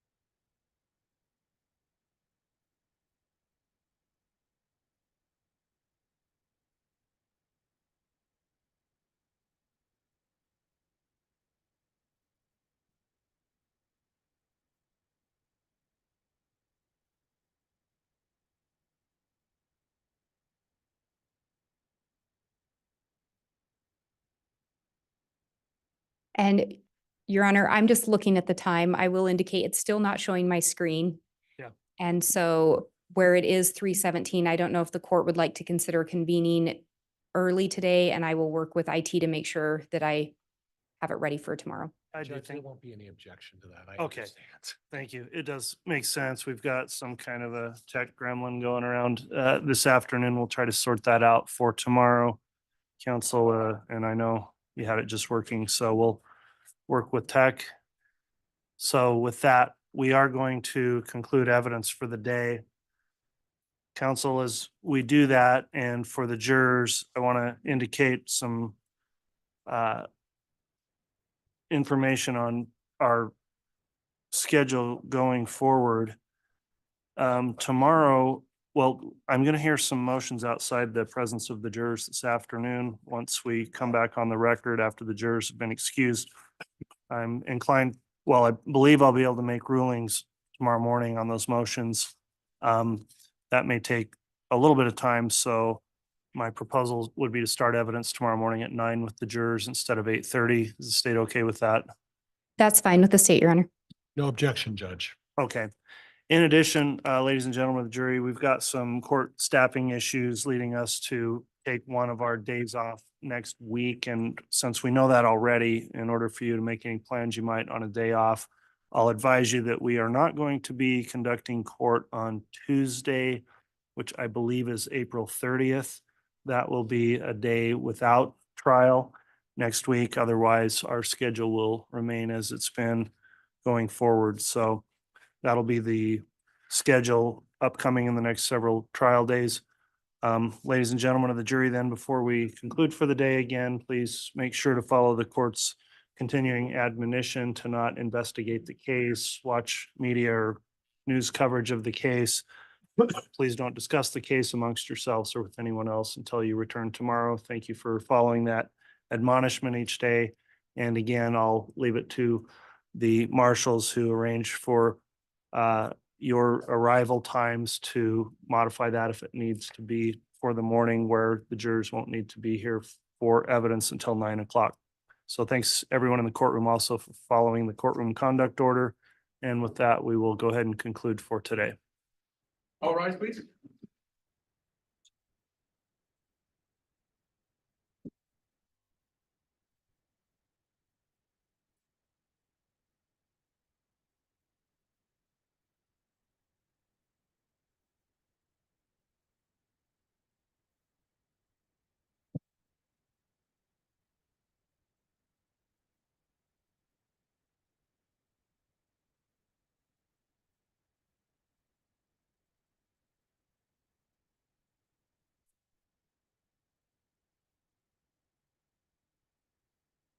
All right, thank you. Please be seated. Council, in terms of going back on the record for the motions, let me just first clarify, the two motions in limine will go on the record, yeah. Thank you. The motions in limine are still at issue and to be argued, is that correct? Sorry, Ms. Blake. No, that was my fault, but I did just realize we still have the witness on the stand. Would the court like to excuse him from the stand? Yeah, well, I'll be very quick here and then Okay. we'll all just break for the day. Yes, But I believe we're ready to move forward on those motions in limine, and Mr. Wixom will be addressing them. Okay, I am going to take a quick break then between now and the time we argue the motions, council. And then if those in the courtroom want to watch the motions, those are, we've determined to be public motions. I'm going to suggest we start those in about 20 minutes at about 20 till 4 to argue those motions, as well as the issue that brought the court raised about designating any victims in the case. So that'll be our schedule. We'll take a 20-minute recess here, come back on for those motions. Thank you. All rise.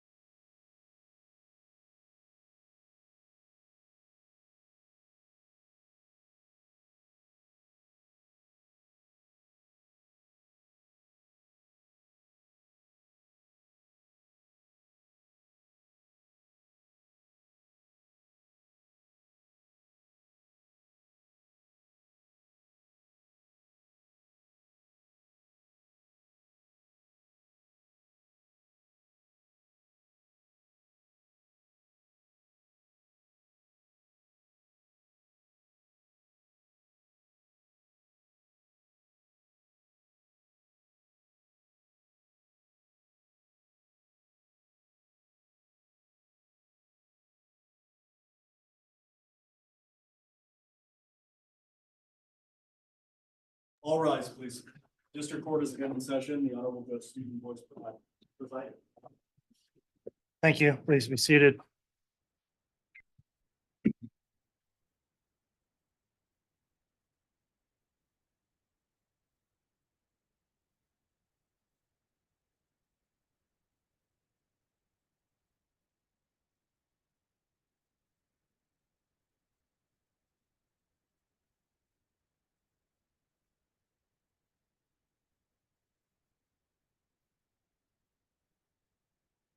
Log on here.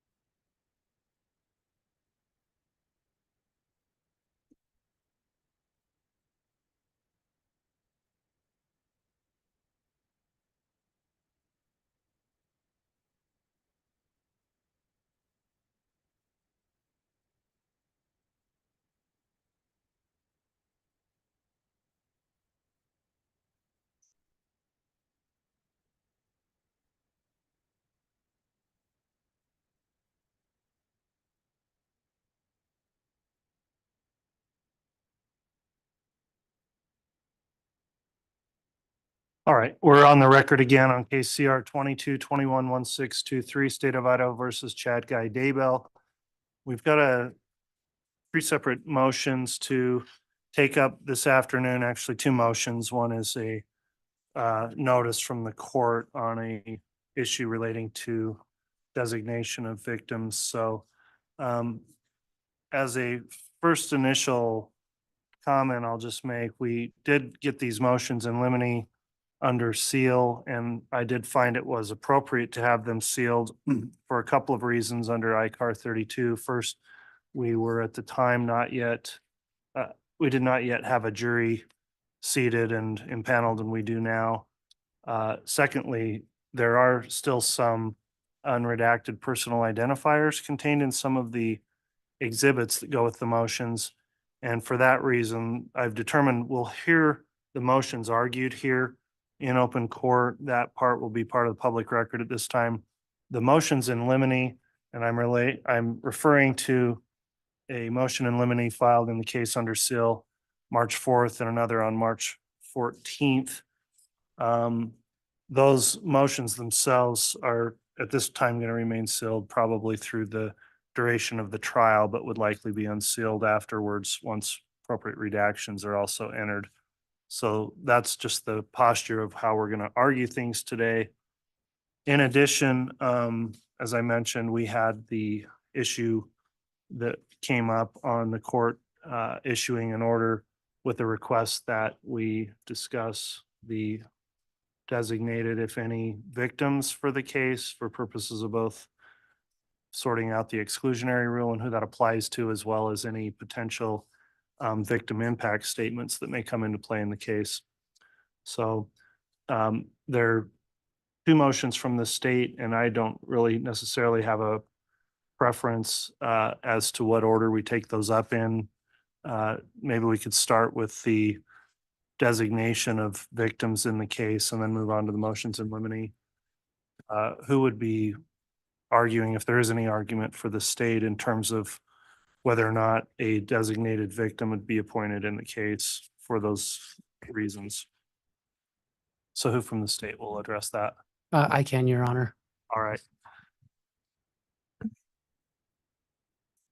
The court did send out a notice, basically just requesting clarification of that, where we're at in this stage of the proceedings. I'd like to know if the state is intending to make any designation of victim. Victims are designated by Idaho Code 195306, as well as the State versus Shackelford case does some analysis of that. We dealt with that in our previous trial. Other victims simply qualify based on familial relationship, but the designation is something that needs to be determined by the court. So Mr. Wood, if you'd like to address that, I'll hear from the state. Thank you, Your Honor. In terms of designated victims, or I think trying to remember the terminology used last year, but the victims who stand in the place of someone else, we would ask again that Kay Woodcock be allowed, as she was in the last trial, to stand in for Charles Vallow. Last year, Summer Shiflett had been a designated victim representative for Tylee Ryan. This year, that would be Annie Cushing, who actually has the same relationship to Tylee Ryan, just through Tylee's biological father, Joseph Ryan, who's deceased. Other than that, all the victim information would be the same as it was in the co-defendant's trial. Okay, and to be clear then, the Annie Cushing would be the sole designee, right? We're not asking for multiple designated. We're not asking for multiple designees. There would be other victims related to Tylee Ryan, such as her brother Colby. Okay, But in terms of the designee, just Annie Cushing. That's it. okay, thank you. Does the defense have any input or statement or argument on the issue, Mr. Pryor? Judge, as far as the designation of Kay Woodcock and Annie Cushing, I don't think I have an objection to that. Okay, counsel, without walking through, I would incorporate the analysis. It wasn't in the other case, but we did an analysis through an order in the case previously. I think I've got a printed copy of that order here.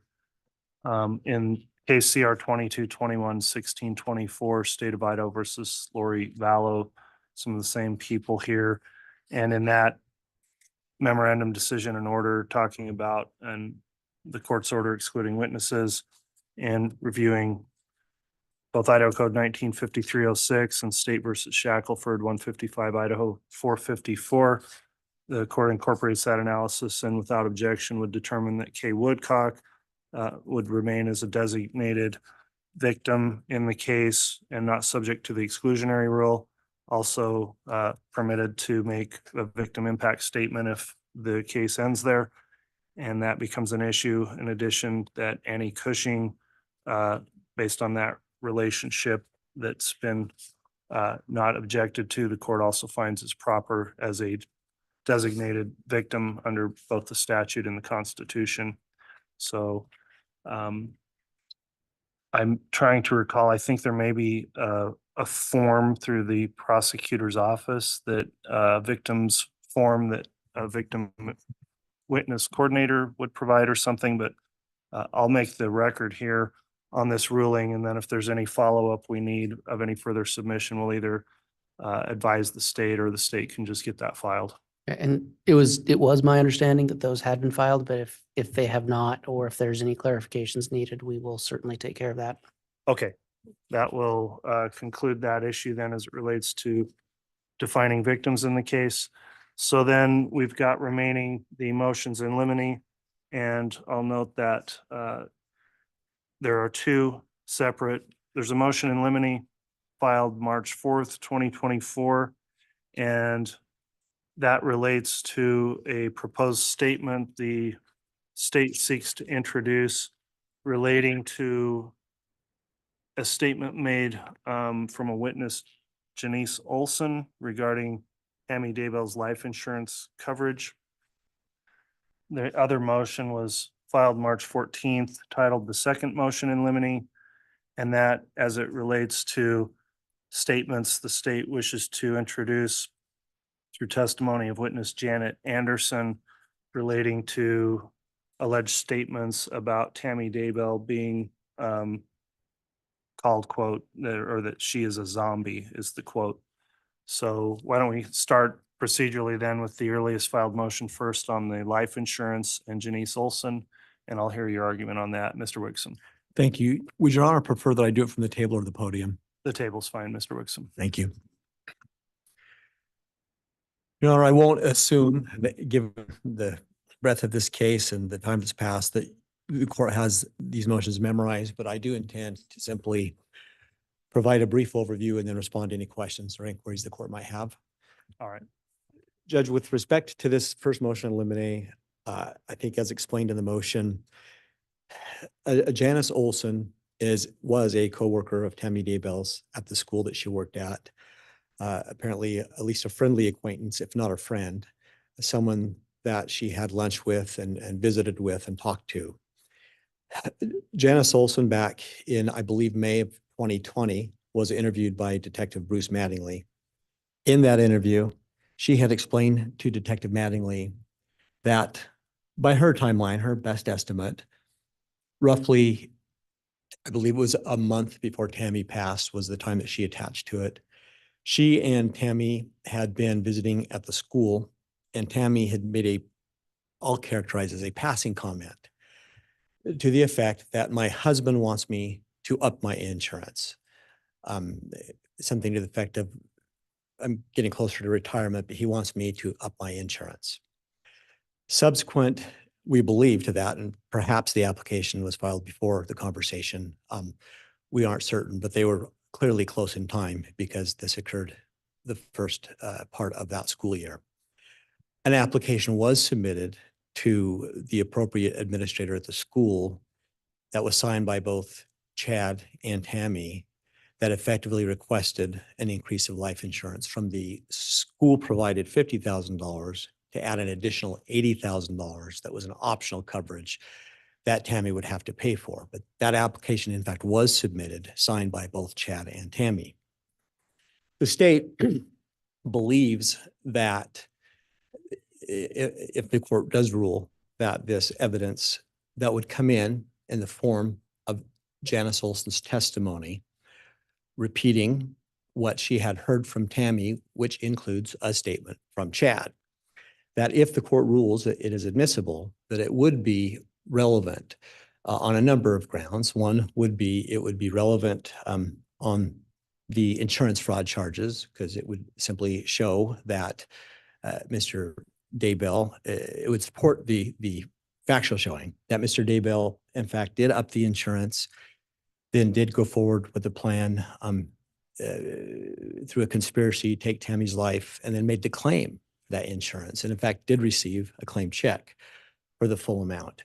If a jury were to find that, then clearly Mr. Daybell, under Idaho law, as cited in the brief, would be precluded from taking that benefit under what's called the Idaho Slayer statute. You cannot take someone's life and then financially benefit from that. So it's relevant to that point. It's also relative to the conspiracy to commit murder charges and the murder charges, in that it would tend to show an intent, motive, plan of Mr. Daybell and or his co-conspirators to take the life of Tammy Daybell. Your Honor, we understand in this context that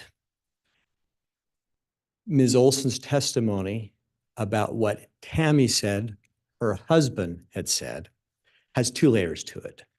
The first layer would be Mr. Daybell's statement about wanting Tammy to up the insurance.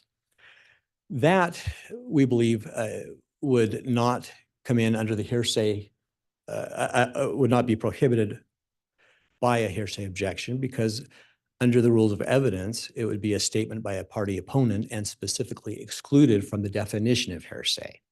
So as we've laid out in the brief, we don't believe that there really is any basis for a hearsay objection to exclude that statement on that element. Now, the second layer would, of course, be Tammy's relaying to Janice Olson that my husband said I wanted the insurance upped. To the extent that is a statement from Tammy to Janice, we believe that under the Idaho Rules of Evidence 803(3), that would be admissible by this court as a statement that Tammy did in fact make as to her own mental and physical state. We believe that's true for a few different reasons. Effectively, we believe that when Tammy tells Janice, my husband wants me to up my insurance, she is in that same breath effectively indicating that that's not necessarily her wish. She is just communicating her husband wants the insurance. That, Your Honor, I think is reflective of Tammy's intention or lack of intention with respect to a desire to increase the insurance. To some extent, it likewise goes to Tammy's feeling of good health. I think generally there's a tendency for people to maybe increase life insurance if they feel like there's more likely to be a claim, if there could be a health issue. If someone is feeling healthy, they might be less likely to worry about increasing and taking on a cost for life insurance. So I do think there's some element and aspect of this that does show Tammy's self-perception as to her health. But it certainly goes, I believe, to distinguish her intent from Mr. Daybell's intent. And that is important because, Judge, we believe that in this case, and I have no doubt with the case overall, this court is familiar with State versus Abdullah, another Idaho death penalty conviction. Likewise, I suspect the court is also familiar with State versus Radabah, both cited in the brief. They both stand for the proposition that statements of a victim may be admitted for purposes to help explain, well, really for explanatory circumstances as to either a defendant and or the victim. And that can come in the state's case in chief. It can come as a response to a defense. If offered in the case in chief, that line of cases does indicate, specifically State versus Abdullah, that it could be relevant in a case in chief if, for instance, something is said even during law enforcement investigations or things come up in trial. So in other words, the state doesn't effectively have to wait until the defense puts on their case and then try to offer such evidence. If the state can reasonably foresee and successfully argue to the court that an issue that would trigger relevancy to the statement has been raised already, the state could put it in its case in chief. In this particular case, we've already heard evidence as this case has started that Ms. Daybell was on fluoxetine, which is a depressive drug, a drug to treat depression. And that's one issue that the state can offer to refute a potential defense that there could have been any inclination by Tammy to take her own life. Moreover, as the court knows from today's testimony and is well aware, there is a dispute as to whether or not Ms. Daybell died from natural causes. We've all known that from the beginning of this case. With respect to the statement about Mr. Daybell wanting to up his wife's life insurance coverage roughly a month before, in fact, she passed, that helps go to refute any argument the defense has and will continue to put on that Ms. Daybell died from natural causes, because it does show a motive, an intent, a plan for Mr. Daybell to take her life. It's a financial benefit, a financial motive behind it. Now, I think in the ordinary course of life, many couples, married or not, or partners, whomever might have life insurance needs to cover one another, it might be a normal part of financial planning to sit down and decide, do we increase the insurance this year? Do we need to do this?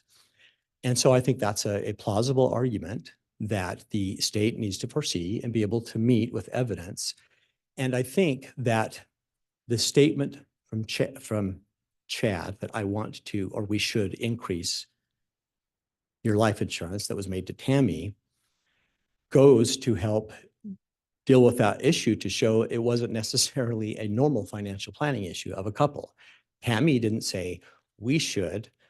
She didn't say, you know, Chad said this, and I think I agree, and we ought to. She simply relayed, Chad wants my life insurance upped.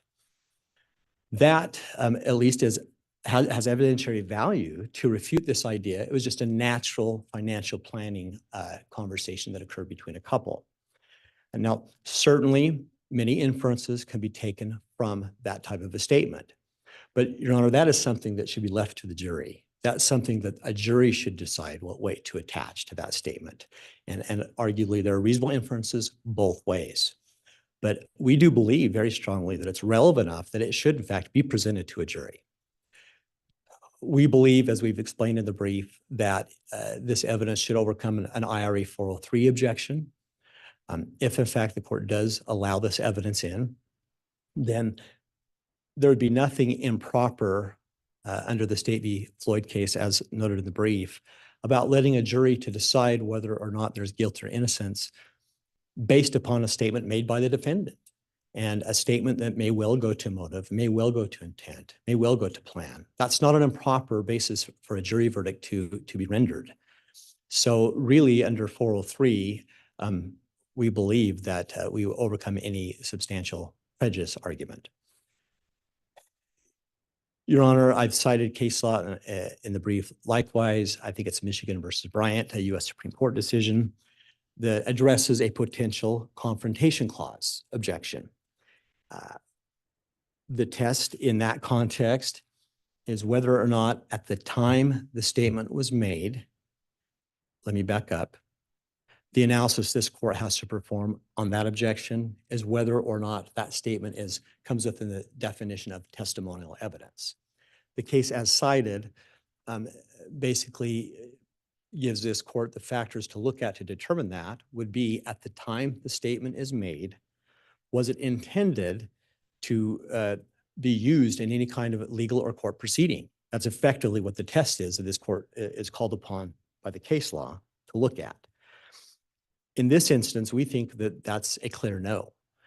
This statement from Tammy to Janice, as made from Chad, was made roughly a month before Tammy even passed, long before charges were even brought. There's no indication at that point that Tammy would have any idea that any kind of criminal charges or proceedings would be initiated.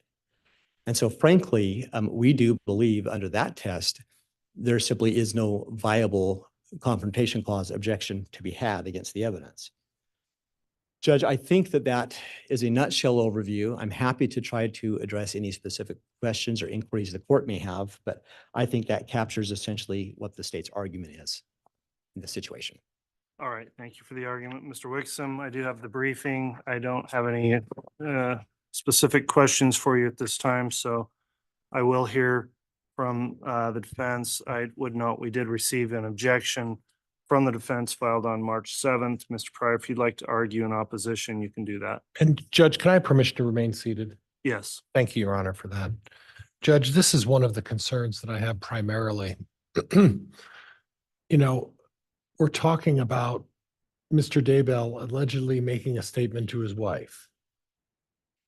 And then allegedly Tammy Daybell taking that statement that she heard from her husband, relaying that to a third party, and that third party then getting in court and testifying about that statement.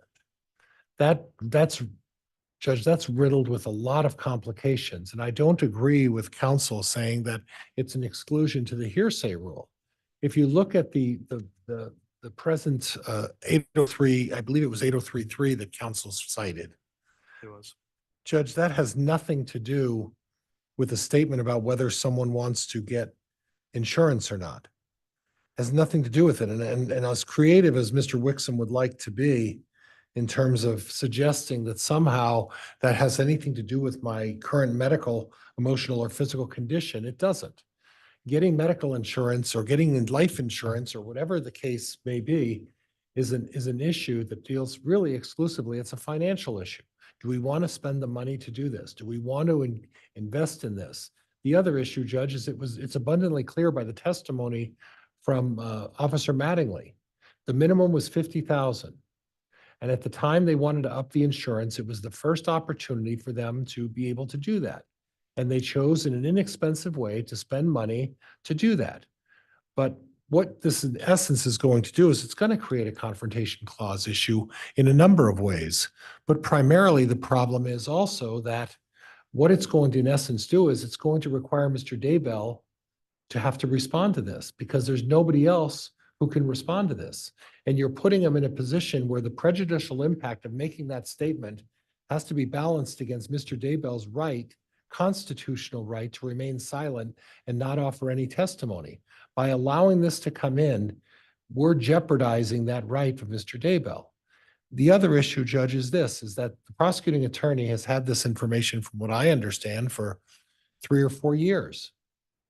And as the trial is starting and as the trial is progressing, they file a motion in limine while the trial is already commenced. And if the court recalls that back on the, close in time. Was before the trial, but Right. it was in March. It was March 4th. Okay. But the difficulty, Judge, is this, is that at the last motion in limine that they brought, the court said you're getting tired, or at least you're growing weary of all of these motions in limine. They had ample time to bring this up. And the prejudice to counsel, defense counsel, is significant. Because how, the jury could easily read that and say, oh, the grand conspiracy. Mr. Daybell must have said that to Tammy. Tammy must have said that to this witness, and now this witness is going to testify about what she said. Judge, there's no way for me to defend that. There's no way for me to challenge that short of putting Mr. Daybell on the stand unless there was somebody else, and I haven't had sufficient time, nor will I have sufficient time to even investigate whether there were other people involved or other people who heard this.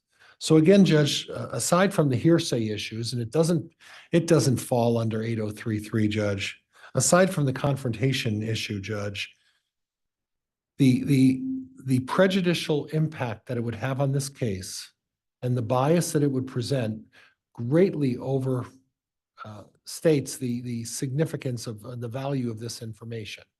And I think that it would put Mr. Daybell in a very prejudicial place and force him to make decisions about how we're going to tactically proceed to address that. And I just think at that point, Judge, I think the court would be making a mistake by allowing the prosecutor to bring this forward and do that. And again, it's riddled with hearsay issues as well. All right. Mr. Wixom, any rebuttal argument? I believe very briefly, Judge. First, as to the argument that this is some kind of a last minute attempt or approach, the defense did point out that the state has had this for years. I'm sorry, the state has had this information for years, but so has the defense. This was disclosed back to the defense by my records, July of 2020. Well, there's so much information, Mr. Wixom, and like putting somebody on notice of what statements that are, non-party statements or non-direct statements. It's the timing of putting them on notice in a motion in limine. I think that in fairness, just because it may have been disclosed somewhere, I do have some concern with the timing. I'll just address that. Okay. Well, with respect to Your Honor, I understand that. I would simply just point back to the cases cited in the brief. I understand it's the court's discretion how it handles, it treats motions in limine. I think in the case law, and certainly in my experience, motions in limine are often not brought until during trial. Often they're brought before trial, and I understand that. We do believe that we simply argue to the court that because of that disclosure, the defense shouldn't be caught off guard, respecting what the court just said, and I'll leave it at that. Your Honor, I do want to go back to Rule 8033. That exception does not just address physical, but perhaps that's all I raised, but it also addresses emotional and mental state of the victim. And so a mental state such as an intention to increase or not increase insurance, or a statement about physical health. I don't necessarily need to increase the insurance. My husband wants this done. So I do think that 8033 does clearly apply. Judge, with respect to some of the other arguments as to what this does, the state is here today because we believe we have a lot of prejudicial evidence against the defendant. That's why the charges have been brought, and that's why we're spending the time of the trial. To argue that just because a piece of evidence is prejudicial, it should be excluded, well, Judge, that's the nature of a criminal proceeding. Now, we don't believe that it substantially outweighs the probative value. There are some cases cited in the brief, particularly with respect to things like graphic murder crime scene photos that the courts have repeatedly ruled that even though they are highly prejudicial to the defense, they are nonetheless admissible by the state for the purposes of meeting their high burden of proof beyond a reasonable doubt. And so the arguments that are being made by the defense in that regard really are weight questions. They're arguments that he can be making during closing argument. Certainly, he can also address this issue of suggesting that it forces the defendant to take the stand simply is not correct. The defense counsel certainly has the ability, and we've seen him perform so far in this case, to cross-examine witnesses. And he would be able to address this through cross-examination of Ms. Olson. So it doesn't force or back the defendant into having to take the stand to defend himself. But really, in addition to that, in any criminal proceeding, a defendant is effectively put in the place, or if they choose to meet any given piece of evidence, they may just have to make their own strategic decision whether they wish to waive the right to remain silent and defend themselves or not. And so I don't think it's an unfair argument to be made by the defense. I just don't think that they should succeed in that argument in this situation. This court can see from the record that this defense attorney is very aggressive with cross. He's very thorough. He's prepared. So I really think the state would argue to Your Honor that it simply isn't a viable argument to object upon. Under the confrontation clause, I've already cited that case law. I believe that the state will, I'll rest on that issue and let the court make its decision, but that's all I have. And Judge, Mr. Wixom brought up a couple things, and I just want to touch on one matter if the court gives me some You leeway. may, go ahead. And Judge, quite frankly, 404B is designed to give us notice and give us an opportunity to address these very issues. 404B does not apply to defense attorneys. It applies to the prosecution, and there's a reason for that. And the reason for that is that you don't want to get sandbagged by some motion close to or near the time for trial, and they bring up some obscure fact that says, yo, by the way, we're going to use this, and we're not going to give defense counsel an opportunity to do that. So I don't know where the good cause is to show that they are able to get around this and say, for 4 years, we've had this information, and on the eve of trial, we're bringing this forward. And on the last note, I appreciate Mr. Wixom saying that about me on national TV about my skills, but I don't necessarily agree with him completely, but it was very kind of him to say that. All right, well, a couple of comments. First, I'm going to take the matter under advisement. I'll get a oral ruling for you tomorrow morning. 8:30 is the planned time to do that on this issue. I'll note that I don't think that 404B is implicated in this. However, under 403, the question the court looks at, it's been argued a lot of different ways here, but it's right in the rules whether or not probative value is substantially outweighed by unfair prejudice. So not everything gets to be weighed by the jury if the court makes a balancing determination, even if it is admissible. And if the court determines that probative value would be substantially outweighed by unfair prejudice. So I am going to take that one under advisement. In terms of the next motion, counsel, I'd like to hear argument on that. I don't want to reiterate or go back into 403 balancing other matters we just argued on the first motion to the extent they apply to the second motion, but it has its own unique issue and a separate brief filed by the state, and the timing as well is different. So this is the March 14th motion, second motion in limine in relation to a state's seeking introduction of a statement by a witness, Janet Anderson, quote, "She is a zombie," as it relates to Tammy Daybell. With that, Mr. Wixom, if you'd like to present argument on that motion. And I will note on that motion, I believe the motion referenced exhibits that I don't think were ever received by the court, and I'll look. If they're not in by now, I'm finding them untimely and won't consider. If this is the motion I'm thinking of, it did not have attached exhibits, but otherwise I understand the content and context of the motion, so you can argue it. Thank you, Your Honor. And I think I can be more brief. I don't have any desire to be redundant, but I would first note to the court, this is actually a two-part motion. There are two witnesses with two statements. The court has accurately reflected that we are seeking an order allowing us to introduce testimony from Janet Anderson, a school secretary, who indicated that she heard a conversation between Tammy and another coworker where Tammy indicated that her husband said she is a zombie, and that Tammy, after that, said, "I'm not a zombie," and appeared to be laughing that off and walking it away. And that was relatively close time to the time of Tammy's death. The second statement, to be clear, is a statement from a witness, Pam Peebles, who is a school teacher at the school, who was interviewed back in May 2020. And she did give a statement. She's what we'll call a health witness. We have anticipated calling her in preparation for testimony just a couple of months ago, relative in time to that we filed the motion.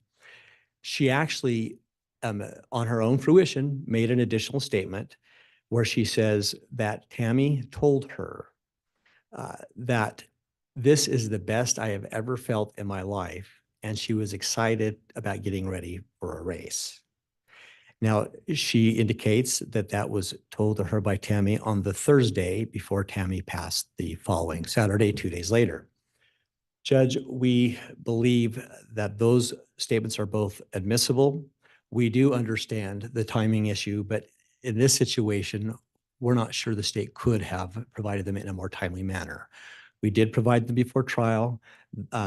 Those two pieces of information both came up in trial prep in roughly early March. Rather than going through all the applicable rules, I would just make one quick argument. While certainly I understand the objection the state or the defense may make as to the timeliness and ability to respond, in these situations, I don't think the defense or frankly the state in other situations are left in any different position than if any given witness says something brand new on the stand during a trial, which we've all seen happen many times, that no one had ever heard before. They would be left in that position where they would simply have to respond on the fly. They don't have to do that here. And in this case, very close in time after these were disclosed, relayed to the state, they were disclosed to the defense, albeit a few weeks before trial, but at least the defense has had the benefit and no less benefit than the defendant or the state did to respond and figure out how to handle this evidence. And so I'll just leave my argument at that. We do believe that both of those pieces of evidence should be admitted at trial. All right, thank you, Mr. Wixom, and I will note I'll incorporate, of course, in any decision, the briefing that was supplied as well. Mr. Pryor, as to the second motion in limine on the proposed introduction of statements, quote, "She is a zombie" from Janet Anderson, and then Pam Peebles, the health witness, statements, "This is the best I've ever felt in my life," or "excited about getting ready for a race." You can pose any objection you have at this time. Judge, one of the concerns I have is that these disclosures took place while Mr. Wixom was interviewing these witnesses for their trial prep. Now, that could be addressed potentially in cross-examination, but the difficulty is, again, the appearance, Judge, the appearance that Mr. Wixom is talking to witnesses and doing this, and suddenly they make these disclosures. The first one with, I think it was Janet Anderson, heard a conversation. That's problematic on a number of levels, Judge, and it's problematic that she heard a conversation and she's going to relay a conversation that she heard. That in itself brings up another of evidentiary rules, and I'll let the court do the analysis as far as hearsay analysis on that. The other one, talking about the other witness, Judge, again, the timing is problematic. And I understand that things happen and people bring up information at the last minute. Those things do happen. But this seems to be a little convenient that suddenly we're bringing up information from the very first motion in limine. Now we have two more additional statements. The only difference, Judge, is these statements, they came about as a result of preparation for trial. And they happen to be witnesses who are on the very side, at least from my perspective, of, on the opposite side of the case. And ironically, I'm not seeing any disclosures that seem to favor the defense or go that direction. And again, I'm not going to reiterate all of the stuff about relevancy, Judge, but the reality of this is that the timing is suspect. And giving me sufficient notice to address these, it's just not there. And again, the prejudicial impact greatly outweighs the probative value. All right. Well, counsel, they're both under advisement. Take a look through them later today in the morning. I'll prepare a ruling on both, so the parties have the benefit of knowing whether or not that information is entitled to be admitted at trial. I do appreciate the sides briefing and arguing it and bringing it forth in a motion in limine. As they say, better late than never, and certainly I'd rather be considering this when I have time to have this instead of it spontaneously coming up on the stand with a witness. So we will conclude for today then with those under advisement, and I'll intend to have an oral ruling on both motions tomorrow morning at 8:30. We'll then have the jurors in at 9 for further evidence. So we'll be in recess. Thank you, Your Honor. Thank you.